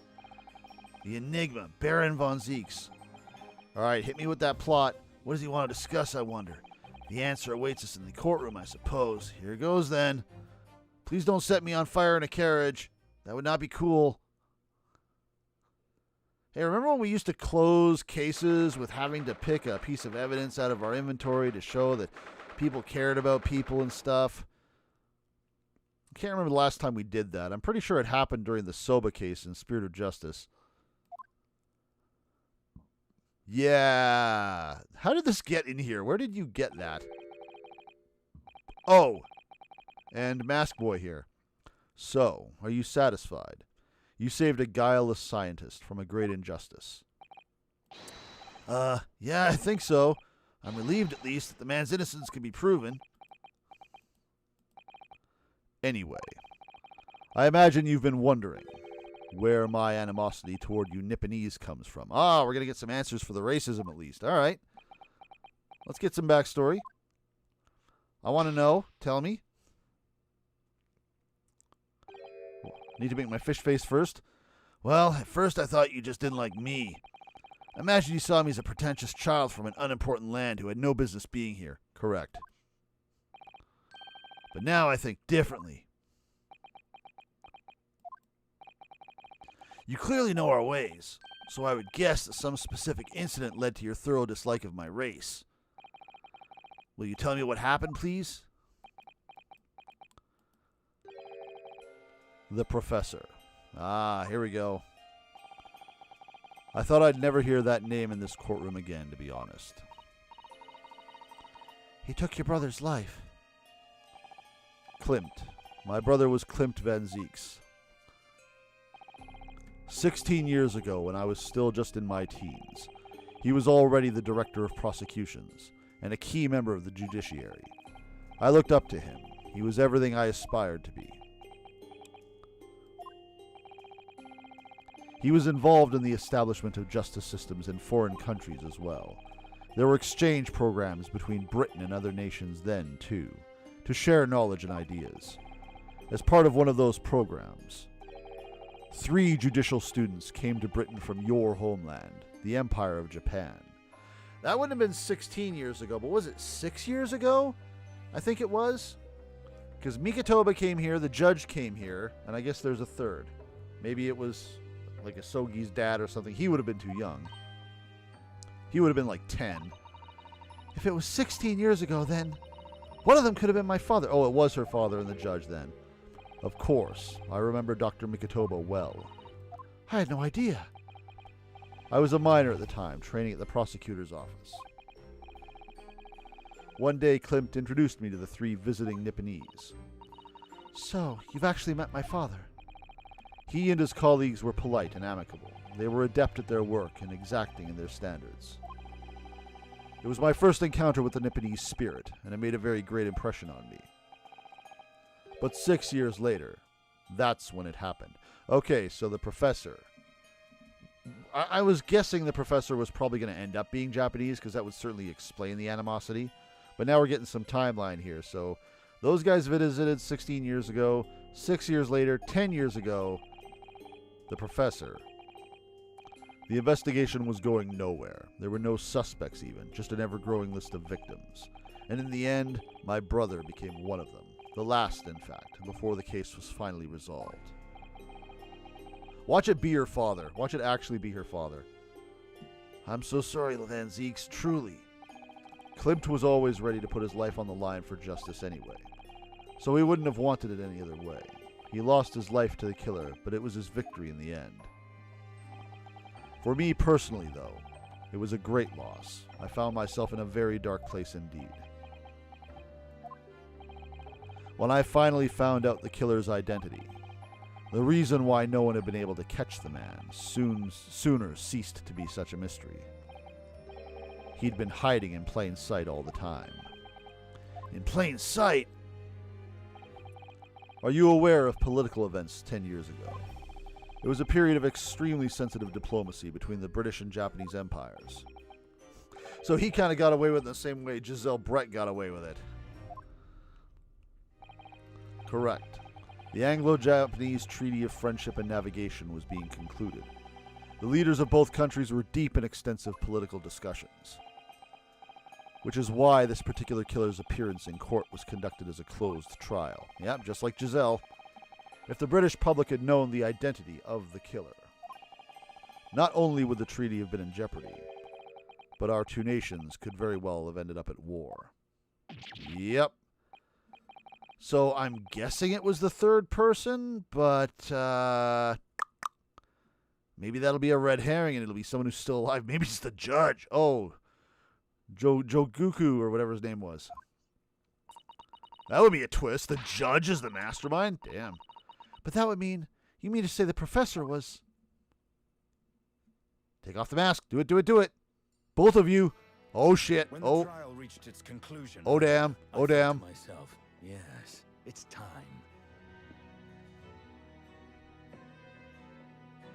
Is it? Time for you to come face to face with this hideous monster. I borrowed the key for the mask Oh, yeah. from the proprietress of the Waxwork Museum. You really shouldn't be giving this information away if it's so sensitive. So see for yourselves now. Confirm it with your own eyes. The truth that's been hidden this past decade. Stick it right in his ear. It's a Sogi.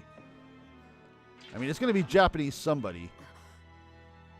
So is it just a Japanese person? That's the professor? Yes, that's him. Until now, the thought never even crossed my mind. That the mass murderer, whose crimes shook Britain as never before. Ah, okay, so it's not someone we know, but it is a Japanese person. Was Japanese. Okay, I suspected. I was kind of thinking it would be someone we knew, but this is also interesting. Wait a minute. Oh, do you know who that is? Face. I feel as though I've seen it somewhere. It's strangely familiar. She's seen it in her dad's files or something? Or maybe it's her younger... Oh, snots. Oh, and he's seen that face somewhere before, too. Is it Asogi's dad? Maybe it's Asogi's dad. You recognize that face, don't you? It is him. It's actually... It's his... Oh, shites. Okay. What? Father? It's Kazuma's dad.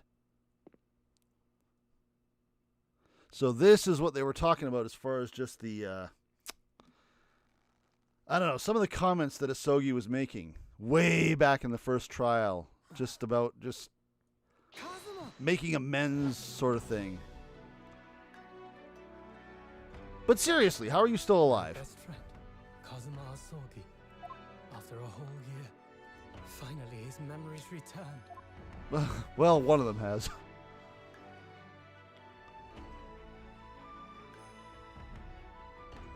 As he stood there before me.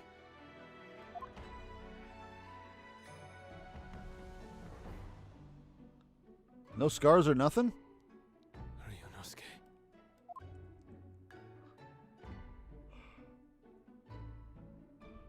Hello again. My friend. All right, nice moment. Kazuma-sama. Kazuma-sama! I love how she says that. Judicial Assistant Mikotoba.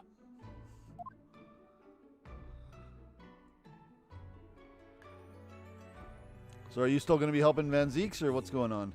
A very long road. Thank you. Thank you for guiding my friend here when I could not. Yeah, you can go home now, Naruhodo. I'm back in charge. I'm the main character now. I knew you wouldn't die that easily.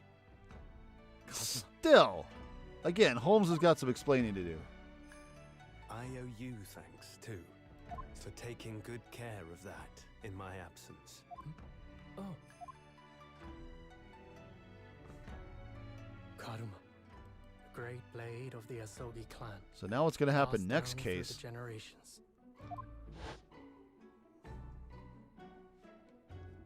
When And we why left was this Japan, guy just the this accomplice sword or the was at my friend's apprentice? side. That was a setup that didn't really go The anywhere. Japanese man's katana is his soul. He couldn't be parted from it. But then, when the incident happened,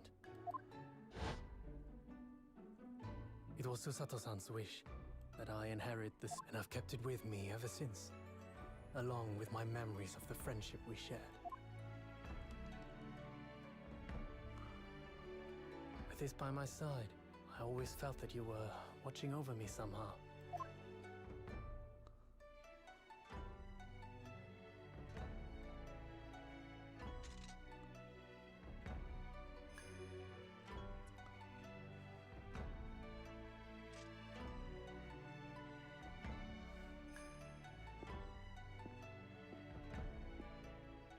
I've made it. At last. Uh-oh. Father. Yeah, what was your mission exactly? We kept wondering about your mission. Now we get to find out what it Are you is. saying... Surely not. You mean, you knew all this time? I'm looking at it. But... I still can't believe it. Yeah, Naruhodo probably wouldn't be familiar with his dad if his dad moved over here 16 years ago. This mass murderer. Naruhodo would have been like Kazuma's 2. father. And why the professor? It's a waxwork, dude. I'm not sure you're aware. Please don't harakiri.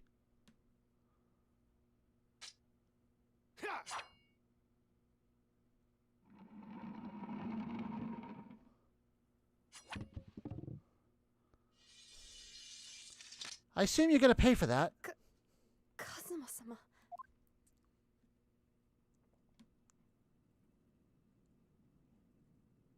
Ryunosuke, we have much to talk about, but now is not the time.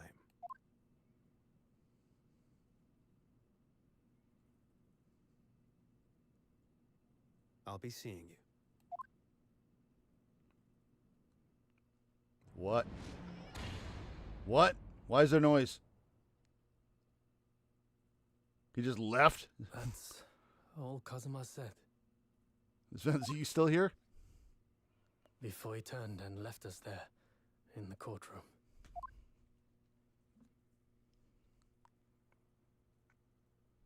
Oh, he is still here.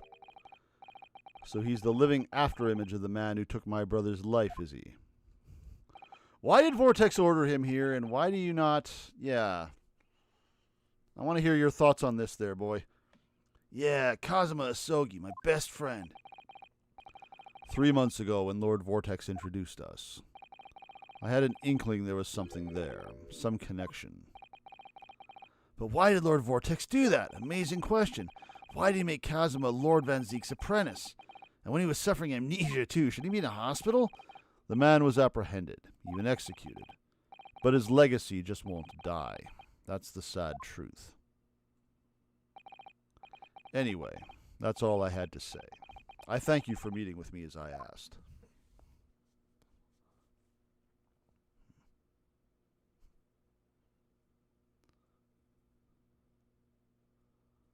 Are we just going to leave the professor's head wide open here?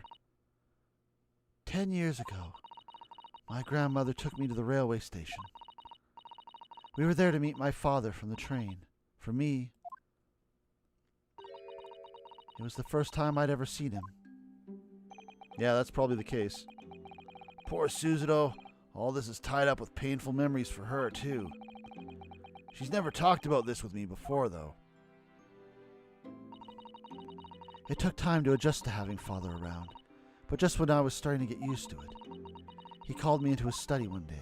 He told me that a great friend of his had passed away in London, and that the friend had left behind a son, a boy 7 years my senior. Father told me the boy had made a promise to his late father, so he was studying to become a defense lawyer. I wanted to help, so I studied to become a qualified judicial assistant. As I'm sure you've worked out, that young man's name was Kazuma Asogi. No kidding. His name was Larry Butts. So you see, that's how he and I met. For a brief moment, my great friend had returned, only to disappear again all too soon. But in that fleeting encounter, something stirred. Something that had been dormant for a long time, as if great wheels had been set in motion. I could almost hear them creaking into life. In some ways, it was the end of a chapter, but in many, it was the start of a new one. Yes, literally, on both counts.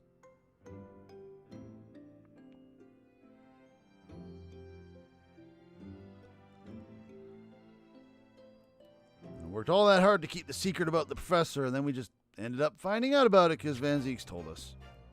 How did he know about it? Oh, well, I guess his brother was involved. There's a reason. Beep, beep, beep, beep. Twisted Karma and His Last Bow. So we don't get a the whatever of the whatever title anymore. Interesting. Well, that went some places. We've definitely still got some stuff to happen and to think about and to experience. Next case should be interesting because now we've got the professor figured out. We've got Asogi back. But that just means that now things are going to get real because Kazuma had his mission and all this other stuff. So next case should be interesting. I really hope Kazuma doesn't get killed again. I mean, my God. But one thing I am aware of, this is still a blind playthrough, but something that came to my attention when I was just looking through the length of certain things as far as spoiler-free walkthroughs to figure out how I was going to pace certain things, and that's why I was able to do the 2 this time, because I figured I'd have the time. I couldn't help but notice Case 4 ends on an investigation, if I'm not mistaken, which is very bizarre, and I think it's going to be something like Dual Destinies, where Case 4 and 5 are essentially the last case, which means that next case is the last case. So now I'm really looking forward to what's going to happen. But we are going to start that 4th case on Friday. I'm pretty sure I'm free on Friday. I should not talk before checking my schedule, but as always, I know it's somewhat, it's a little bit weird to just keep asking for like, comment, subscribe, blah, blah, blah. Nobody likes doing that any less than I do, but you know what? That's the only way you're going to stay on top of things. But it looks like I am going to be free this coming Friday. That works. Okay, so Friday will be probably another Ace Attorney Amnesia stream. I'll also be streaming Amnesia tonight. I'm pretty sure I'm about halfway through. I could be wrong, but that's good for some jump scares. Feel free to watch out for that. I might do something on Wednesday too, because I'll have some time there as well. I want to do a little bit more streaming. I've been a little bit busy with some other stuff, but I just finished with a whole bunch of clients, so I'll have a little extra time coming up. We'll see what happens, but you will have to like, comment, subscribe, follow me on Twitter, watch for me on Twitch, all that good stuff to find out what's going on, because my schedule is kind of up in the air, and sometimes I don't even know what's going on. So take care. Thank you for watching. I hope you are enjoying this as much as I am. I really do like this franchise a lot, and I'm very interested to see where it goes. Take care. I'll see you next time.